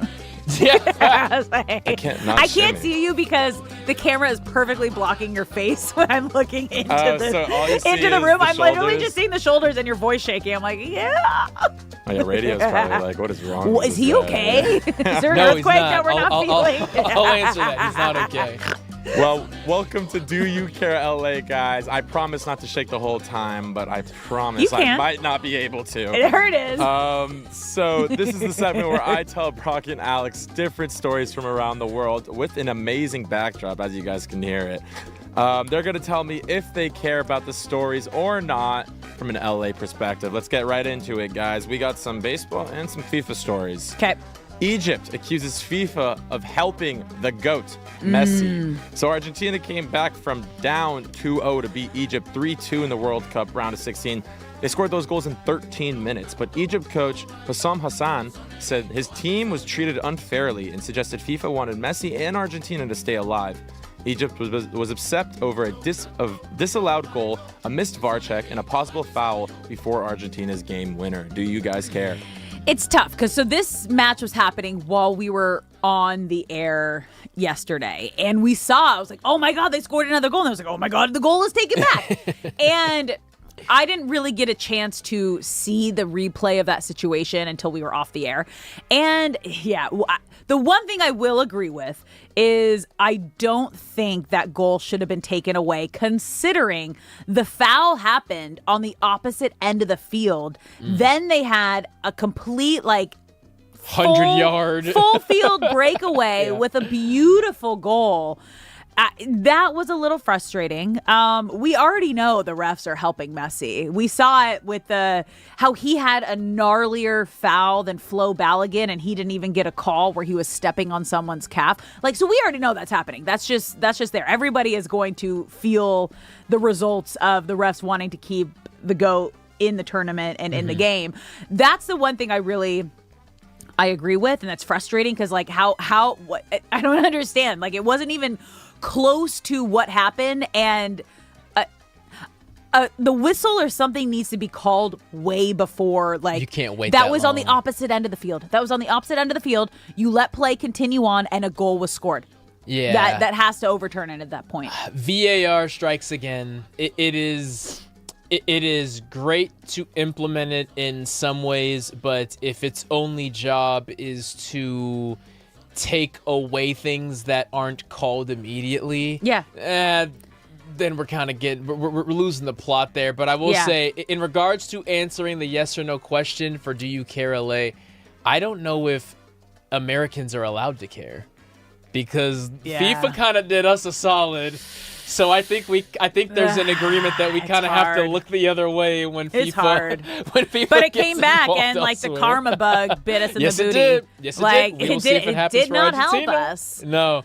So Shay, by technicality, I don't think we're allowed to care. And thank you, FIFA. But that wasn't insane though. But also, Argentina scored 3 goals in 13 minutes. Yeah, like that's not the referees helping them do that. You still need to defend, and you allowed 3 goals, a complete breakdown. That was a mental breakdown by Egypt, and they completely controlled that match and then had a full breakdown. Yeah. That's not the ref's fault. That's your fault. And you got to look in the mirror. What happened is not your fault, but letting it affect you for that 13 minutes, so much so that you let the match slip away. Yep. That is on you. Well said. Egypt wasn't complaining when Iran got the VAR call. That's all I'm going to say. Egypt wasn't complaining then. FIFA gonna FIFA. FIFA gonna FIFA. FIFA gonna FIFA. On to the next one, guys. This one is in the MLB. Okay. The Yankees make history. Strikeout history. So the Yankees struck out 17 times, but get this. Oof. This is the second time in back-to-back games Whoa. where they have struck out 17 times. This is the first time in American League history for this to happen. New York has now lost 10 of its last 12. Paul Goldschmidt is 0 for 30. And the Yankees have fallen 4 games behind Tampa Bay in the LA East. Do you care? No.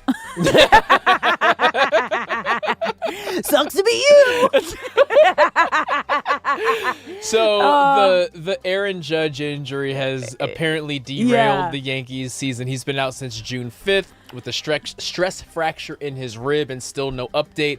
Obviously, when you are a power hitter, you swing hard, and a stress fracture, God, that's hard to say. Stretch fracture. And a stress fracture in your rib is a big deal. So Tampa Bay, who I feel is always one of the scarier teams to face up against just because of their small ball style. It's just a different type of preparation and a different type of game. They are probably going to come out of the AL, and they will probably be facing the Dodgers in the World Series.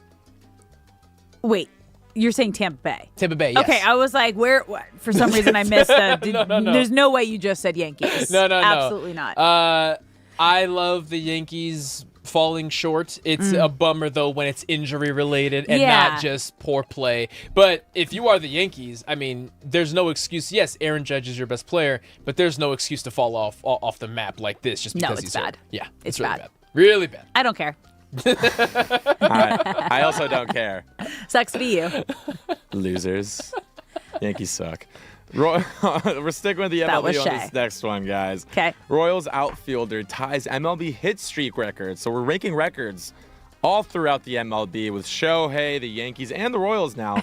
So Tyler Tolbert tied a major league record with hits in 12 consecutive plate appearances during Kansas City's 16-12 win over the Mets. That game was crazy. Tons of hits in the game. Home run after home game on both sides, but the Royals ended up winning. Tolbert went 5 for 6 and had his second straight 5-hit game, and his bat is now headed to the Baseball Hall of Fame. 16-12 win? What happened to the game I love? What's going on to my beautiful game? These are football scores. It's wild. Good for him. I love seeing positive batting records. Yeah. And it's not easy, you guys. It ain't easy to hit a baseball. So anytime you have a consecutive streak at the plate, like, good for you. And I love when the cleats of a wide receiver who may not go into the Hall of Fame go to the Hall of Fame. Oh, maybe Tyler Tolbert would have made the Hall of Fame, but as it stands right now, the fact that he can say my bat is there, that's really cool. That's so cool. I didn't even think about that part of it. It's really cool for him. That's rad. That's a special moment. That's cool. You're listening to Brock and Alex on the new 97.1 The Fan, the voice of LA Sports. When we come back, you guys, hour number 2, Shohei Ohtani, of course, making history.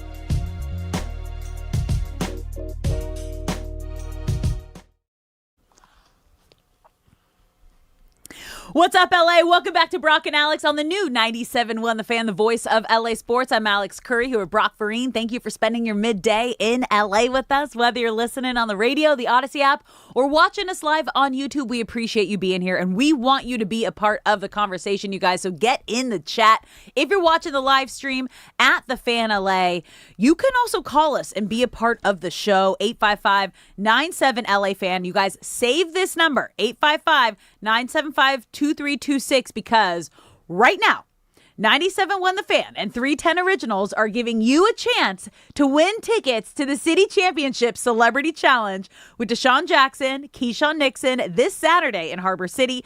Paul Pierce, YG, Matt Barnes, Jordan Love, and more will be there along with Marathon Burger. Caller number 4 right now wins your way into the game. Just call 855-975-2326. Good luck. All right. Good luck. Let the games begin. I'm just, again, so sad you're saying games. No World Cup games today. But it's funny because, like, now, because we talked about it, all the memes coming up on my social are, like, just fans, like, sitting there, like, we went from 6 games a day to none. What do we do? And it's these, like, twiddling your thumbs. And then I just saw this man bought 48 beers from the 48 different countries. 1 beer per country, 1 sip per elimination. Planned 48 beers across an entire World Cup tournament and committed to fully seeing it through. Every time a nation gets knocked out, their beer gets opened. It's like a funny, weird little celebration. I like that, though. Yeah, here I'm going to show you the photo. He has to rank them. Okay, I'm seeing a photo of a man in front of literally 48 beers covering the entire kitchen table. A beer from, every country that was in the World Cup. By the way. He is thrilled. Right? He is thrilled. Is he wearing an beers. England tournament, an English kit? It sounds like a English thing to do. It does. It does. Also wild because I kind of mentioned it yesterday, but the Women's World Cup next summer is now going to be on Netflix. Yeah. And apparently now, again, obviously it's still going down right now on Fox Sports, but Netflix, Disney, and YouTube are challenging Fox in a $2 billion bidding war for the World Cup. Well, one credit to the women's team for always being so successful. Yeah. That's why that number is so high. 2, war. We got wars amongst the networks. It's insane. Netflix, Disney, and YouTube are preparing to bid for the U.S. broadcast rights for the 2030 and 2034 Men's FIFA World Cup, with the budget ranging from $1.5 billion to $2 billion per tournament. Like a crazy jump from Fox Sports paid for these rights, $485 million. Oh my God, I didn't realize. Now okay, you understand now you understand the hydration breaks. That's what they were paying for. We got to get that coin back. Wow. Okay. Yeah. Yeah, it is. I still don't know where I stand on the streamers starting to eat up some of the What's the big streamer? FIFA, for what sport? No, FIFA actually gave him. Oh, you're saying like the streaming services? Yes. Okay. Yes. Sorry. Oh, you're thinking of iShowSpeed, who's like the big Ronaldo guy. Yeah. And they actually gave him streaming rights, which is insane. Like without having to pay, but he was getting millions of viewers, and it was worth it. And because of examples like that, you have Netflix taking up a big chunk of the NFL schedule, as well as Amazon Prime. You have Friday Night Baseball on Apple. You have NBC has a night, maybe Sunday Night Baseball on NBC. Yeah, they took over for ESPN. That's what it was. And, I go back and forth between our streaming networks making things more accessible or less. There's arguments for both, but the fact remains $2 billion is $2 billion. And if that's on the table, you say, where do I sign? We knew Netflix was making a big push for sports. And that's probably the most recognizable among like all generations like easily accessible, understanding how to watch. Because that was the first like real streaming binge. All right, I get it. Netflix and chill. It was like a whole movement. But yeah, no, I'm not surprised. They have the money. That's where the money is. And that's where it's going. Yeah, and it's only going to continue. And then on the the cable side of things, it's live sports is kind of holding this thing together. That's so it. we just got to keep outbidding people. But it's crazy. It's wild. I think I might be one of the few people who still has cable. Yeah? Yeah. YouTube TV doesn't count, does it? As cable? No. Then I no longer have cable either. Yeah. No, I'm a DirecTV girl. You're holding it down. Good. I know. Sharing the love with the rest of my family too. It's okay. Well, don't tell them that. Old school. No. It's I didn't say anything. You're listening to Brock and Alex on the new 97.1 The Fan, the voice of LA sports. Let's get to last night's Dodgers game, you guys, because a wild night of Dodgers baseball with the biggest moment leading off the game and Shohei Ohtani hitting home run number 300. And we kind of knew it was coming. I think the night before he hit 299 and you're like, okay, it's gonna happen tomorrow. I think we were all talking about it in the meeting room. It's like, hey, everyone prepare for the 300 because it's a coming. And again, lead off home run, which he always seems to do this. And you had a funny little take in the first hour where it's like broadcasters can never get comfortable in a game when you're calling a Dodgers game because it's like, hey, welcome to Dodger Stadium. And there goes Shohei Ohtani again. It is one of my joys just making sure I am seated and ready when the broadcast starts because you never know what is going to happen when Shohei Ohtani takes the plate. Now, home games, sometimes you get a little bit of a break since they're naturally going to bet later. But, baseball wanted people in seats earlier. They added the pitch clock, and they added all of these things to make it a shorter game. But when Shohei is on your team, to Dodgers fans, if you miss that first Shohei at-bat, you have no one to blame but yourself. And I know there's someone sitting there right now saying, I miss Shohei's 300th home run because I didn't leave early enough. Your fault. It's just like he adds another milestone to what already feels, it is. This is a Hall of Fame career. I'm already calling him the GOAT. I'm wearing the unicorn. Yes, you do. It's a cowboy riding a unicorn weirdo on my shirt.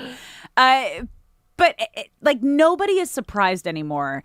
And I feel like we need to continue to remind ourselves how incredible it is that we are watching a player and a person in Shohei Ohtani who just turned 32 years old, who was already a 4-time unanimous MVP, 2-time World Series champion, continue to do things we have never seen before. Yes.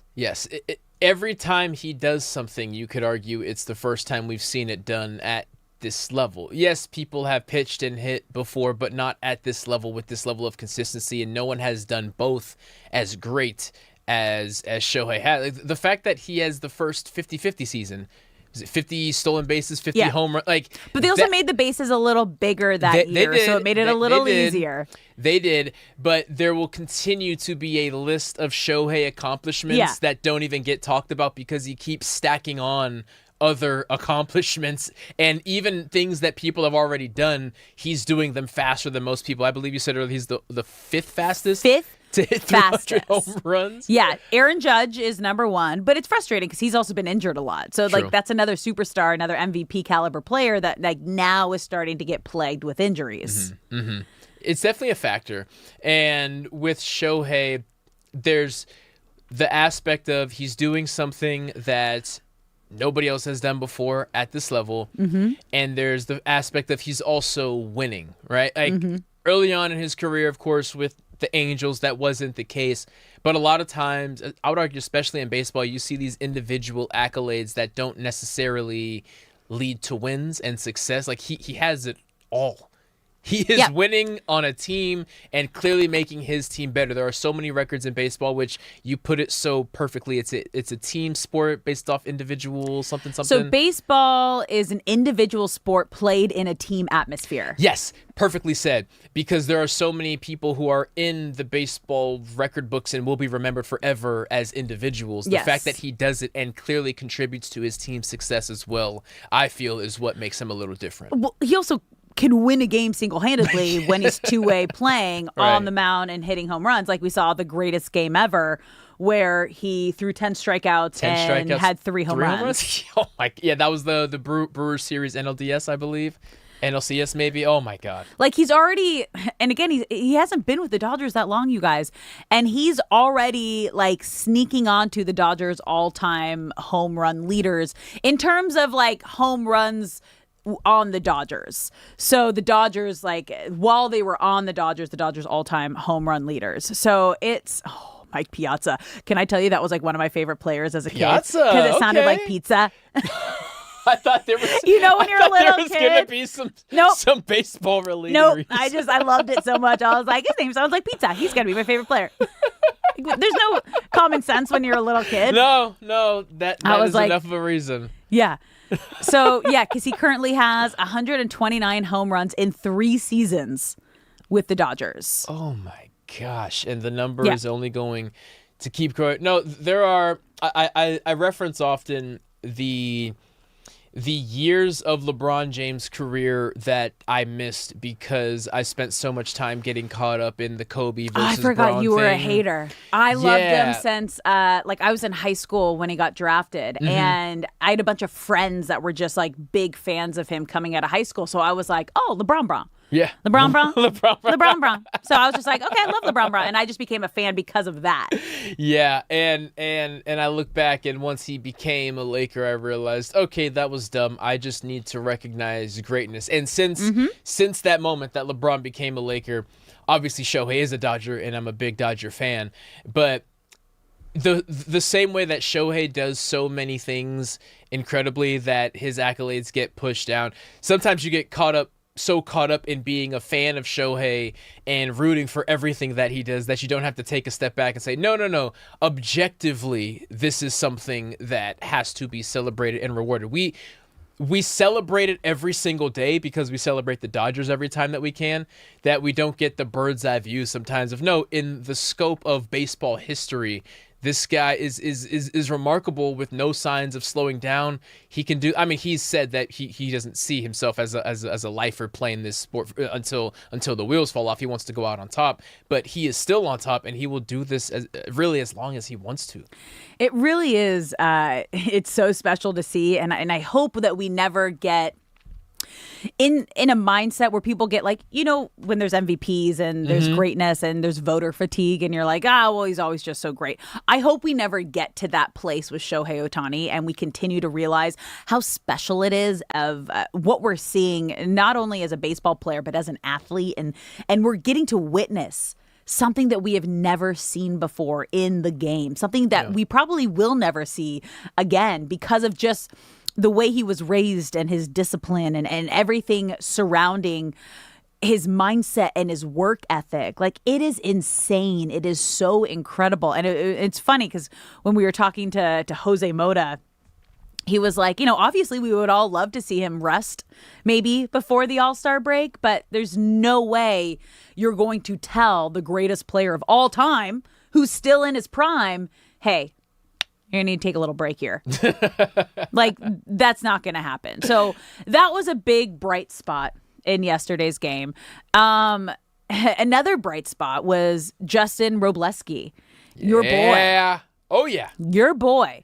7 innings, 6 hits, but only 1 run with 9 strikeouts. He's now thrown 7 innings in 3 straight games, which is something the Dodgers really need to help save the bullpen. But he's looking like an all-star. And I've been hearing people like in the broadcast, like and people around the baseball world kind of like hinting like, well, maybe he'll be a late nod if someone drops out. Maybe he can slide in there if there's an injury that happens just before the All-Star game or someone decides they're not going to go. But this is exactly what the Dodgers needed in this moment, especially with all the trade rumors of like, oh, are they going to go out and try to get a Skubal? It's like, I don't think you need to with how Robleski's been pitching. And now that Blake Snell and Tyler Glass now hopefully are going to be on the mend and back in time for, I would say, September. Yeah. Is all we really need to be ready for October. Give them a month to get to tip-top shape. I was going to say, get them 3 starts each. They've been there before. They're used to the big stage. Just a couple reps in there, and they're ready to go for playoff time. No, Robleski, his consistency, in my opinion, has been the best story of the Dodgers this year in regards of what was expected of him and what he has continued to deliver, and he only continues to get better. I mean, his last start before yesterday was the 11 strikeouts and 0 walks. And why I bring that up is because through 3 innings yesterday, the thought was, oh, Wrobleski's struggling because he'd already walked 2 batters and he hit another. And if you went back to April and said that Justin Wrobleski is going to be in a place where that is considered him struggling, yeah, I would have called you crazy. And it's just a testament to him. He's young enough and successful enough and consistent enough to where we can no longer even predict how good he's going to be. Like he's entered the category of forget the sky being the limit. Yeah. Every single time he hits the mound, he raises this proverbial ceiling. So we have to remove the ceiling entirely. The only trouble he got in yesterday was one moment in the 5th inning. He had 2 on with 1 out. And no one was worried or concerned. He got out of the jam. 85% of his first pitches were strikes. He's a tone setter. The very first batter of the game was a 3-pitch strikeout. And the broadcast does a great job of this. Before they cut to commercial, they show him sprinting from the dugout to the mound. When the side ends, he is standing on the mound before they even cut to commercial of the previous side. And like I love, he's excited. I love everything about this dude. And he's currently and clearly tapped into something special. It's so fun to watch.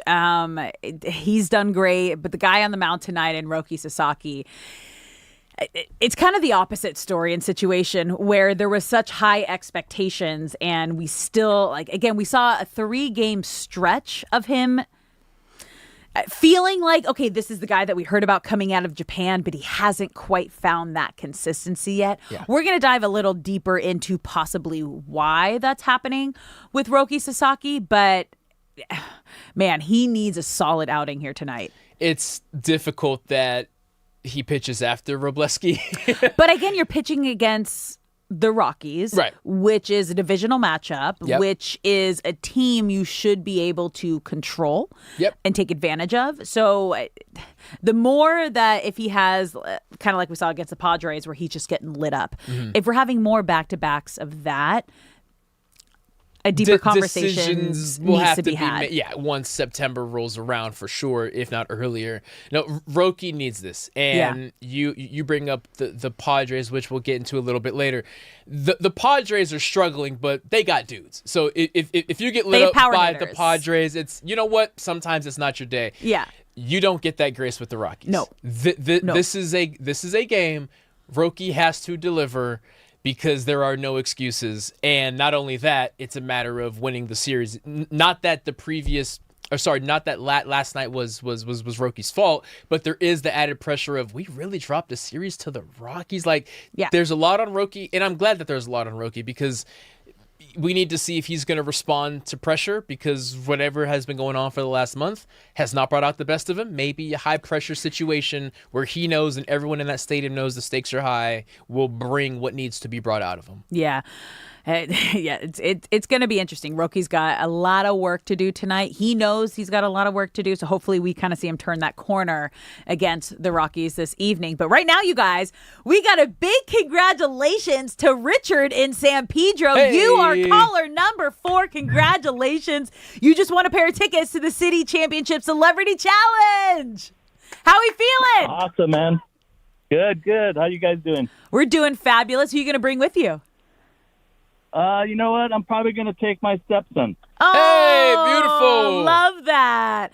It's going to be so much fun with Deshaun Jackson, Keyshawn Nixon, so many other stars in the building. Paul Pierce, YG, Matt Barnes, Jordan Love. I hope you have the best time ever. Yeah, looking forward to it. Thank you, guys. Congrats, Richard. Of course. Congratulations, Richard. Go Dodgers. There we go. Always a good time for a quick go Dodgers. Always. We appreciate you listening. We appreciate you calling in. Congratulations once again. That's going to be fun. We've been doing this giveaway for the last 3 weeks, and it's finally here. It's this Saturday. It's this Saturday, just Saturday. Just like that. Cannot wait to hear reports back.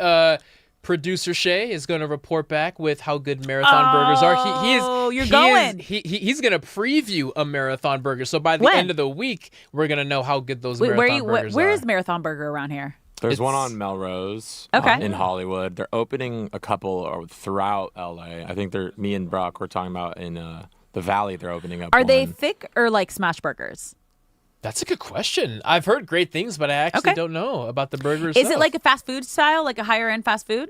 Higher end fast food is the way I would put it. Higher end fast food. Yeah. Okay. Fast casual. Okay. That's the phrase. Is it? Fast casual. Yeah, like Chipotle is considered fast casual. It's not a sit down restaurant, but you get your food and you can sit down. Yeah. Okay. Got it. Yeah. I have the visual now.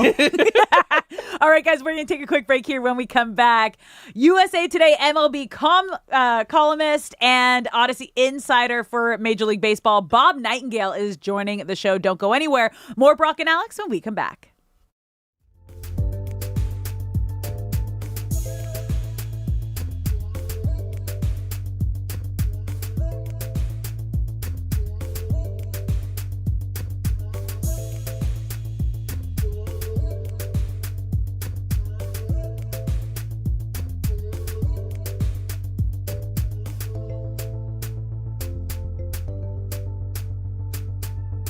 Amazing to be coaching a basketball team with Juju Watkins back on the court. Really blessed to just be here, feeling back like myself and being able to practice with the team. I mean, it's just been a long time coming. I mean, I've just been working out, grinding every day so that I could be in this position. So to see all of that hard work kind of pay off right now, it's really fulfilling. Just being around everybody, shooting the ball, like, I don't even know, like the smallest stuff just gets me excited. But I definitely being able to scrimmage again is all I could ask for, honestly. Thank God.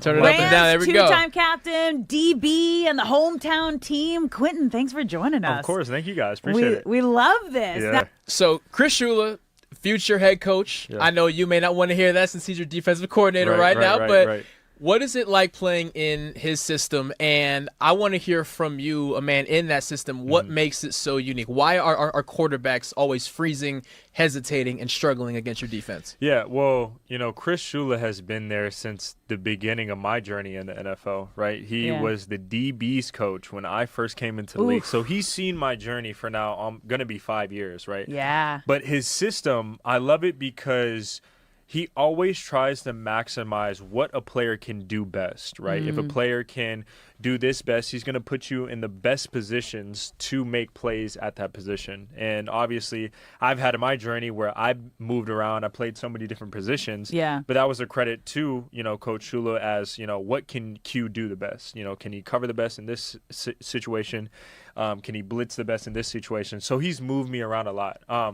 And the thing I like about it in terms of just the grand scheme of things and really the landscape of the league is you're trying now for a lot of NFL defenses is can you rush four? Can you create pressure with four defensive guys?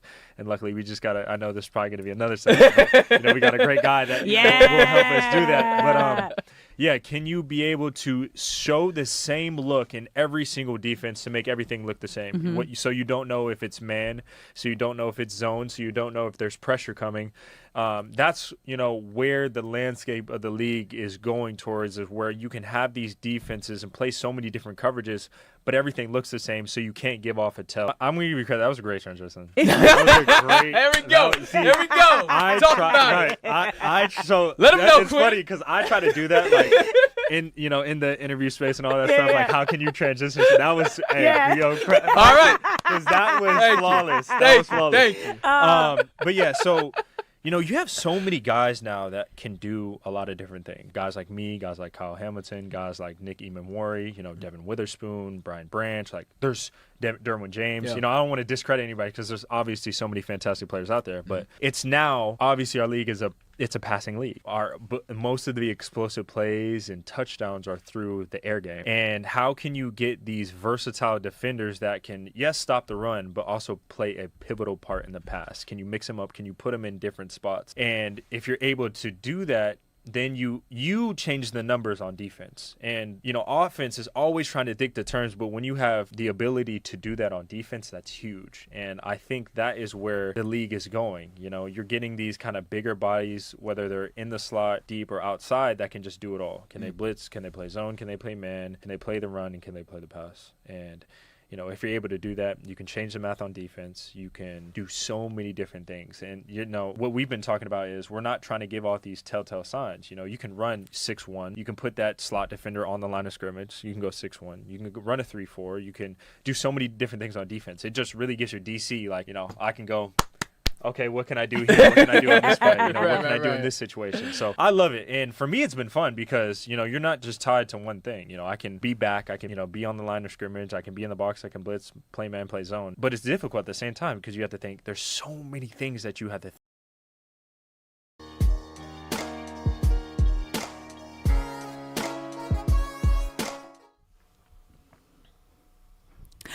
What's up, LA? Welcome back to Brock and Alex on the new 97.1 The Fan, the voice of LA Sports. I'm Alex Curry here with Brock Vereen. Thank you for spending your midday in LA with us, whether you're listening on the radio, the Odyssey app, or you're watching us live on YouTube. We appreciate you being here, and we want you to be a part of the show. So if you're watching the live stream, get in the chat at The Fan LA. You can also call us at 855-97-LA-FAN, 855-975-2326. You know how I mentioned that I was possibly going to a Sparks game today? Yes. I thought it got canceled, so I didn't get childcare tonight. And then during that commercial break, I get a message like, "Hey, you still going to the game tonight?" I'm like, these are the little moments of I love my child. My child is my favorite thing in the whole wide world.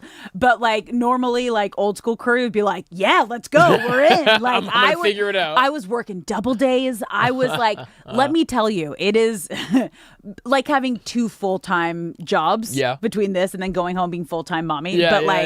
Best thing ever. But I look at it, I'm like, oh, that was old Curry. She'd be there in a moment. And isn't Caitlin Clark supposed to be coming off?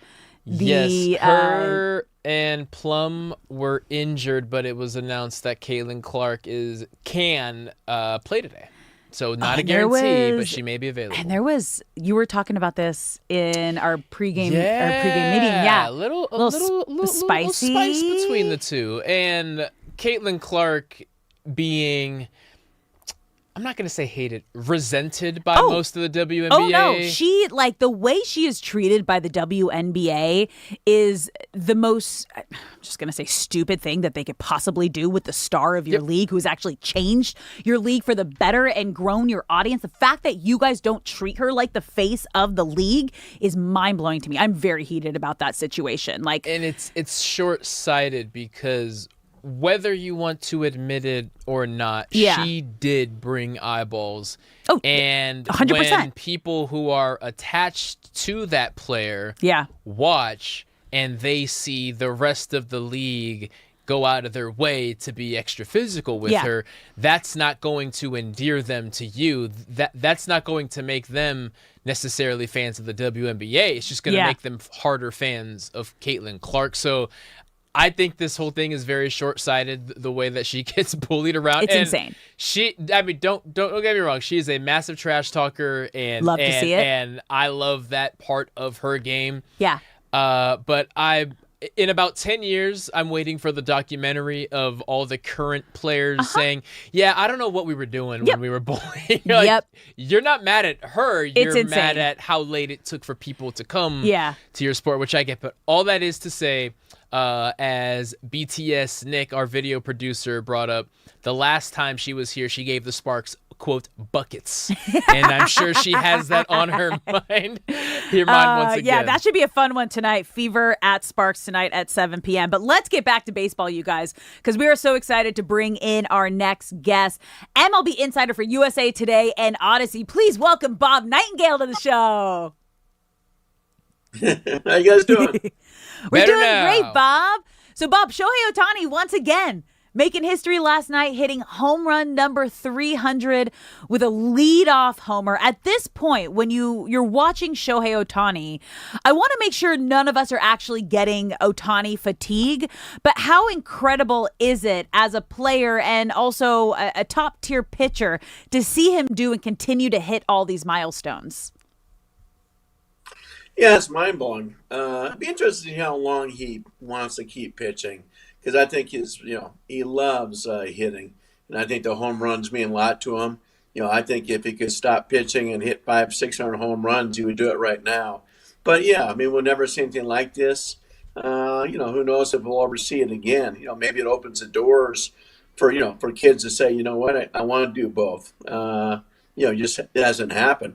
So, no, we're watching the greatest, not just the greatest baseball player of all time, but really one of the greatest athletes of all time. Yeah. And, Bob, one of the wildest things about Shohei is if you ever go to Dodger Stadium, you see how the fan base has changed, how coverage of Shohei has changed. You've been covering baseball forever. How has the Shohei Ohtani effect changed the organization even as big and popular as the Dodgers? No, it's amazing just how popular they are in Japan and around the world. It's almost like when Jackie Robinson broke the color barrier. It's like, hey, everybody in America, every black person in America, that's my team. Everybody in Japan now. There's plenty of Japanese players in baseball, but the Dodgers are their team. Just what he does. It's almost like back Michael Jordan wearing the Air Jordan shoes. It's the same thing with Ohtani. If you go to Japan, every businessman, businesswoman are all wearing New Balance shoes because of Ohtani. I think this guy makes over $100 million a year in endorsements, when probably the previous record might have been Jeter at maybe $7 or $8 million a year. That's just how big he is.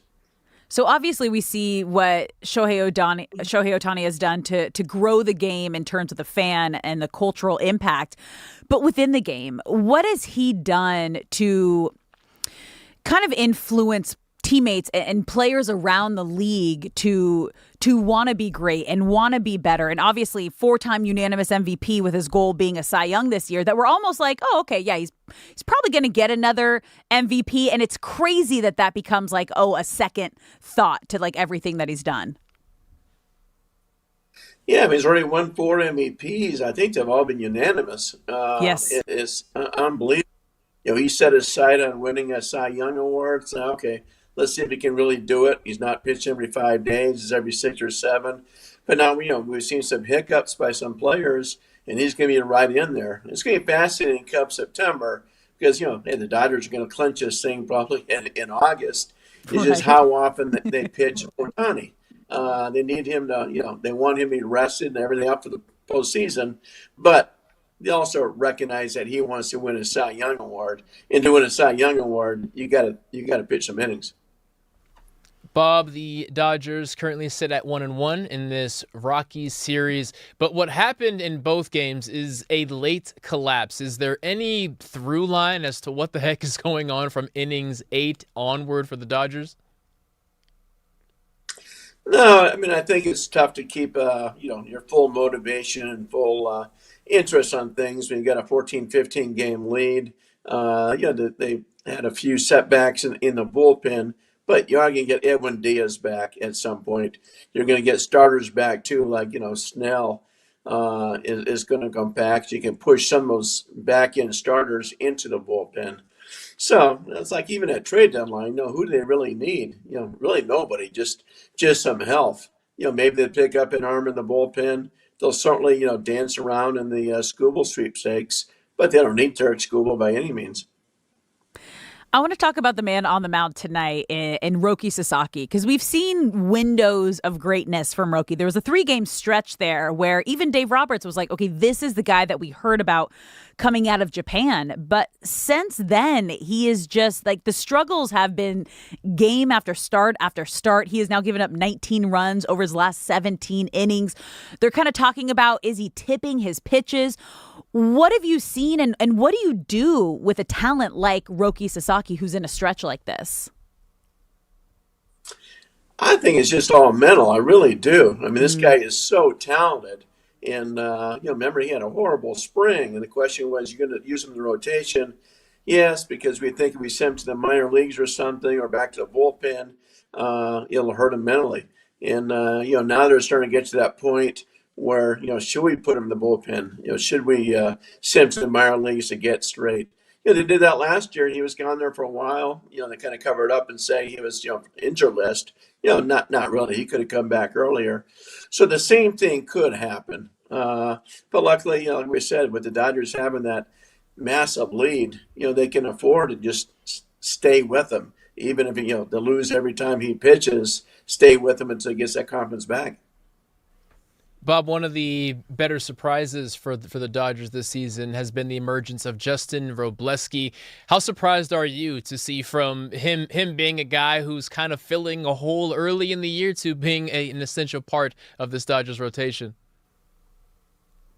Yeah, very surprised. I mean, he's a guy probably anybody could have had in the offseason. I mean, the Dodgers liked him. They didn't love him. If somebody really wanted him, they could have traded for him. So I still think, he could walk down the streets of L.A. and nobody know who he is. But it's amazing. I mean, he's been a huge catalyst with all the injuries with Snell and Glasnow and what have you. And he stepped in and fit right in. He should probably make the All-Star team. The players on the All-Star team, I'm not sure they know who he is. So it'll be tough for him to make it because they've already picked like 15, 16 All-Star pitchers. He hasn't been one of them. But, yeah, he's been fabulous and kind of a unsung lifesaver for him, really. Now, speaking of the All-Star game, Dodgers obviously tied with most players going, but Roberts, and as you just mentioned, a couple snubs on the Dodgers team, with Robleski being one of them, Tanner Scott and Mookie Betts. Who do you think would have the best case as the biggest snub on this Dodgers team? It would probably be Robleski. I mean, he's certainly pitched like a top 2 or 3 starter on any staff in baseball. So it's just people don't know who he is. Mookie's had a solid year, but remember, he was on the injury list and everything else. So it's understandable why he didn't make it. He would have made it just out of name recognition and knowing he's going to be a future Hall of Famer. So, but I would say Robleski, number one. Bob, I don't believe we've talked to you since Dave Roberts reached his personal milestone of 1,000 wins. So what can you say over the development of Dave Roberts and, however many years ago he initially took over the Dodgers and how quickly he was able to rise the ranks and have so much success? Yeah, it's amazing. And they stuck with him early on when times are tough. And, he was kind of going by, what front office wanted. Like, okay, we'll pull some guys out at a certain pitch count. But I think a very underrated manager. And I think Miguel Rojas said it best. There's a lot of talent here. It's tough to manage a room with this much talent and these many egos. Look at teams like the Mets and the Yankees. They're not winning all these World Series. So, besides being a terrific guy and, really the face of the organization, it's great to see. It's hard to believe that when he was on that Padres coaching staff, they didn't even interview him for the manager's job. And remember, the Dodger job, was supposed to go to Gabe Kapler. And I think a few players stood up and said, wait a minute now, we'd rather have Dave Roberts. And he won over ownership with his interviews. And, he's a guy who talks to the media, twice a day before games and after games. And just a beloved guy. I don't think he's got an enemy in the game.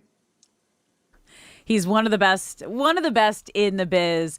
Now, Bob, as you mentioned, the Dodgers might clinch this in August. And we've seen what happens when teams clinch a little too soon. And you kind of alluded to, maybe because they're just even against the Rockies, there's such a big lead. Sometimes you can take your foot off the gas. What do the Dodgers need to do to continue this momentum all the way until October so they don't necessarily, we've seen it happen before, have that same fight when they get to October? Yeah, just remind guys hey, we still want to win games. Hey, would it be cool to win 105 games? How about 110 games? That sort of thing. Obviously, guys still want to have their own statistics. Look great at the end of the season. They're going to get that first round bye too, so they're going to have a nice long break which can be an advantage because then everybody can stay healthy. Everybody's going to be fresh. So, yeah, if you're any manager, any GM, you'd much prefer it to be the Dodger way. Like, you don't have to, press down that gas pedal all the way to the finish just to get in and kind of being tired. So it's a great problem to have. It really is. Bob, we appreciate you so much coming on, always dropping all the Dodger and baseball knowledge. I hope you have a great day, and we can't wait to have you on again. Thanks, Bob. All right, my pleasure. Take care, guys. Thank you. Yeah. See ya. Yeah, the moment he said they might glitch in August, I was like, that's a bad thing. That's a bad thing. Because then you're not playing with that same momentum, and that's what scares me. And we kind of saw that in the early parts of Dodgers getting that bye and then getting knocked out of the playoffs early. It's different because they didn't have a Shohei Ohtani on their team, and they weren't trying to go for a three-peat in that situation. So you hope that they're not going to lose that fight. Yeah, it's a typical LA fan thing that I also share, where we just can never be happy. We want them to three-peat and win every game, but we don't want them to win 100 games because every time they win 100 games, they get bounced out of the playoffs. Yes. We're just never going to be happy. No. But that's baseball. Well, no, three-peat. Okay, yes. Three-peat will be happy. Okay. That's how we'll be happy. All right, guys, we're going to take a quick break here. When we come back, it's time for LA RSVP. All the big events that are going on around LA this weekend. Are you going? Are we going? You're listening to Brock and Alex. That's coming up next.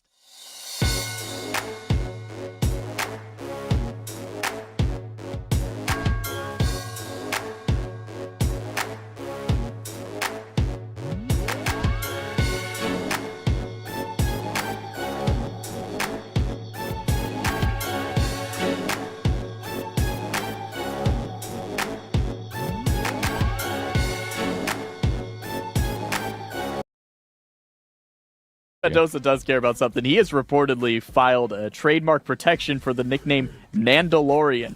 It is unclear whether or not Disney will fight it. I mean, A, come on, Disney.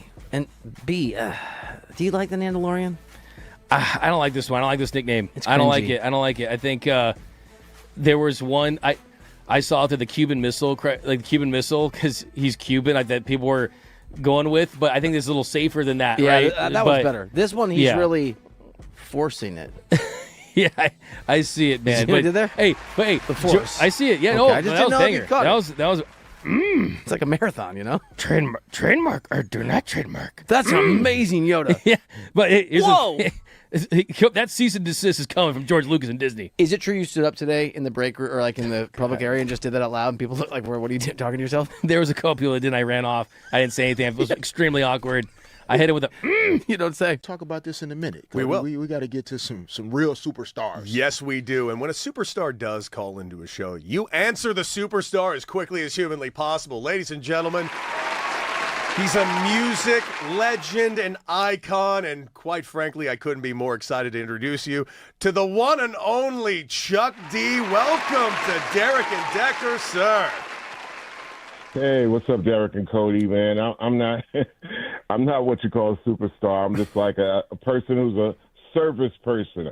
I help service my industry, and long time being envious of how sports runs its things, dealing back in entertainment and music, which is a lot of times bananas. So I'd be trying to do my best to like organize it to the point that people say, "Hey, man, we could keep going back for years," but. So anyway, hey, what's up, guys? Chilling, man. Dude, congratulations to you. You guys know the deal. You guys know what you're looking at and listening to. Once upon a time, we had people like Don Cornelius and Soul Train, and then radio stations played the music, and now sports is taking over everywhere. I mean, you had music stations back in the day that did their job so well, but then that fell off, and then, people are engaged in sports because sports is truth to a certain extent. It's organized. You can't come from nowhere and all of a sudden be something. So those are things I always work on, especially my genre, hip-hop and rap now. We don't want people to leave after they turn 25. Man, those are great points. Chuck D, Derek Fisher here, man. Big-time fan and just so much respect for not just your journey as an artist, but just as a human being, bro. Man. Like you represent so much more than just music. So we appreciate you tapping in with us this morning. like, talk to me about in sports. There's so much conversation about eras, and we were just having a conversation about Shohei Ohtani and Babe Ruth, and in basketball, there's always these comparison with eras. Where are you in terms of music now? How you feel about it compared to obviously in like your years when you were just super in the trenches with your music? All the others are the caretakers, the curators, everybody in the administration, management, proper care and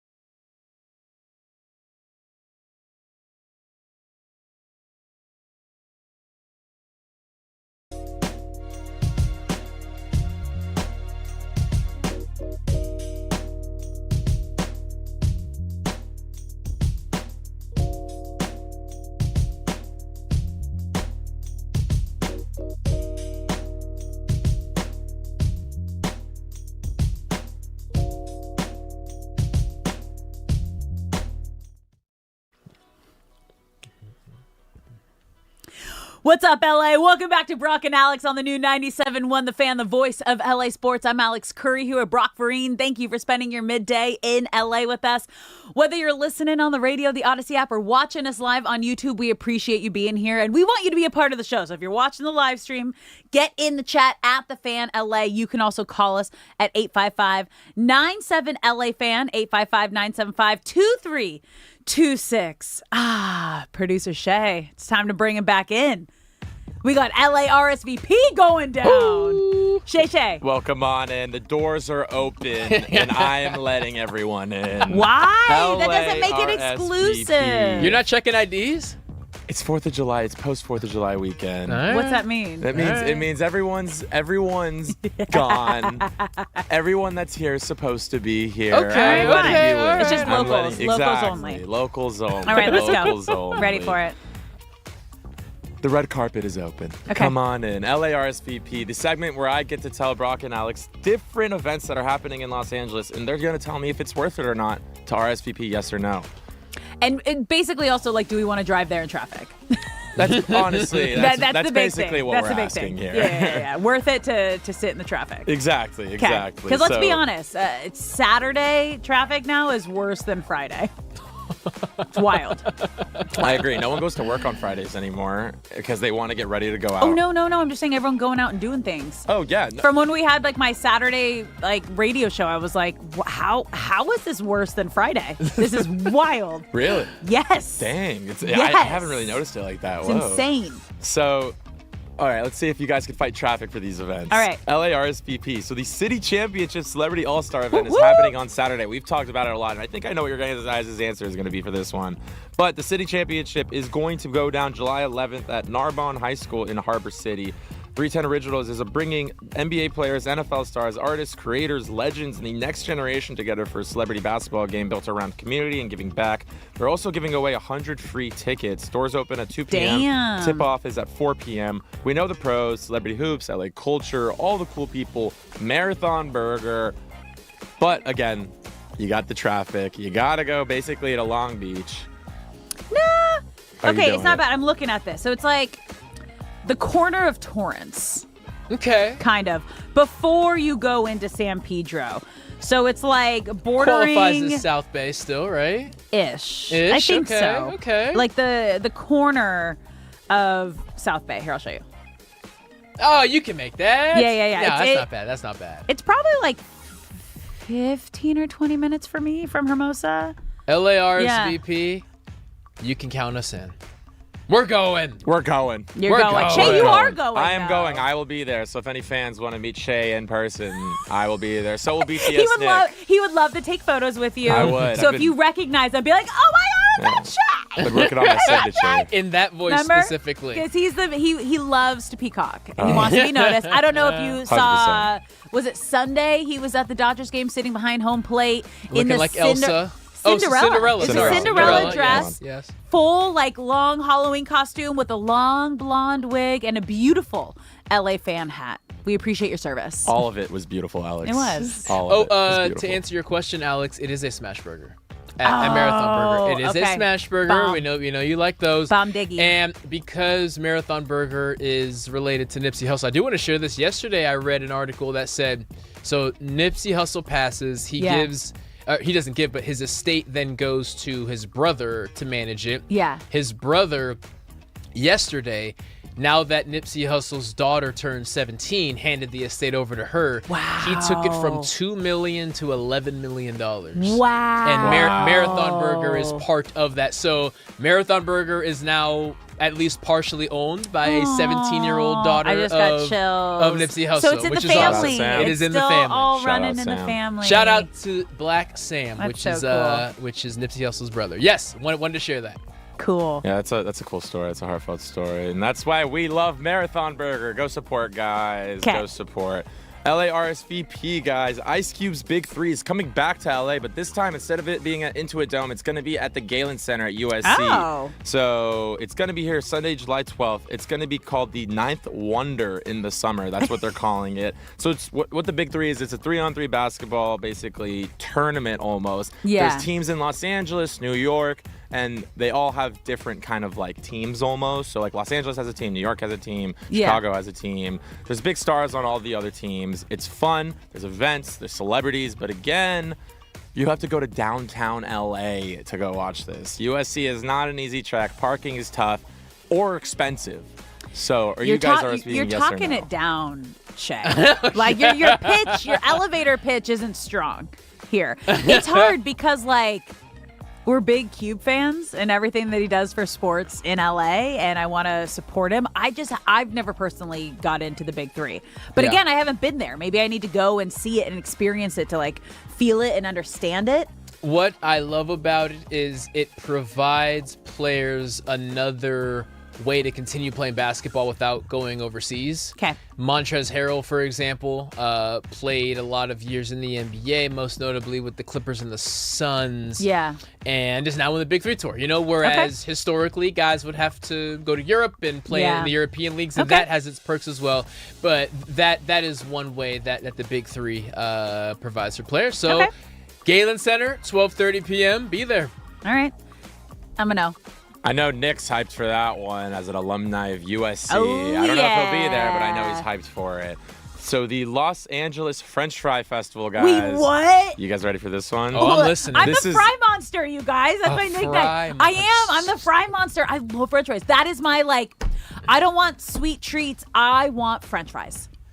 This was a French special fries and popcorn. This was a special request from my girlfriend as well to talk about this because she is the same as you. She loves French fries. So the Los Angeles French Fry Festival is celebrating National French Fry Day. The full festival dedicated to fries at it's going to be located at the Autry Museum of American West on July 11th. So I guess on July 11th, it's National French Fry Day as well. There will be food trucks serving everything from shoestring fries, waffle fries, curly fries, crinkle cut fries, tornado potatoes, poutine, sweet potato fries, Cajun fries, beef tallow fries, and even dessert fries. I have never even heard of those. We know the pros: fries, sauce, maybe even a tummy ache. But again, you got to deal with crowds, parking, and all that. Wait, where is it? Jazz. So I was going to bring this up. The Autry Museum shares a parking lot with the LA Zoo. So if you want to make a day out of this, you go. It's literally on the opposite side of the parking lot. So it's Valley. No, not quite. Other side of not the hill? quite. No, it's Other side of the Dodger Stadium so hill? it's the furthest you can get see. without entering Glendale. It's right west of Glendale. So I believe it might be considered Griffith Park, probably Los Feliz area. But for anyone who has a day open on July 11th, take your kids to the zoo and then go get you some French fries. Also, dessert French fries, is that not just a funnel cake? Yeah, probably. Because if it's a funnel cake, I think I'm in. So, it's like, I guess if the hill, it's the end of Griffith Park before Glendale Burbank. That's over the hump. So that's right next to the golf course. That's over the hump. So that's yes. That's almost valley. What is your for me. favorite fry shape? Dude, I love a skinny fry. Oh, like shoestring skinny or just regular skinny? Like shoestring skinny, but I want it to be crispy and soft. I don't want it all crunchy. Gotcha. Also love a seasoned waffle fry. Same thing where it's crispy on the outside, but like it can't be soft. I don't want soggy fries. Also love tater tots. Shout out to North End in Hermosa Beach. Best tater tots I've ever had. Like full fry monster over here. Also, Vista in Hermosa has these shoestring salt and vinegar fries. If Chef's you are kiss. frying potatoes, Alex is interested. You guys, I will judge you based on your potato. Like, I'll do any kind of potatoes. Fried, hash, baked, mashed. Give them to me. I'm down for all of them. Potato, fry monster over here. You can't just drop this on me and then go to break. All right, hour number 3 coming up next. Don't go anywhere.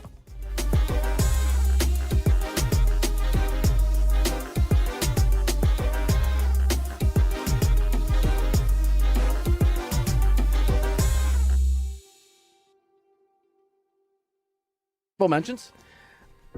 Dude, I should have put you number 1. I should have put you number 1, man. I can't. First of all, I think fair. First of all, I think we agree that's totally fair. We're not gonna. I feel like we shouldn't go to break here until you actually give us your real 5th one. Having me versus Shohei Ohtani in the Cy Young is absolutely ridiculous. I think you need. What was the actual one there? Think about the compliment. That is absolutely insane. What's the real 5th one? What's the real 5th one in there? What's the real 5th one there? You technically just named 4. That's not true. D-Mac and Reiter, I have you on a greatest all-time list because I view you as a GOAT. You're the greatest troll of all time. Hey man, I am morally and spiritually offended by your zealous love for Shohei Ohtani that has turned you into the mother from The Aviator with the soap and the flashback. You're not safe. You're not safe. You're not I'm safe. Marlin from Finding Nemo. I'm fine with that though. Yeah. What's the real 5th one? Come on now. That's absurd. That's fine. It's Doug versus his inner true self when talking about Dalton Rushing. But I didn't want to bring it up. Yeah, I know, right? I got you, man. You're my boy, Blue. I just rewatched that movie. I just rewatched Old School. Holds up. Great. You're my boy, Blue. You're my boy, Blue. Let's go streaking. KFC. You good? How are you gonna bring up movie lines and I do movie lines in that same movie and then you go silent? I was looking at my list and thinking and rethinking whether or not I made a mistake, and then I realized I did. I should have put you versus Shohei Ohtani Cy Young Award number 1. Can I get a cheer? No, that's an endorsement. It is? Okay, fine. At least I'm number 1 in something, so I'll take it. You're number 1 in my heart. D-Mac. I'm gonna give you a movie line from nowhere, and I want you to tell me if you can tell me what movie it's from. Why would your buddy? Why would your dad? Jeez. Because you're good at this stuff. It's a somewhat deep cut. I'll do. Here we go. There are TV. There are. Why would your buddy? Why would your dad? It reminds me of me and you sometimes. Is that Brokeback Mountain? Close. I can't quit you. That's what reminds you. Of I can't quit you. We're gonna have to have an off-air conversation. Okay, what? Horrible Bosses 2. There we go. This is like Horrible Colleagues 1. It turns out. Did Nick Van Exel ever have an issue with you coming in? It's like, oh, this guy's coming for my gig. Because at the end of the day, when you draft a guy, kind of coming for your gig a little bit, at least a little bit. No, for sure. I'm sure he felt that way. The best story I have, which still pisses me off to this day, is the summer before we started training camp. UCLA men's gym over on the UCLA campus is that was the hub and still is in a lot of ways for summer basketball. Oh yeah, great spot over there. Pick-up games, 5-on-5s, all the best guys in the league end up there at some point throughout the summer. And on this day, I go over there to play and compete. and Nick Van Exel's on one team, I'm on another team. But Magic Johnson is there on the sideline, just kind of there. I think he was on one of the teams. I think his team lost, which was almost impossible because Magic was always going to, if the game was tied 6-6 and we're going to 7, Magic was going to make sure his team got to 7. So I won't say more. But so Nick Van Exel and I are matched up against each other, and he was cooking. But Magic is literally on the sideline enjoying the fact that Nick Van Exel was frying me. Oh, no. In front of your guy. And I'm like, yo, I cannot believe this is happening. Like, Magic is literally my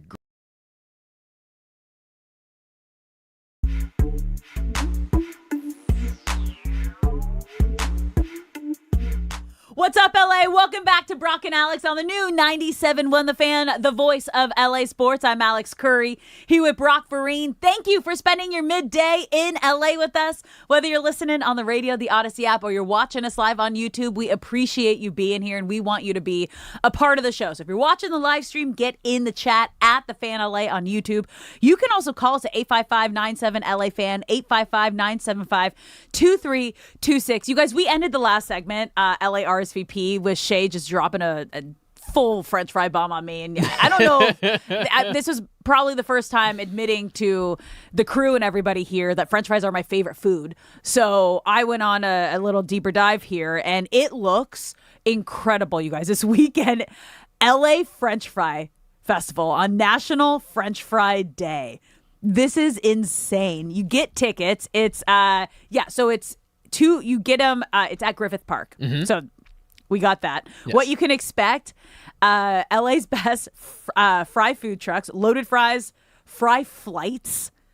Oh, yeah. Shared fry buckets. Oh, a bucket of fries. Sauce City featuring 15+ dipping sauces, blindfold fry tasting challenges, French fry eating contests. Oh, they know what they're doing. Games and fun for all ages. You guys, this is incredible. And our friends Marathon Burger is also there. They're everywhere. Yeah. Okay. So I'm proudly serving. That's my favorite smash burger place. They have really good duck fat fries. But like so they fry them in duck fat, and it's super crispy. Yeah. I just want a crispy, super crispy on the outside with soft on the inside. Preferably a thinner cut fry, but I'll take a thick cut fry. Can we agree that potato wedges are terrible? Yes. Okay, good. There's too much. It's just too much. I'll just eat a baked potato at that point, right? Yeah. And even then, like, I don't like the baked potato. I basically make a smashed potato, and I make mashed potatoes inside the baked potato. Your baked potato. Like, it all has to be smashed. Like, and it's interesting. Like, my husband and I are the same way. Like, if you're getting breakfast burritos, it's like, well, what kind of potatoes are in there? Because if you're having chunks, no thank you. I want hash browns, or I want tater tots, or even French fries, because that's the California burrito style. Yes. I want to emphasize again, the location of this is perfect, especially if you have kids. Like, there's the zoo on one side of the parking lot. We're going to have the Fry Fest on the other side of the parking lot. And Griffith Park is just acres of grass and playgrounds and basketball courts. Like, this is going to be a great afternoon. I don't know if this is the AI probably that was sent out, but the way that it looks is like you walk in under like a Fry arch down a red carpet. There's a stage in front, and then there's all the different stands lining it, surrounding the side of the festival that have all the different like French fry stands. This is a dream. They are selling Alex on this heavy. This sounds great, and I do not live far from here. I will. Oh, is I that will close be here. to you? Oh, I'll be. That's at this. Saturday. Yeah. Please go. I will be there at this for sure. Please go. If I wasn't solo parenting this weekend. French Fry Festival. Dude. 20 minutes away, I'm there. Dude. It's my favorite thing. Like a couple places around town they do girl dinners where it's I've heard this phrase, but I have not heard it explained. Can you please lay this out for me? It's a Caesar salad, French fries, and then a lot of people do martinis. So it's like a drink, salad, and fries is kind of like the epitome of a girl dinner. Like, you always get a salad, but you're like, but I want the French fries. Okay. It's healthy, but also like, fun. But everyone wants the French fries. So it's I'm healthy always and going to get a fun. side of fries. Makes it a girl I think dinner. of it like those are, because I don't get croutons. I'm like, those are like my croutons on top of my salad. And I'll even break them up and put them on my salad. You guys. Okay, so fried, hash, baked, mashed, give me potatoes any way they come. I love it all. So girl dinner is something healthy. Salad. No, something. salad, it has to be a salad. Okay. Salad and French fries. Okay. Salad, French fries, and a drink. Now I know. Yeah. What girl dinner is. Girl dinner. That's just the joke. It's not like really, but it's always like, yeah, I'll have a salad and all French fries. But I've heard the joke enough times, and I'm done pretending like I know what it means. So now I actually know what it means. Typically, I just like smile and nod, like, okay, yeah. Sure, everybody. No. Okay, got it. Yeah. That sounds delicious. Dude, you asked me, what is your go-to French fry? Oh, McDonald's. So however you would describe a McDonald's French fry, give me McDonald's. I can do a curly fry if the dipping sauces are there. Something about the curly fry being so springy. I want to dip it in something. Okay. A solid seasoned curly fry is my runner-up. Okay. Yeah. I forgot about the curly fries. They're good. You know what? I am here for the curly fries. They get left out of the mix you guys, too often. I'm here for all of this. We want you to be a part of the conversation, you guys. If you have the best fry around town, call us. 855-97-LA-FAN, 855-975-2326. And it looks like, Shay, we got someone calling in. We got Josh in South Bay. Oh, he's on the phone now, so I don't even know if he can hear us. Shay, is he Josh trying to talk fries? Yeah. Is he even paying attention to us right now? 1 second. Okay. Yeah. Okay. We'll go back to that. But everyone I love wants to talk fries. No, everyone wants to talk fries, dude. It's like I'm telling you, it is when you find a good place, it's almost like a cult following situation. Yes, and then once you add in the dipping sauces to it, there's just an endless number of avenues. Okay, this is why we need to have you try ranch. You guys, Brock has still never tried ranch before, and we haven't brought it up because like there was a possibility of a sponsorship partner, and then he was going to try the ranch with the sponsorship partner. I'm going to check in with Andrew because if we don't have that yet, we are making it happen this week. We are having you in honor of French Fry Day on Saturday. I think we order some French fries to the studio, and you are trying ranch for the first time. Okay, Shay, do we have back. Josh in South Bay? Yes, we do. Let's bring him in. We were talking about French fries. Josh, how we doing? Doing great. How are you out? Fabulous. We're talking about French fries, so all is great in the world. Yes, yeah. So I love proudly serving, and I know you mentioned the North End of Hermosa, but there's also a North End restaurant in El Porto in Manhattan Beach. Yeah. They have amazing breakfast. Their best breakfast is huevos divorciado. Ooh. And they serve it with these breakfast potatoes that are fried also in duck fat, and it is bomb. So definitely recommend it. I'm taking notes, Josh. Thank you. Big fan. I grew up right up the street from North End Cafe and am family friends with the owner of North End Cafe. So great shout out there too. I forgot about their breakfast potatoes. Josh? Yeah, definitely worth checking out. Yep. Yeah, we appreciate the call in. Thanks, Josh. Okay, you guys have a great day. You too. Take care. Thank you. Uh-huh. Okay. We're talking fries today, baby. Let's I love that we're getting callers on the French fries and tater tots and just you guys. It's Fry Festival. It's official. It's a National French Fry Day. I know what my Saturday is going to be now. Like I am so do tater excited tots about count this. as fries, or are they their own thing? Well, it's a fried potato, right? It's in the same category ish. Okay. Would you? I love a good tater tot. Would you? Yeah. That's what I'm talking about. Yeah. That's what North End has. It's the tater tot. It's the best tater tot. Okay. Yeah. And that's the King's Bar. That's where they brought the Stanley Cup after they won in 2014. I was sipping whiskey out of the Stanley Cup at 3:30 in the morning with the team and the families after they won. King's Bar tater King's tots. Bar. Yeah. If you're ever in Hermosa Beach, that is the place you need to check out. That's the local spot. You're listening to Brock and Alex on the new 97.1 The Fan, the voice of LA Sports. Let's talk about the man on the mound tonight, Roki Sasaki, who has been in a bit of a slump. Recent struggles have started to become a concern for the Dodgers after getting lit up by the Padres. And now the conversation's going towards they're looking into whether or not Roki Sasaki may be tipping pitches. Now, what is tipping pitches? You are giving some sort of a tell, basically. You might do something a little different when you're about to throw a fastball, when you're about to throw a slider or his fork ball, like whether it's like the smallest little, your glove might move up this way. You might you don't even mean to, but you might turn your head this way. And it's starting to become a conversation because he's now given up 19 runs over his last 17 innings. And we know how talented he is. We know what he's capable of because we've seen a stretch of Roki Sasaki when he has just been unhittable. So it's hard because that's also such a big part of the game is there are certain guys in the dugout who are just staring down the pitcher, trying to see if they can pick up tells. Yeah. And it was interesting. We were talking to BTS Nick. Is he in the studio? We were talking to BTS Nick, who is a former professional baseball player.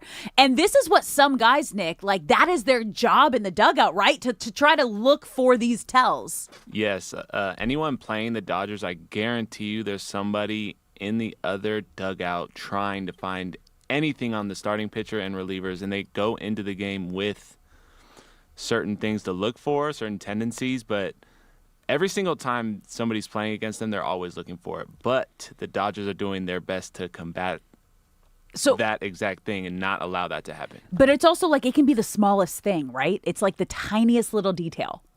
It literally could be like I close my glove, the pitcher's closing their glove a little too tight, that's a fastball. Wow. A little open, curveball. And then that little bit of a tell is all the hitter needs to know. And obviously the other team's not going to let the Dodgers know that they have it. Yeah. That's all it takes. Because it's wild because the Padres were on everything that he threw. I mean, Dalton Rushing, who was catching for him, said tipping pitches could explain why San Diego looked so comfortable.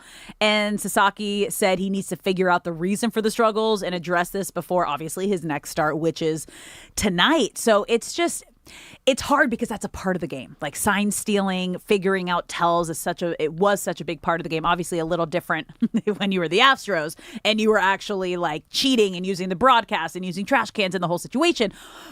But just genuinely watching a guy on the mound and trying to figure out what he's throwing, that's all part of the game. One thing I know for certain is, as Dave Roberts said, they're going to investigate, do some self-scouting, and figure out if he's tipping pitches. One thing I know for certain, even if you find nothing, you have to say that you found something. No. Because to sit here and say, okay, Dave Roberts, I love how available he is to the media. We were talking to Bob Nightingale a little bit ago. He's probably the only manager that meets with the media and doesn't ghost them. I mean, he meets with them twice a day, before, after, whereas a lot of managers don't want to get involved. And I appreciate that, but I do wish that this wasn't shared. So if they investigate and try to find if Roki's tipping pitches, and he's not tipping pitches, what message does that send to Roki? But also, like, how do you know? Like, what, you're just going to sit there and you're going to watch it. He's going to try to do nothing. Now that he knows that's what you're looking for, it's like, it's okay, let's see if this is wrong. You're going to do everything in your power to make sure you're not showing any signs that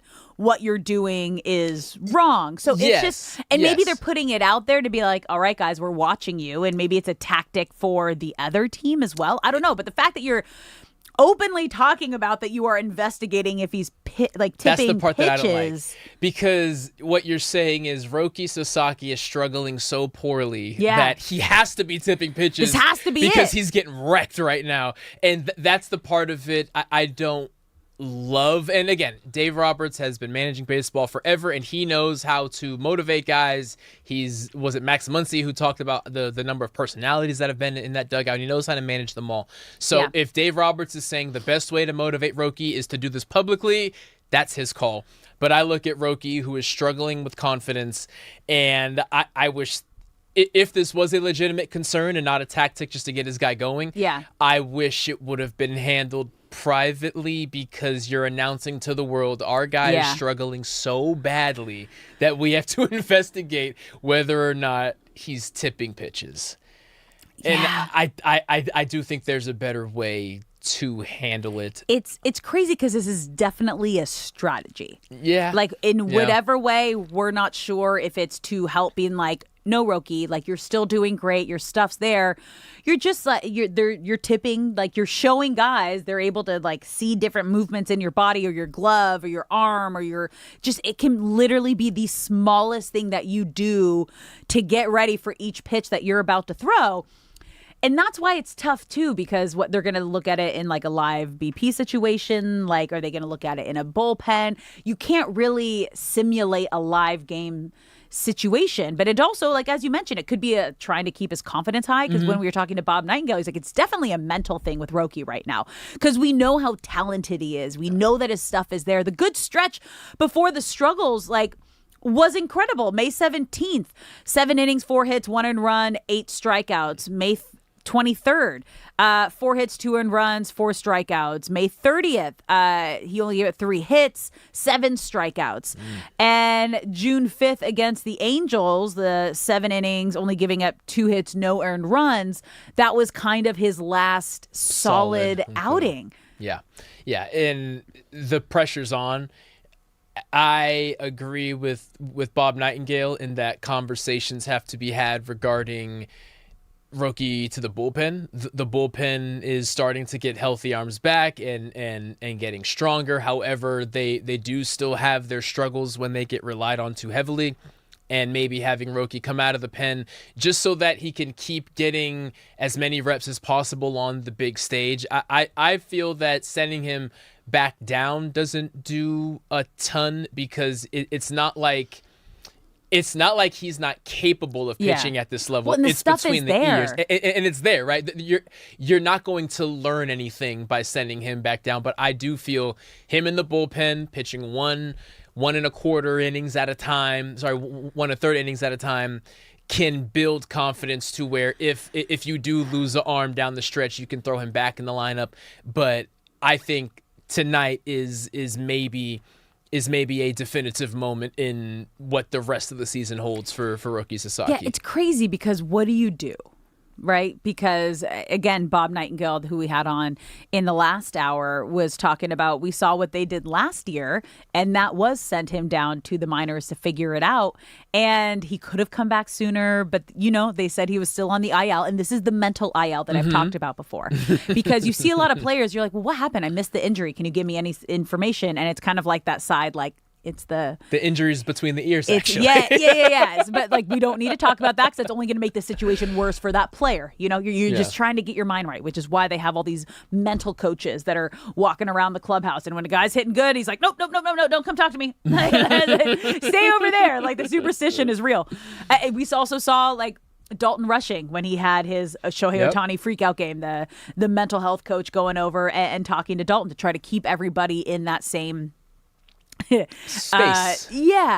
So, because it's hard. Again, if it's a mental thing, and I think that would be the worst thing, is to send him down to the minors. Yeah, I feel that would be catastrophic, and I just really disagree with Dave Roberts going public with this, but I also maybe see it as a level of desperation of Dave Roberts saying, I'm running out of ways to motivate this guy, and maybe I need to do this publicly because we've tried everything privately over the past month, and he still has not been able to turn that corner again. And this is just my last-ditch effort before I decide whether he's going to the bullpen once we get a healthy arm back or not. So maybe it's just out of desperation. But I do feel that if you have a pitcher who is struggling with confidence, to give him another thing to think about is kind of a roll of the dice. And I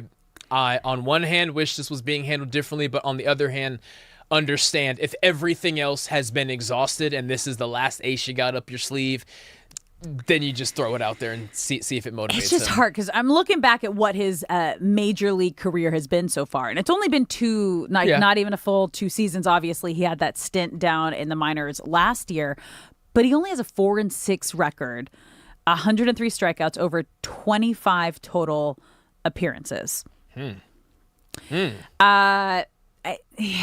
mean, last season it wasn't a big sample size. It was only 10 games.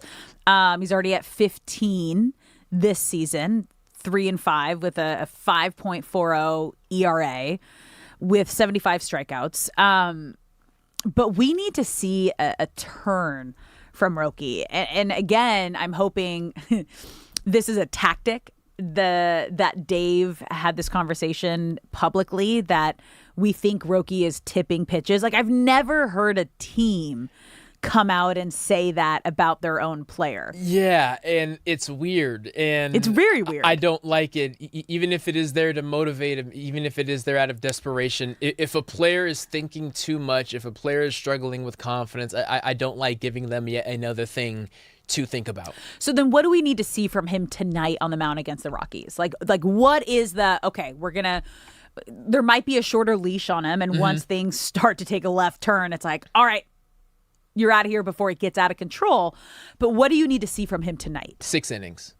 I need 6 innings, and the fact that that's a big ask. That's a big ask. Kind of already lets us know the state of things. Against the Padres, who, as we mentioned, they're struggling, but they got bats. And if you get wrecked against the Padres, a lot of pitchers get wrecked against the Padres, no matter how much they're struggling.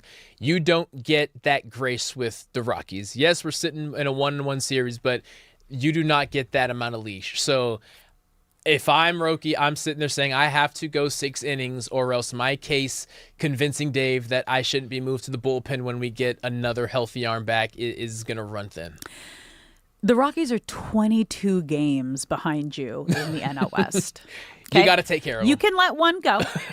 Yesterday, you can let that go. But Roki, this is a turn your season around type of game. And the pressure's there. The bullpen has been struggling as well, and you can't have another game where you go 3 innings and rely on the bullpen to pitch for 6 when they have struggled mightily over the past 2 nights. So there is a lot riding on this, but good, because we need to know if you can handle these moments or not. Yeah.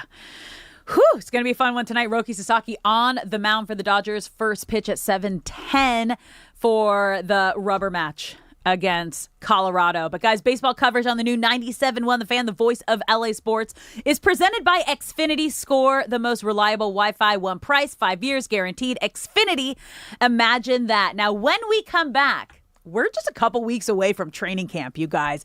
NFL is just around the corner.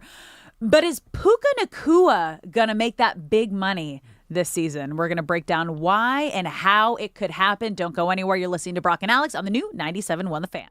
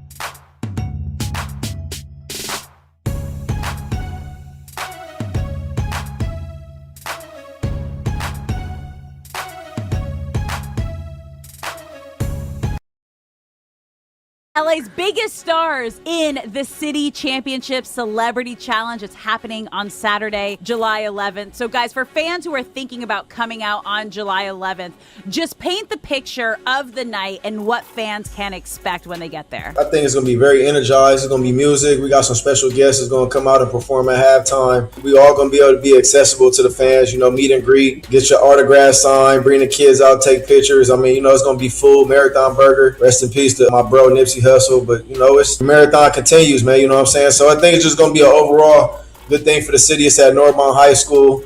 Very personal. Pop out, man. Come meet us. Come shake a hand. Take a picture. I think it's gonna be good. There's gonna be a lot of stars there.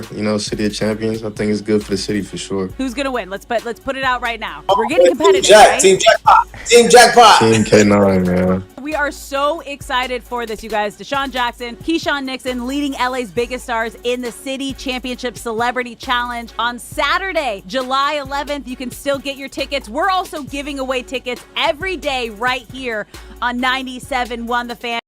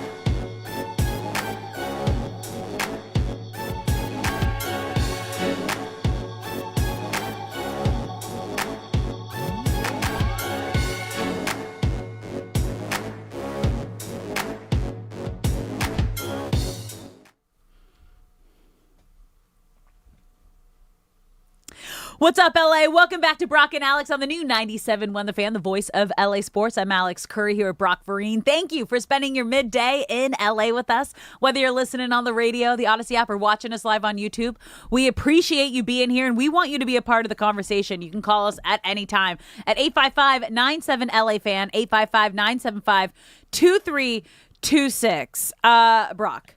Hey. We are 17 days away from players officially reporting to training camp. 19 days away from their first practice open to the public in a season where the LA Rams are the current Super Bowl favorites. They were ranked to have the #1 best roster in the league. They had the blockbuster move of the offseason, trading for Myles Garrett. We're still holding our breath, waiting to see if Aaron Donald comes out of retirement. They are the first team in NFL history to have the reigning MVP and the reigning Defensive Player of the Year on the same roster heading into the season. What an intro. I know. But there's still a couple question marks, and it kind of has to do not with the play on the field, but can this player keep his shiz together off the field? Okay? And I'm talking about Puka Nacua, because he is entering a huge season for the Rams, both on the field, financially, and keeping his life in order. If he stays inside and keeps his life positive, okay? Sport Rock projects his next contract could be around 4 years, $160 million. That's change your life money. He led the NFL in receptions and receiving yards per game in 2025, made his second Pro Bowl, earned first team All-Pro honors, and obviously was a huge piece into why the Rams were able to reach the NFC Championship game. Now, CBS Sports has him currently ranked as the #2 player under 25 in the NFL. Only Bijan Robinson ranks ahead of him. But I can't focus on all this positive stats and numbers and this possible contract that's happening on the field without everything that happened off of it kind of taking center stage. Yeah, he has a maturity issue. That's one way to put it. It's one a kind way to put it. Yeah, and it's a situation where Okay, he was drafted in the 5th round, and So explain that to people, kind of like the different levels of players and kind of the vibe based on the rounds that you're drafted. Yeah, so why being drafted in the 1st round is a big deal is not just because you make a lot of money, but you can how long it takes for you to get your next contract can be longer, because if you're a 1st round pick, teams get an option after your 3rd season to extend your contract for a 5th year. So if you're drafted in the 3rd round, or we'll use Puka's case in the 5th round, typically after your 3rd season, you get the big contract. So out of the gates, the 1st rounder gets the big money, but you get the big money on the 2nd contract. You get to that benchmark quicker. So Puka Nacua was drafted in the 5th round of the same draft that Jackson Smith-Njigba was drafted in the 1st round. Jackson Smith-Njigba this offseason got paid a $42 million contract on average per year, the highest in the NFL. And Puka should be sitting somewhere right now getting ready for training camp thinking, that's money that I should have been signing this offseason. Yeah. But because of my decisions, I am going to have to wait a year. Play for that. And now I'm in a spot where if I make one more mistake, if I ever reach the $40 million a year mark, it probably won't be as a Ram. And he has no one to blame but himself for that. And I hope that he looks across the league. He looks at JSN making the money. If JSN got $42 million, Puka, like you mentioned, probably would have got somewhere around 40. Generational money that if taken care of, his grandkids could still be eating off of and going to college with. And he can throw that all away with one more mistake. It's crazy because the other thing I was thinking about based on your draft order or your draft round is 1st round players kind of have already been in the spotlight. They're used to the spotlight. They had the media training. They're probably the ones that are doing the post-game interviews most of the time. They grew up in the spotlight. 5th round players have always been, I got to prove myself. They've never really been the star of the show. So they didn't necessarily have that media training. Obviously, there's a couple players that slipped to 5th that could have been 1st round players that had a different, whether it was maybe someone in the family or grew up with that media understanding. Puka didn't have that. And he got thrust into the spotlight in Hollywood. But when he did that with the Rams, he had a mentor in Cooper Kupp. Cooper Kupp was his mentor. And we saw that in his 1st season. That's why we didn't hear any outside noise. Like, that was his guy. Just to kind of understand the mindset of what happened with Cooper Kupp. That 1st season when he had that breakout year, he had his guy. Like, he also wasn't the wide receiver number 1, which always comes with, for some reason, it's like the lead singer syndrome. It's like the lead singer and wide receivers are just like divas. Yeah. I can do whatever I want. Doesn't matter. Like, I'm the star of the show. You're not wrong. So he kind of went from being a humble, similar to an Austin Reeves underrated situation. Yeah. Like a lower draft pick, like, oh my God, look at what this guy is doing. And he was a 5th round draft pick, to then obviously Cooper Kupp not getting picked up by the Rams and them getting Davante Adams. And it's like this wide receiver 1A, 1B situation with Puka Nacua and Davante Adams. And now he has to be the guy, and he doesn't have his mentor with him. And he's I don't know how much he had made, but I'm sure like with plenty for now. A millionaire kid living in LA is dangerous when you don't have someone that you've been able to lean on throughout your NFL career, and that was Cooper Kupp before. And everything that he could have done wrong went wrong last year, and which is why we didn't see him get that early extension. It has now been a decade since the Rams moved back to LA, and one of the most impressive things is that LA hasn't really swallowed them whole. Well, everything's here. Right. Everything is here, and a credit to Les Snead and Sean McVay. and everyone in that locker room, very rarely have Rams players been in the LA spotlight for bad reasons. Yeah. When there is anything that any advice you could possibly have is in LA, and for the most part, Rams players have stayed out of it. And this last offseason, Puka Nacua, there were two players, but Puka Nacua being the bigger name, left tackle Lark Jackson has his own situation going on. But Puka was really the first player that we have seen, Hollywood is getting to you. Yeah. And not having a mentor with you there, clearly not having anyone. I'm sure people were saying, hey, you need to chill out, but clearly no one that he would listen to. And I hope now sitting here looking at JSN getting money that you feel you should have gotten paid first is a wake-up call to snap out of it, because I can tell you right now, Les Snead and Sean McVay, despite how great Puka is as a player, despite how pivotal he is to what Sean McVay wants to do offensively, this is not how they get down. And you are a great wide receiver, but anyone is replaceable when you have Les Snead as your GM, because anyone in the NFL can be got when Les Snead is your GM. But also, like, you can forgive like him tweeting out right after the game and Sean McVay being asked about it in a post-game presser, and he's like, "What are you talking about?" And him like tweeting out after the Super Bowl, like congratulating Darnold tweets.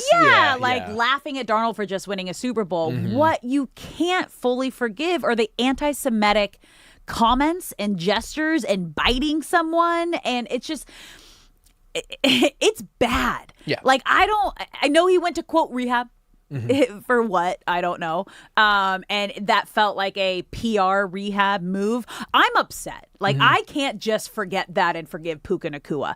Like, not only does he have to prove himself on the field again, he has to prove that he's like a worthy person that you want to invest in. Right now, he is not a person I would invest in. Right. When you hand somebody a $160 million contract, you want guarantees that this person is going to, one, be available and not be suspended or in jail or worse, right?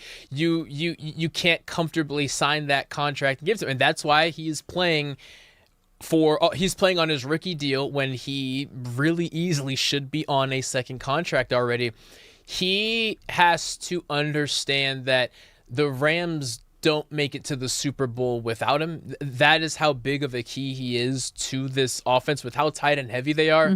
They rely so much on Puka and Devontae. Not many wide receivers are willing to block. He is a willing blocker, and McVay is one of the few offenses that asks wide receivers to essentially be a fullback sometimes. He has to take the contact that Devontae Adams is too old to take right now. Like, he is a key part of this team winning a Super Bowl, and they do not do it without him. And I would imagine, since I believe it was March when all this stuff started coming out, that Devontae Adams has spoken to him, that Matthew Stafford, that Sean McVay. Everyone's talked to him about it? I'm saying I would imagine they have gotten the point across of, not only are you ruining your own pockets and your own livelihood, like, you're affecting our lives. Like, we are not winning the Super Bowl without you, and you are one mistake away from being shipped off somewhere else. It's just crazy to, like, understand and fully wrap your head around. You have worked your entire life for this moment. You're here. You have the opportunity to have life-changing money on the line. 4 years, $160 million. That's about $40 million a year. And again, these are all just projected numbers. Yeah. And we all were kind of wondering, like, last year, like, why hasn't Puka, like, why hasn't he signed his extension yet? Like, why hasn't he signed his next contract? And we hadn't heard anything, but you know that the Rams knew what was going on, because then the investigation came out. And then you can't, people are going to show you who you are. You can't hide forever. And when you are publicly going on podcasts saying things that are unreversible, again, a sorry isn't just going to cut it. I went to rehab because I have some issues. You were sober for a lot of those situations that went down right after the game and on a podcast. So, like, I still don't understand the rehab side of things. I don't understand how you can invest in someone who doesn't understand what is on the line, not just for them, because these are all, again, selfish and it's icky. It's just icky things that he has done, like, that aren't good people things. And he will have to come to terms with the fact that there's a large part of the Rams fan base that no matter what he does will never rock with him He again. was one of my favorite players. Right. He was one of my favorite players. And the moment that came out, I was like, you broke my heart, Luka. You and broke a my lot heart. of Rams fans are going to feel that I way. can't root for you anymore. Forever, and he has no one to blame but himself for that. What he can do, though, is be better from here on out. That will not be enough for a lot of people, but in regards to the story of Puka Nacua, it doesn't have to end here. Yeah. It can continue, but it's up to how much he wants to set himself up for life. It's up to him. I don't know. I don't know if I can get turned around and go back to being a fan of him again. He's got a lot of work to do. But again, what I say, we are 17 days away from players reporting to training camp. Yes. It is Almost just here. around the corner. I'm keeping my eyes on Aaron Donald. Is he coming back? Where is Aaron? Where are you, Aaron? Where are you? We would love to have you back. All right. We're going to take a quick break here. When we come back, also All-Star game next week. Dodgers tied for most players going, but did they also have some big snubs? We're going to dive into that next.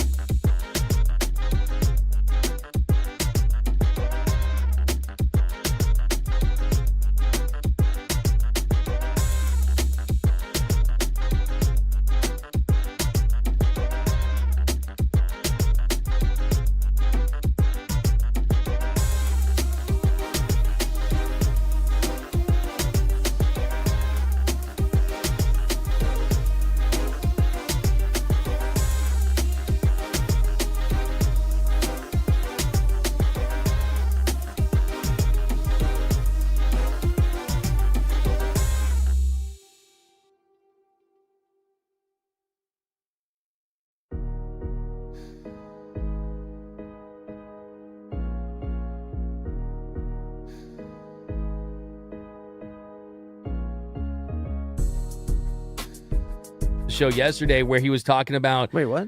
D-Fish. Oh, he said it to you? Not to me. Did I say that? I must have misspoke. I mean, I was listening Are to the you show. pretending on this show that you speak to Derek Fisher? He when said you don't? something on the D-Fish. I promise that. Is talking to me not enough?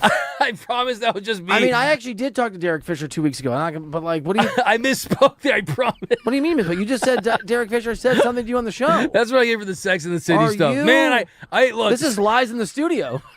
It's a different show. Well, okay. Similar plot line. It's about somebody can't stop themselves from doing something. Well, okay, so I was so, you know what I think it was? Because I watched the show and they're in the studio. I feel like I'm in the studio. Maybe I feel like I was a fly on the wall or something like that. You're telling me that you visualize yourself hanging out with Derek Fisher so much that you come on this show and say that you hang out with Derek Fisher when you don't? Are you okay? No, I was locked in, okay? Delusions in the Office. That's like the sequel. Well, okay, so the point he was making, though, to was you, that, when you guys had a conversation. Okay, man, I'm struggling. Okay, We're so all struggling. What D-Fish was saying was that what Draymond Green was saying on his podcast was about LeBron James and about maybe the motivation for LeBron. Because I want to come at you so bad. Maybe the motivation for LeBron and wanting to go to Golden State. I was talking on the show. Okay, maybe the motivation LeBron's like, I forgive you. the motivation for LeBron and why he might want to go to Golden State is, to your point, that's why I brought it up, just to slam dunk your point when you're talking about this being a young man's league. That's a lie. That's a 180 attempt. Maybe, ain't gonna work. Maybe LeBron Can't give me flowers after you wants slap to me. go to the Warriors because they want to prove that older dudes can still win in this league. I'm not even listening anymore. I'm just like lost in your Derek Fisher talk to me. That's so hilarious to me. But yeah, so the point is... What's hilarious to you? That you said that you're hanging out with Derek Fisher? It's hilarious to me, too. Oh, speaking of putting words in someone's mouth, I never said that. I didn't say hanging out.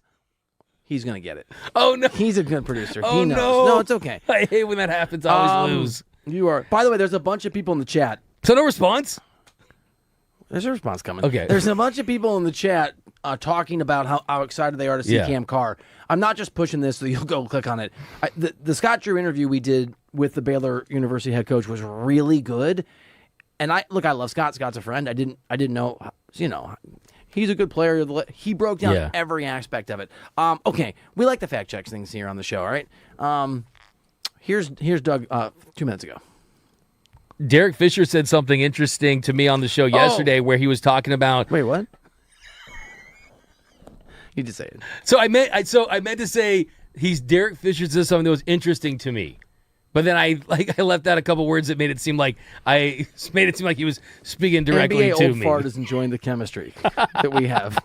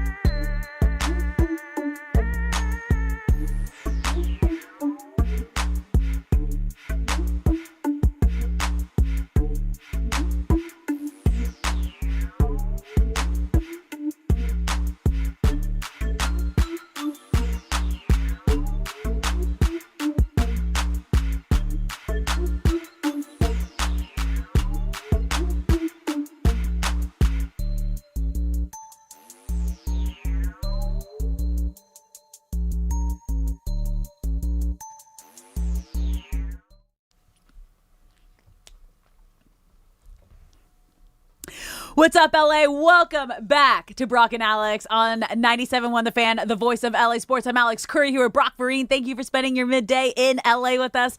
Whether you're listening on the radio, the Odyssey app, or watching us live on YouTube, we appreciate you being here. And we want you to be a part of the show. So if you're watching the live stream, get in the chat at The Fan LA on YouTube. You can also call us at 855-97-LA-FAN, 855-975-2326. I love that, like, our first caller today was like when we were going on a French fry rant because it's French Fry Festival, you guys. French Fry Festival on National French Fry Day on Saturday, and he called just to be like, I love potatoes. You're right on Northland. There's another great potato spot here. I'm telling you, we talk about a lot of food on the show. Good. And I'm not mad about it. More of it. You know what I forgot to not do? enough. I took a photo of my habanero ribs from last weekend that I need to send the group chat. Also, we were talking about, because I'm going to Chicago next weekend for a college reunion trip with my sorority sisters, who I haven't seen in like 10 years. Oh, wow. I'm so excited about it. One of them lives in Chicago. Everyone's from Southern California, like from LA to Orange County. But we're doing Chicago in the summer, which Why not? It's going to be bad, right? It's hot. No. You're the Chicago guy. Like Chicago you in the commute summer. there. Chicago in the summer is among the best places you could possibly be. Okay. It is great. We're doing like a river tour, bar Yeah, hop, there city you go. viewing, really bomb food. Yep. Okay. The food is great. The people are great. It's open late. Everyone is outside because the winters are so brutal Yeah. that it's a crime to be indoors. You will love every single second of it. Okay. It'll be great. I'm excited to share like the food spots we're going to see if you let me know. see if you know them yet. But also next week, you guys, it is the All-Star game. And the Dodgers, once again, loaded with All-Star talent. As we know, Shohei Ohtani, Freddie Freeman, Max Muncy, Andy Pages will all start for the National League, while Yoshinobu Yamamoto also made the pitching staff. So this gives the Dodgers 5 All-Stars for the 7th straight year, and tie a couple different teams who have 5 All-Stars. Really fun story, though, about Max Muncy, because it has been 5 years since his last All-Star nod and appearance, and he's actually made the All-Star game in 3 different positions. Which is insane. I always forget that he played second base. Yeah. I always forget it. Good for him, man. When he signed his contract to come back for one more year as a Dodger, it was kind of later in the process, and it was late enough to where people were starting to ask, people in Dodgers management, what's up with Max Muncy? Why are you waiting? Is he too old? Etc. And I remember Dave Roberts saying, Max Muncy will remind everyone that he is a top 5 third baseman in baseball and will always be a top 5 third baseman in baseball. And I remember thinking, oh, that's kind of lofty, but sure, I like it. But for him to be named in this All-Star group, I love that Dave Roberts has been proven right, and that 1-year deal may turn into another year next year if Max Muncy wants to. So this is great. It's just, once again, like having 5 All-Stars for the 7th straight year, I think points also directly to Dave Roberts. As we've talked about throughout the show, he is the ultimate player's manager. And we've heard even Cody Decker on D-Fish and Decker's morning show. He played for him when he was in the Padres organization. And Cody said he was actually talking to, because he was interviewing with the Dodgers and Padres, depending on where he was going to end up for his next contract. And they asked him about Dave Roberts from his time working with him with the Padres. And he's like, he's either going to be the greatest manager of all time, or it's not going to work out just because of how kind he is to all the players, and everyone loves him. And, that could work really well, or it could kind of have the opposite effect. But as we've seen, the Dodgers are the current dynasty in baseball. Back-to-back World Series champions are on their way to a three-peat. We have seen them turn players into the best versions of themselves. And I have to kind of tip your cap to Dave Roberts, because this is what he does. He brings out the best version of players, but also makes them feel comfortable. I don't know if there's a sport that has players from more walks of life than baseball. Probably not, because there is the international aspect, there's the age aspect, there's how were you in the farm system for a long time? Did you come from college? And to manage all of those personalities and life stories, and to keep tabs on a farm system as well, as the Dodgers have the best version of that as well. Like, you have to juggle so many things, and for him to be so kind and even keeled through it all, especially I've played for head coaches. Obviously, football is a different sport, but I've played for a number of coaches that, in hindsight, I realized, oh, you were too nice. Like, I enjoyed playing for you, but I wasn't at my best under you because you were too nice. And then I played for coaches where you're just a jerk. Yeah. And I may have excelled at certain times, but other times I was struggling, and you're just a jerk. To find that balance of being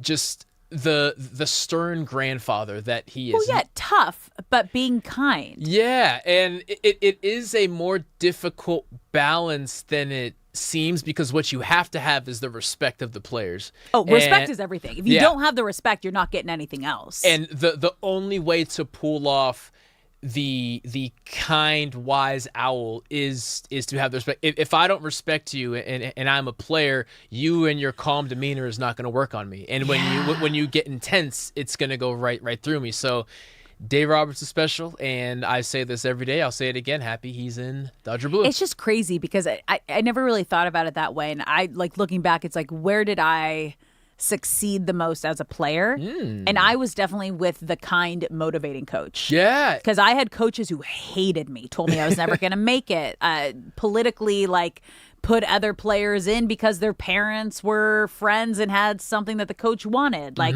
I was involved in every kind of situation that way. And I look back and I was like, oh, like, I was always the one that was doubted and was like, oh, let me prove you wrong. But the motivation and I believe in you we're seeing now is kind of in a Sean McVay, in a Dave Roberts. It's kind of like the future of, you can motivate guys in a different way that is encouraging and more of like, I see your potential and I believe in you. And that's how you win championships. That's a great way to put it. And there's a push really across every sport at this point to get younger at the head coach position.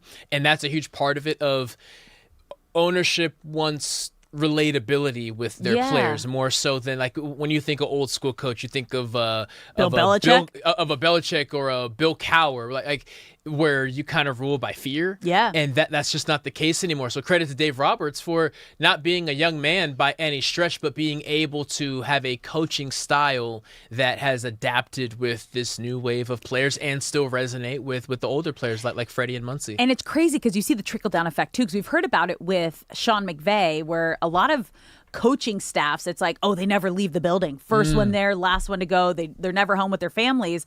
And what we've heard is Sean McVay is really big on family time and managing that work-life balance.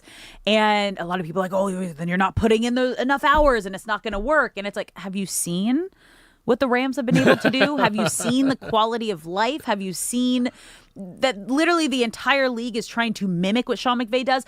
People literally go to the Rams to get to the next step of their career, whether you're a player coming to rehab your image and your game, or you're a coach that goes, okay, if I'm under the Sean McVay tree, I'm for sure getting that next big job after this. Oh, yeah. Whenever the offseason comes around and it's time to hire, the first place that people go are, well, who are Sean McVay's assistants? Let's interview them. Because that's where every conversation of new head coach or new coordinator starts. Yeah, and Dave Roberts, was it 2 weeks ago, missed a game against, I think it was the White Sox, to see his daughter's graduation from Stanford, right? Yeah. There are a lot of managers who, no, I can't do that because it sends the wrong message Do you know he got a to my hard time guys. for that too? Yeah. And that is ridiculous to me. But it's a credit to him of the message that it sends to his players and his coaching staff of, no, there are things that are more important than baseball, and if you need to go take care of those things, go take care of it. Like when you're here,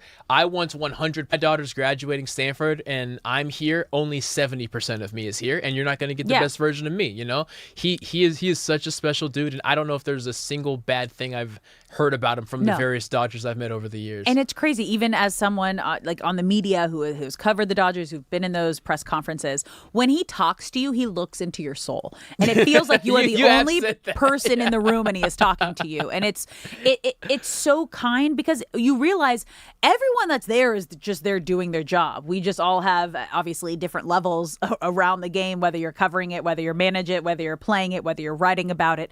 That is my biggest thing, is like, we're all people just trying to do our best every day. And he understands that and gives everybody that equal respect no matter who you are. Congrats to Dodgers. Congrats, That's Dave. Dave Roberts. We didn't even get to the snubs. We'll save that for the next hour in the next segment. You're listening to Brock and Alex on the new 97.1 The Fan, the voice of LA Sports. Who do you think got snubbed on the Dodgers before getting to the All-Star game? Talking about that next.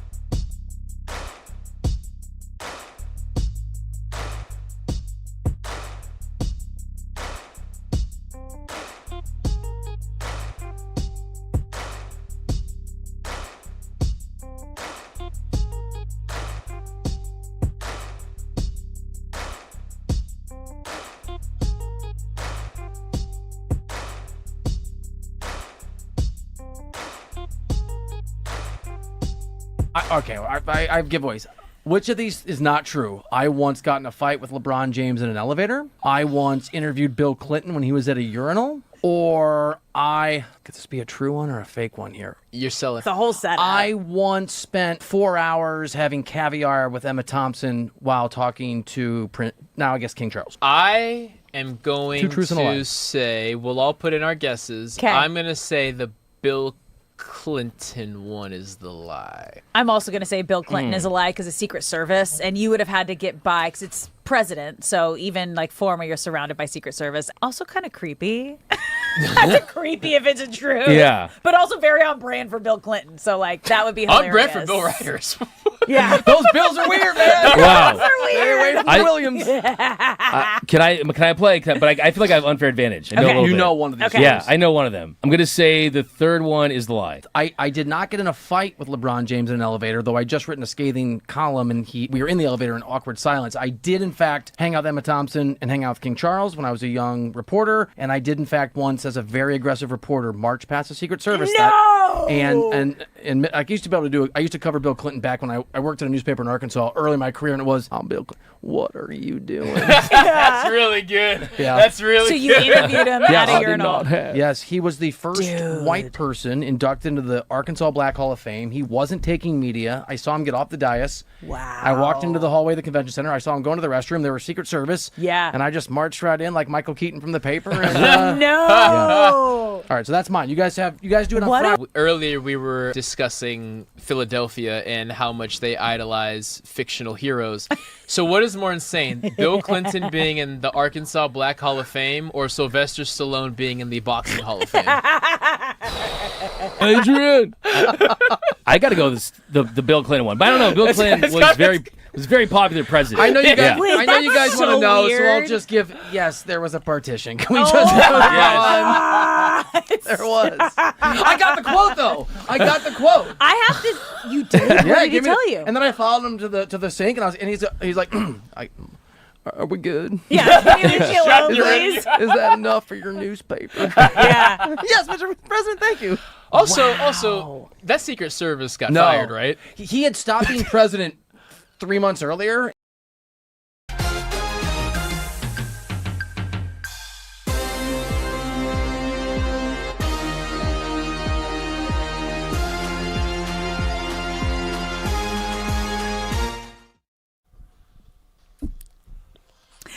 What's up, LA? Welcome back to Brock and Alex on the new 97.1 The Fan, the voice of LA Sports. I'm Alex Curry here at Brock Farine. Thank you for spending your midday in LA with us. Whether you're tuning in on the radio, the Odyssey app, or watching us live on YouTube, we appreciate you being here.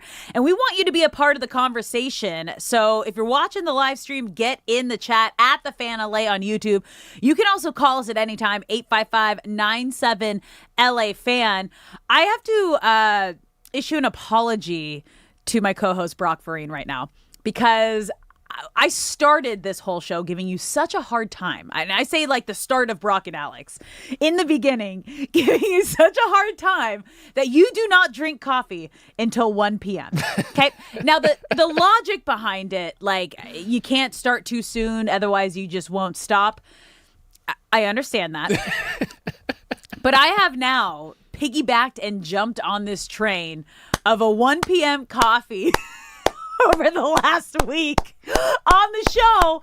And it's one of those, Isn't it great? Don't knock it until you try it. Because I start the day with tea. Mm-hmm. I do yerba mate. And I do like, it's an easier, slow build, no crash caffeine situation for me. Coffee sometimes, like, I can crash out from it.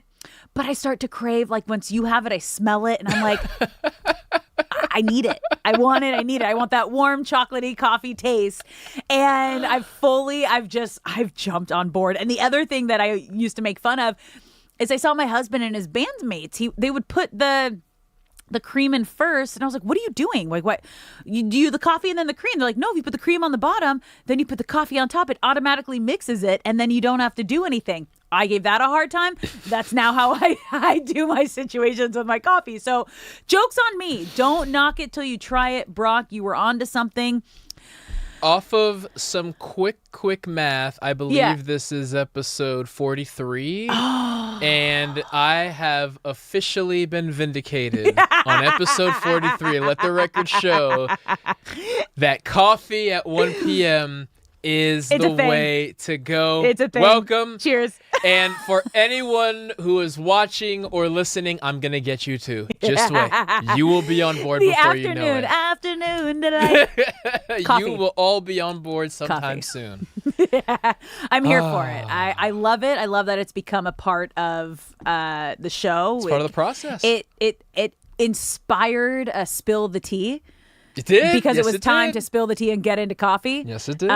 When we do those a couple times a week. You guys, did we ever do our word of the day this week? Monday? Shay, did I give you guys a word on Monday? I don't think we did. Didn't you do the extra one on Thursday? What do you mean? Or because you had a word, didn't you have a word of the day that you did? What was it again? No, we didn't do it this week. I don't think so. No, but I have Do one you right have now one? if we need it. Yeah, let's go. All right, here we go. Okay. Okay. Shay and BTS Nick, if I said I am going to stand on the pegs, what is that? phrase of the week instead of word of the week this time. Do I get a guess? Yeah. Stand on business. Okay. Like literally, stand on the pegs. It's a what does that phrasing? What is that phrase in reference to? The bike. Hey, Yeah. Shay got Okay. it. Oh, like Shay got literally it. standing Nick on too, pegs. Nick too, Yes, Nick Nick too. got it yeah, too. yeah. Okay. That was okay. old school, like when you had the pegs sticking out. And I never see kids with pegs on their bikes, or like that's how we used to get around. Well, now it's the electric bikes with the added seat, so Which it's is- like which is basically where I mini came with. Yep. mini motorcycles. Yes. So wait, did you guys do that, Shay? Did you get some pegs on your bikes? Yeah. Yeah. You guys did have pegs on your bikes? Yeah. Okay, Well, because okay, they were okay, still okay. before. They're not the electric bike generation. True. The electric bike generation are kids in high school right now. Yeah. And they're like young 20s. Did you guys Gen Z. have go-peds and scooters and stuff like that? Yeah, and then do you know the skateboard that wasn't a skateboard? What do you mean? Oh, you rode those. Like an electric. It's like a wave. No, it's like a wave. Oh, the DD, like back and gravity forth. board? Is that No, what these it's things. called? I gotta find the No, name. they were I like the gotta find wave, name. like Yeah. where it It's was gonna like kill me. two separate things on And wheels. then they were setting on fire like crazy. Ripsticks. Oh, And then ripstick. Hold on, I got Ripsticks and then penny boards. Those were popping. The Oh, tiny. the ripstick. Yeah. Yes, it's like to mimic. Oh, yeah. Yeah. Okay. That's And what I then was saying. yeah. This. You go like this. Okay. That's what I was like trying to explain. And then I remember penny boards came out when I was in middle school. Those Are those were the popping. super tiny ones Tiny that like ones. is With, like, barely fun the size of colors your and all foot? that. Yeah, Yes. those were popping for a little Yes. bit too. And those are smart because you could fit them in your backpack or your locker if you took them to school with you. So I saw Did what you they were skate? going for there. I did not. I had a skateboard for when my friends wanted to go to a skate park, but Yeah. I was never like a skateboard to school kind of guy. or No, anything we like had that. we had Sector 9s, which Oh, had like the yeah, big yeah. like soft wheels, Uh-huh, so it was uh-huh. like an easy ride. But I took like one tumble and I was like, and I'm done. face full of gravel, and I was that's like, enough for and me. I'm done. No, I was a roller skater. Oh, Well, I was actually yeah, I had yeah. blades. I loved rollerblading, you guys. That was like my 5th grade graduation gift is I got a pair of rollerblades and I was like, this is the coolest thing ever. And then girls in 6th grade were like, you shouldn't be using rollerblades. You should have roller skates. I was like, oh. I love the voice switch. I'm not, so it's not super cool. I had to bail on rollerblades once. So if you get youth rollerblades, they come with a brake on the heel. Yeah. But once I got old enough to get And you're like supposed to teenage drag, rollerblades, and you're supposed to drag and they to don't have stop? brakes on them. Absolutely not. I never learned how to No. do that like skid stop thing. Well, it was like to drag your wheel in the yeah, back. like the 90-degree thing. I was never good at that, and I was like, okay, I weigh enough now to where I'm gaining too much speed, and if I can't comfortably stop, I'm done with the Are you in a rollerblades. hilly neighborhood? Like Manhattan was Beach on a hill. is all hills. Yeah, like it I is was on a to hill, get yeah. down to the Strand. Like it is dangerous. You're like you're hitting a good 30 miles an hour. oh no if you're not careful. You either like- walk down sideways or you just don't put on your skates until you get to the bottom of the hill. Because I grew up like 5 blocks from the beach, but that is a straight up like 5 hills. Yep. To get to the top of Sand Dune. Same. Everything was downhill, and I fell once, like I said, face full of gravel, and I Yeah. said, okay, so what's the next way of Yeah, transportation? no, we ended up being like Strand Cruisers. Like Not- that. I'm that done with that these. was our like when you turn 13. Like that was your car oh, in beach cities. Yeah. Okay. Which is okay. crazy now that it's the electric bikes. Back to your situation. Biking was fun, man. It was fun. Biking is supposed to be. It's not supposed to be a rush to get there, and it was supposed to be some sort of activity workout. The whole point of riding a bike was, oh, there's an ice cream truck. Let's stop and get ice cream. Oh, there's a group over there. Let's go play Like it was leisurely allowing yourself to get distracted on the way to where you're headed to. And now I got a bunch of 14-year-olds wearing all black at 10 p.m. at night, weaving in and out of cars, Are trying to they get doing themselves Papa killed. wheelies with their hands off the handlebars? Because that Without happens. helmets. Wild. Without helmets, by the way. I've become that, like, I know I'm old now because I'm like, be careful. What are you doing? Stop doing that. I'm that person now. I'm like, Mama Curry, no fun. Just be careful, please. Nobody get hurt. You're listening to Brock and Alex on the new 97.1 The Fan, the voice of LA sports. Now, last hour we were talking about how the Dodgers have 5 All-Stars, and we never fully got to the point of, okay, so you have Shohei Ohtani, Freddie Freeman, Max Muncy, Andy Pages, Yoshinobu Yamamoto. Andy Pages is who I am most excited about here because he is so deserving of this moment to make it to an All-Star game, especially after getting snubbed last year and really being that MVP consistent player for the Dodgers this year. But do you believe anybody got snubbed? Yeah. I am going to start with my guy, Justin Robleski, who's on the mound last night. I am the leader of the Robleski fan club. Fan wagon? Yes. The fan wagon, yes. Jump aboard, guys. Yeah, come on aboard. There's plenty of room. Driving you right to the All-Star game, hopefully. We are not sold out just yet. There are plenty of seats available, and there is still a chance that a pitcher drops out or has an issue between now and then, and he can still make his way in.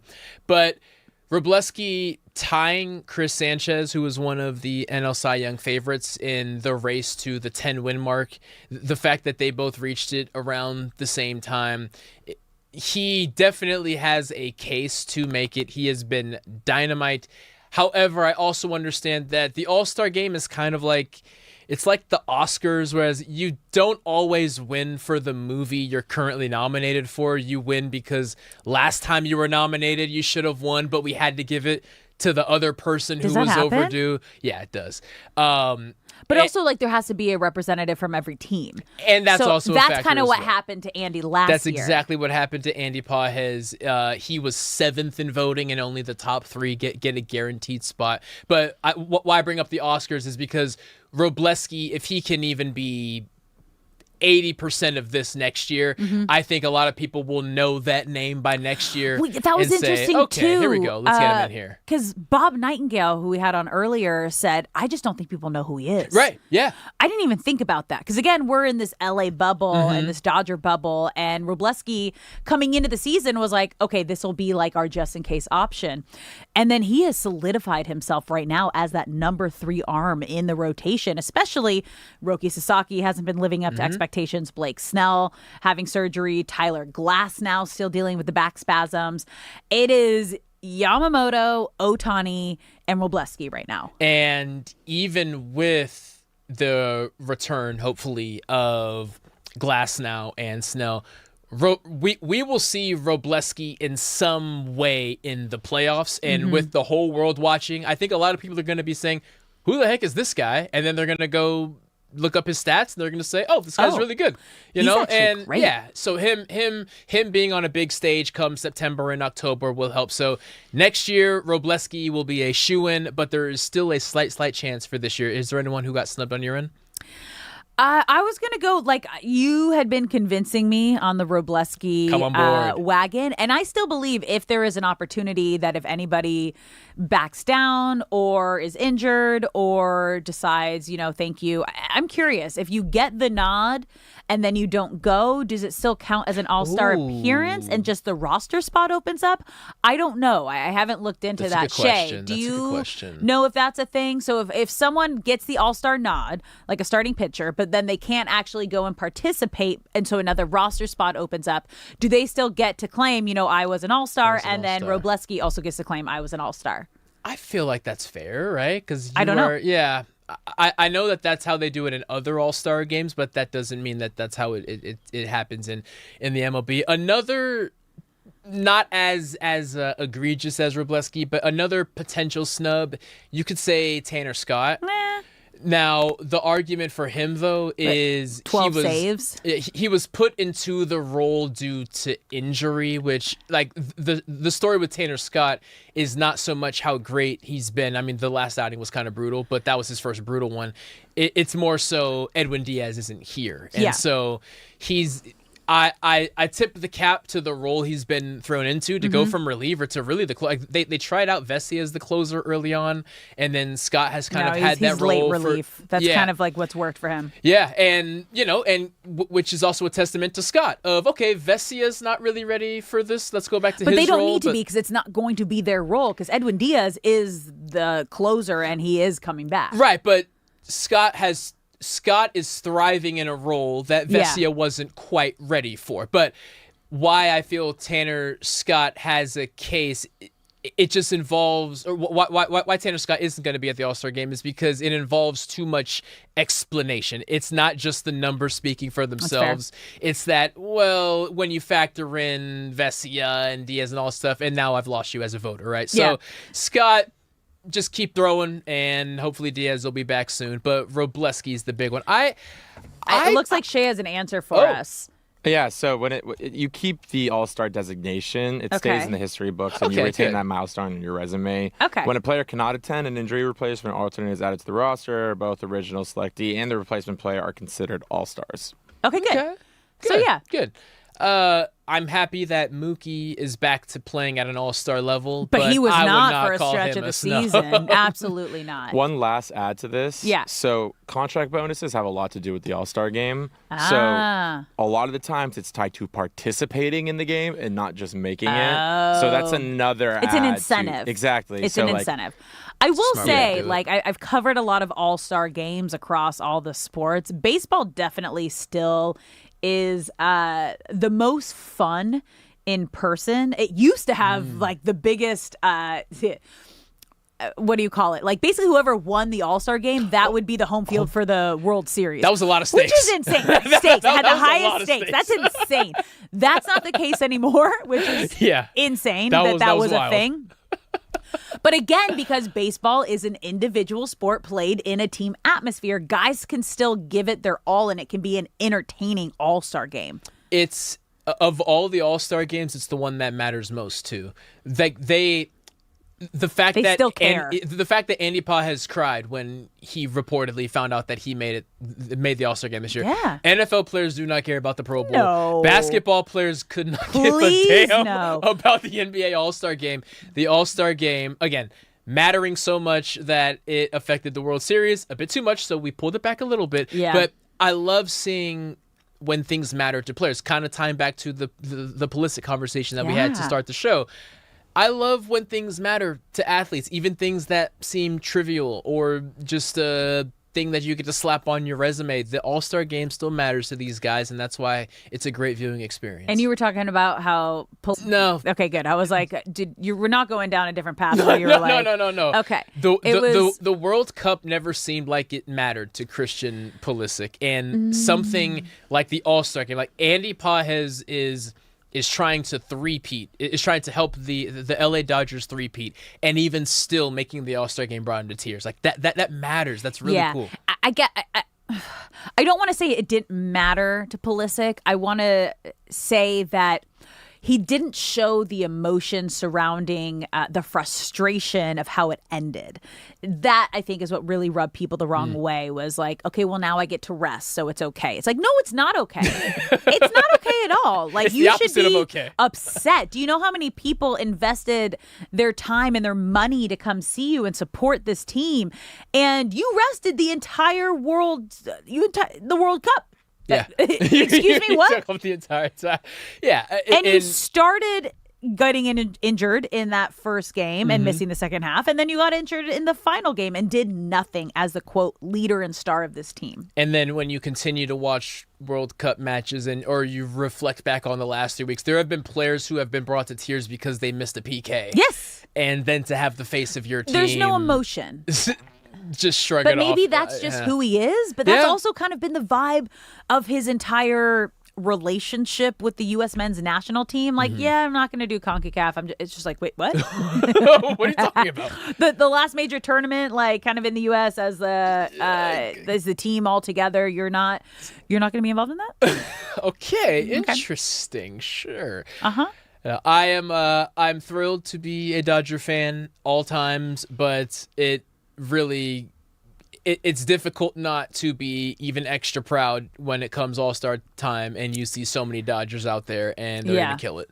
And tonight, as they wrap up this 3-game series with the Rockies, the rubber match, if you will, with Roki Sasaki on the mound, as we were talking about earlier, this is a must-win situation for Roki Sasaki, especially since Dave Roberts and the Dodgers have come out and said they are investigating if Roki is tipping his pitches.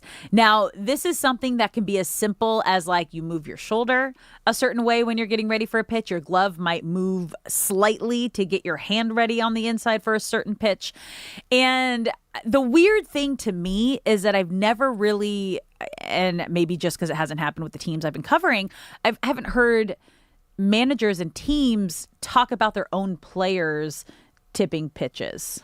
And I'm really curious what Dave Roberts' goal in doing this is. If you have a pitcher who is struggling mentally, one, you're giving him another thing to think about. Two, you're broadcasting to the world, our pitcher is struggling so badly that we have to look into tipping pitches. And I just don't know how that's going to help Roki Sasaki. But as you mentioned, Alex, the last outing got yanked in the third inning after giving up 6 runs, and he has to be able to go 6 innings today if he wants to continue to have any kind of role and faith in as a starter in the eyes of Dave Roberts. Wild. This is a big one tonight, as we mentioned, for Roki Sasaki. Game 3 against the Rockies after losing a tough one last night in the 8th inning with a couple errors. Is it too hot? Is it? Okay. Oh, no, you're good to go. You're good to go. I was waiting until you took your first sip. Perfect temperature. I don't burn my tongue. It's good to go. Yeah.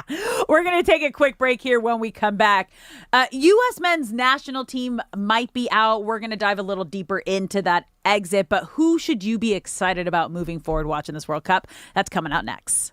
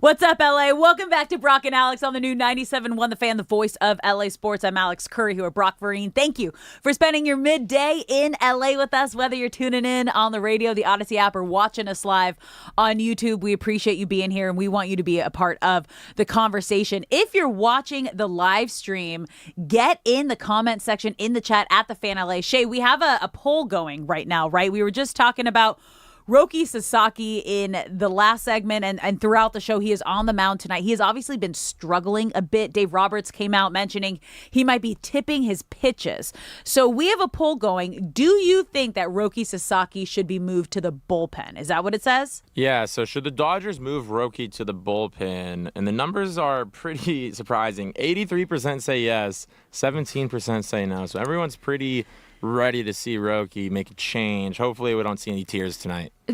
Oh, you didn't have to throw that in there. It's just crazy because, again, like we haven't had a huge sample size of Roki Sasaki in Major League Baseball, 25 games. Mm-hmm. And obviously last year he got sent down to the minors.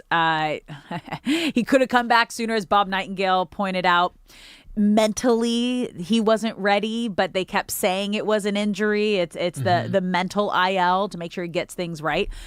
I think if he went back down to the minors, that would be even worse for the mental situation. Yeah. So maybe coming out of the bullpen is the best case scenario, but they I don't think they can afford that right now. Or maybe his game is a bullpen game. Yeah. And you just plan for it to be a bullpen game. Yeah. He's pitching at a point of desperation. I will remind everyone of what Dave Roberts said after Roki's most recent start, Game 1 against San Diego. That was the miraculous 6-run comeback, but they were in an 0-6 hole because Roki's on the mound, 3 innings, 7 hits, 6 runs, 2 walks, 3 strikeouts, and 3 home runs. After the game, Dave Roberts was asked if Roki will remain in the rotation and can we expect to see him at his next start, which was today. Mm-hmm. Dave Roberts said yes because, quote, I just don't think right now we really have another alternative. So that is a polite way of saying he's starting because everyone is hurt, and the second we get a healthy arm back, the situation will be reevaluated. And if you are Roki, you need to hear that. You need to get motivated by that. You need to embrace all the pressure that is on you. Your story does not end with a poor performance today, but the trajectory of the 2026 season is at stake potentially tonight. It's just so hard because we've seen windows of greatness from Roki Sasaki. It's definitely there. We know how good he can be. There was that 3-game stretch where his stuff was just... it was electric. Yeah. In the best way to put it. And you saw it on the face of Dave Roberts after the game. You saw it on Roki Sasaki's face saying like, oh, I finally feel like I'm trusting my stuff. I finally feel like I'm pitching like myself. You heard Dave Roberts and Freddie Freeman and all these other leaders in the clubhouse say, oh, this is the Roki that we heard about in Japan. He's finally comfortable and he's finally doing it here. It breaks your heart to know that he has the ability to be that great because we've seen it. But just something, again, which is an interesting strategy to put out that we think he might be tipping pitches and they're investigating that. But I think tonight is going to be a really important outing for Roki. If he wasn't such a good dude and if that entire organization wasn't rooting behind him, he would have been replaced a while ago. Yeah. If Eric Lauer was brought on and had some of these Roki outings, they would have moved on from him. And it's a testament to how much this organization wants him to succeed and how much they obviously like him and believe in him. But even that only reaches so far when the goal is a three-peat by any means necessary. And today also what's at stake is the Dodgers bullpen has been in some tricky situations, but has not performed up to snuff in the past 2 games against the Rockies. Of course, they won the first game, but San Diego, the series prior was all about miraculous comebacks. This is the series of miraculous meltdowns once the 8th inning comes around, whether they win or lose. So what Roki can't do is have another 3-inning outing and look at a so-so bullpen that's kind of going through it right now and expect them to pitch 6 innings. That's not the path to victory for the Dodgers. So a lot riding on Roki, a lot riding on this Dodgers bullpen whenever they do enter the game. Hopefully it is the 7th inning or later. But you cannot drop a series to the Colorado Rockies that you have, what'd you say, 22 win gap on? 22 games. 22 game gap. Yeah. Oh, no, you cannot drop this series, which means you cannot lose this game. But again, like, you're always getting the best performance when you're facing the back-to-back defending champs. Yeah. And it's a division rival. I'm just double checking. Yeah, 22 game lead. Okay. Over the Rockies. Holy moly. Okay. Wild. All right, let's switch back to the World Cup because this is the only day that we haven't had a game in weeks, and it's really sad. It's become a part of our show. We've been watching them live during our 4-hour shows here. But quarterfinals kick off tomorrow. France against Morocco at 1 p.m. Spain, Belgium on Friday here in LA at 12 p.m. And then Saturday, Norway against England at 2, Argentina against Switzerland at 6 p.m. But USA's final match that ended in that 4-1 loss on Monday to Belgium in the round of 16, that game made history. Fox said 30 million people watched it, making the most watched soccer telecast in U.S. history. The audience peaked at 36.8 million people, passing the previous record that was the game before the USA versus Bosnia at 26.4 million viewers. So the positive, I guess, out of the whole U.S. situation is, and we already knew that, seeing what the World Cup has done for sports fans in the United States has just warmed my heart so much, because I think for the first time, Americans really understand what the World Cup does, and not only bringing cultures together, bringing people together, but bringing people together for the love of sport. Yes. And it is the world sport, right? Yeah. Soccer is. And I wish it was more often that it was put on the primetime stage platform, because why the World Cup brings everyone together is because this is the only sport that we all share and care about. And the question is now, how many kids are at home watching a soccer match for the first time, or at least watching more soccer matches in the past 3 weeks than they have their entire lives? How many kids are asking mom and dad to play soccer this summer and learn soccer and fallen in love with Balogun or Holland or Mbappe, right? And hopefully there is a significant surge post World Cup, even if the U.S. had a disappointing exit. But this doesn't have to be the end of it, right? Yeah. Messi is going to go back to Miami and play in the MLS. We have El Tráfico next Friday. I hope that this viewership record immediately is shown as soccer continues to be played across the world in various leagues from a U.S. fan support perspective. Yeah, and just for like comparison here, for like Super Bowl, NBA final, like average viewers, I think Super Bowl averaged around 127 million. The halftime show had even more at 133.5 million at Baboni. And then you have the NBA finals at 20.6. So soccer really has an opportunity. Even baseball and soccer have an opportunity right now to jump the NBA, who was very heavily the number 2 favorite sport for such a long time in the US. But we've seen baseball slowly already kind of jump above the NBA just because of the rule changes they've made, and we have these fun superstars, the game's moving quicker, which again makes the lockout potential devastating if it happens longer, because they're on such a high and on such a rise, finally kind of jumping over and coming into a top conversation in the sports world in terms of the ranking that we talk about sports. I mean, American football is always going to be king, because that's just what it is. But soccer is really, it's winning the hearts, I think, of a lot of sports fans here in the U.S. You know, Thierry Henry and Zlatan and Alexi Lalas had this conversation yesterday. And the premise was, what can the U.S. do to make soccer? Again, nothing is ever going to top football in the foreseeable future, Yeah. but to take advantage of this moment. And Thierry Henry brought up the point of, he said, me, Zlatan, Mbappe, Messi, Ronaldo, and Neymar, if we grew up in the U.S., we wouldn't have been able to afford to play soccer. And so that is it's kind of a weird way to phrase it, but that's the advantage that other countries have, is because it is not dominated by profit, at least not as far as youth sports are considered. These young kids can play soccer and then get plucked and go as a teenager and be a professional and get developed elsewhere and get paid opposed to do parents having to pay thousands of dollars Exactly. to play a club sport. Exactly. So what I hope to see with soccer support is more kids saying, I want to play soccer, and more parents willing to do so.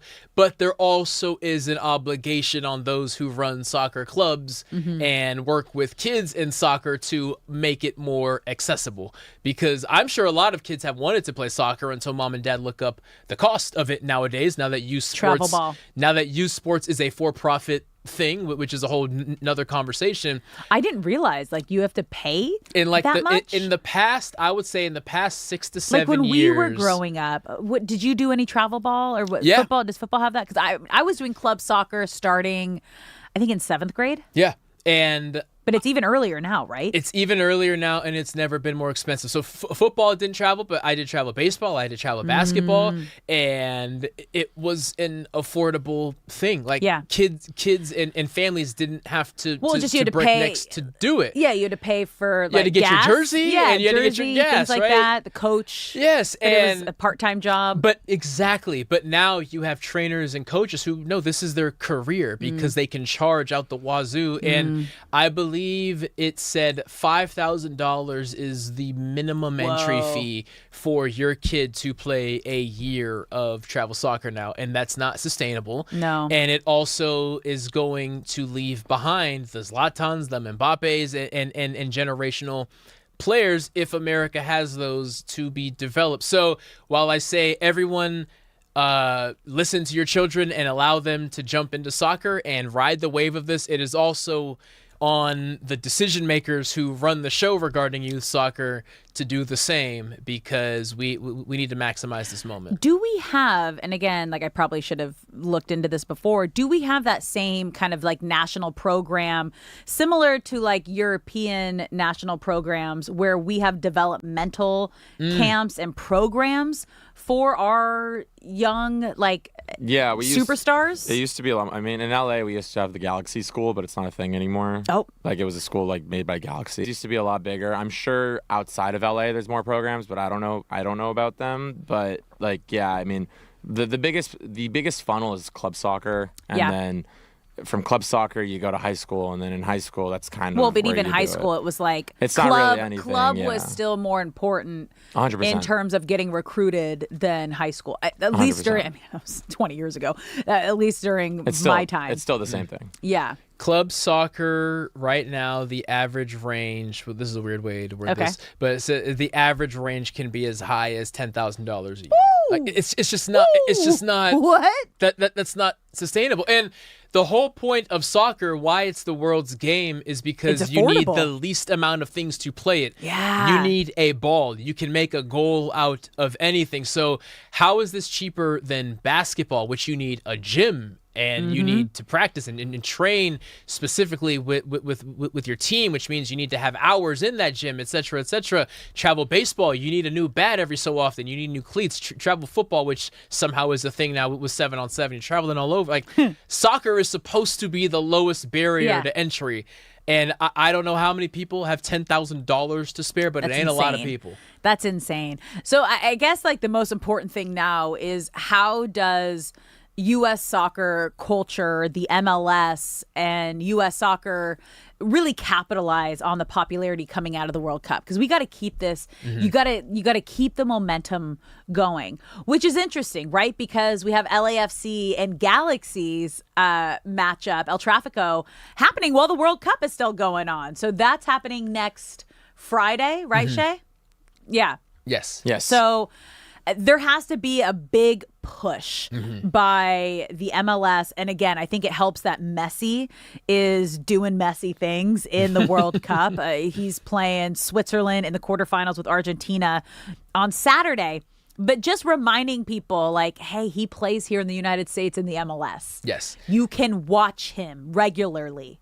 You can come see the greatest to ever do it. And if he goes on to win a back-to-back World Cup, how do you direct all of those people to eyeballs in Miami? And thankfully, we've had some incredible matches. Yeah. And even if the U.S. is not involved, if we continue to get games that come down to PKs or 3 goals in 13 minutes, chaotic moments where everyone, whether you're at a bar or on your couch watching, you could say, I want to see more of this. Yeah. And it may not be the greatest all on the field at the same time, but some of these players play in the MLS, and I want to watch them and support them.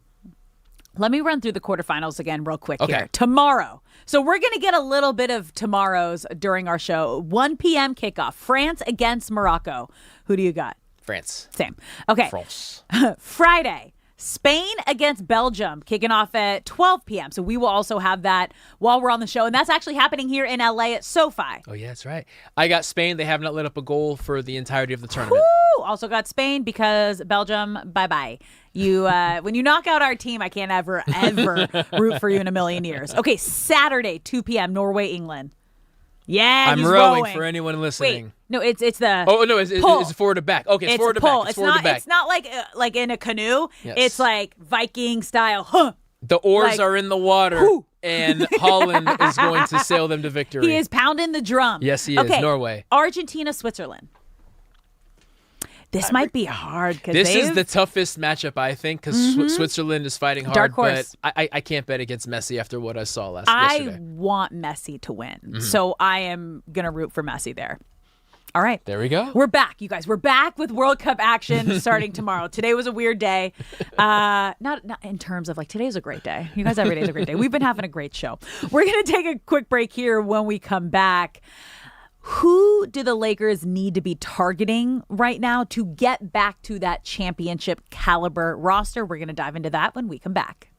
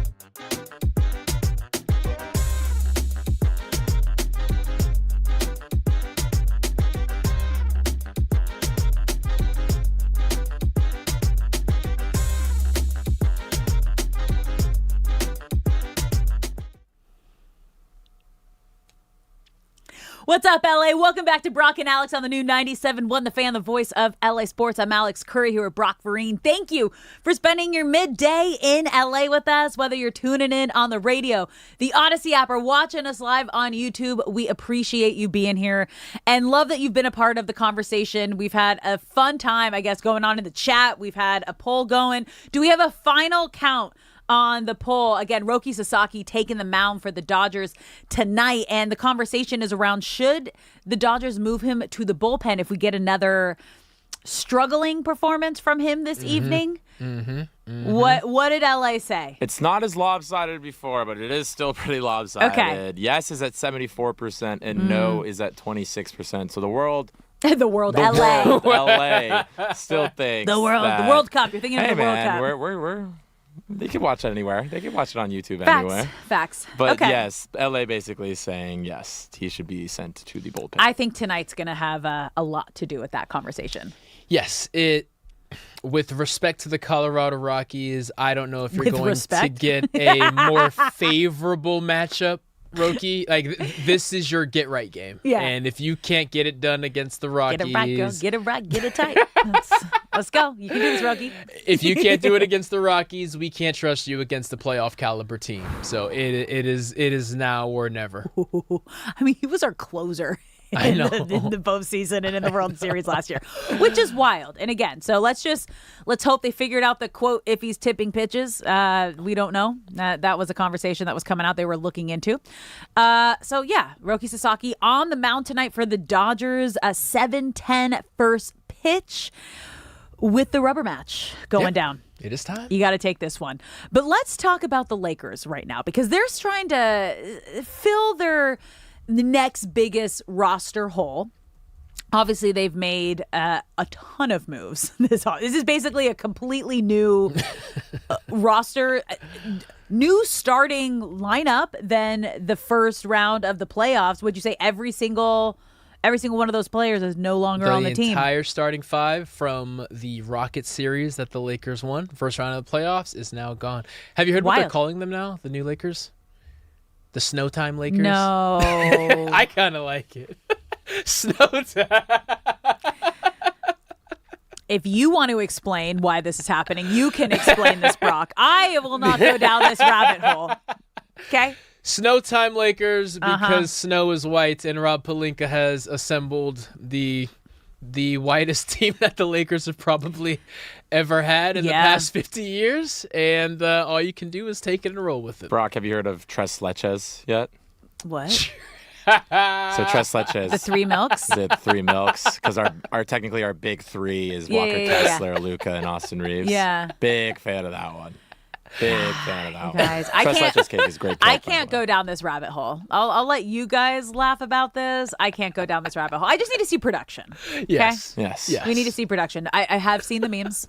One last one. I have seen the speeches. There was this I think it's from a movie. I don't know what it is. It's like, what do we do to beat them? Like, I'll find it. I'll find the clip and I'll send it to you guys from the movie. But Shay, you have one more? Yeah, there was one last one. It's a meme. So obviously, when you go to Ralph's, there's aisles, right? In every aisle, you'll go to the wine aisle, and then there's the whites. And one of these aisles, for some reason, they decided to call the aisle Exciting Whites, like exciting white wines. Someone took a picture of that, and they were like, the 2026 through 2027 Los Angeles Lakers. Oh, my God. The memes that are coming with this is so amazing. Didn't we have Brad Williams, comedian, on D-Fish and Deck? He was ahead of the curve. He kind of made the first comment. He was like, this is the widest team ever. Maybe he's an insider. Maybe he knows something. It was before we got Walker Kessler. I was going to say, his appearance was before Walker Kessler. Walker Kessler got signed as he was leaving the building. Yeah. Okay. So one guy that they're eyeing right now, and there are reports that the Lakers are trying to figure out, is Jonathan Kuminga. He has become the name to watch, with reports saying that the Lakers are interested in a deal around 2 years, $20 million. There's a couple different things here. I don't know if LA currently has enough cap space to make that happen. And he's definitely, most likely, going to get offers bigger than that. So it would either need to be clear some salary, work out a sign and trade with the Hawks, make it happen, or have the new ownership group go to Kuminga and try to convince him, hey, we're trying to build a championship team. Look at what this ownership group has done with the Dodgers. We believe that you would be a great piece to be a part of this next Lakers dynasty.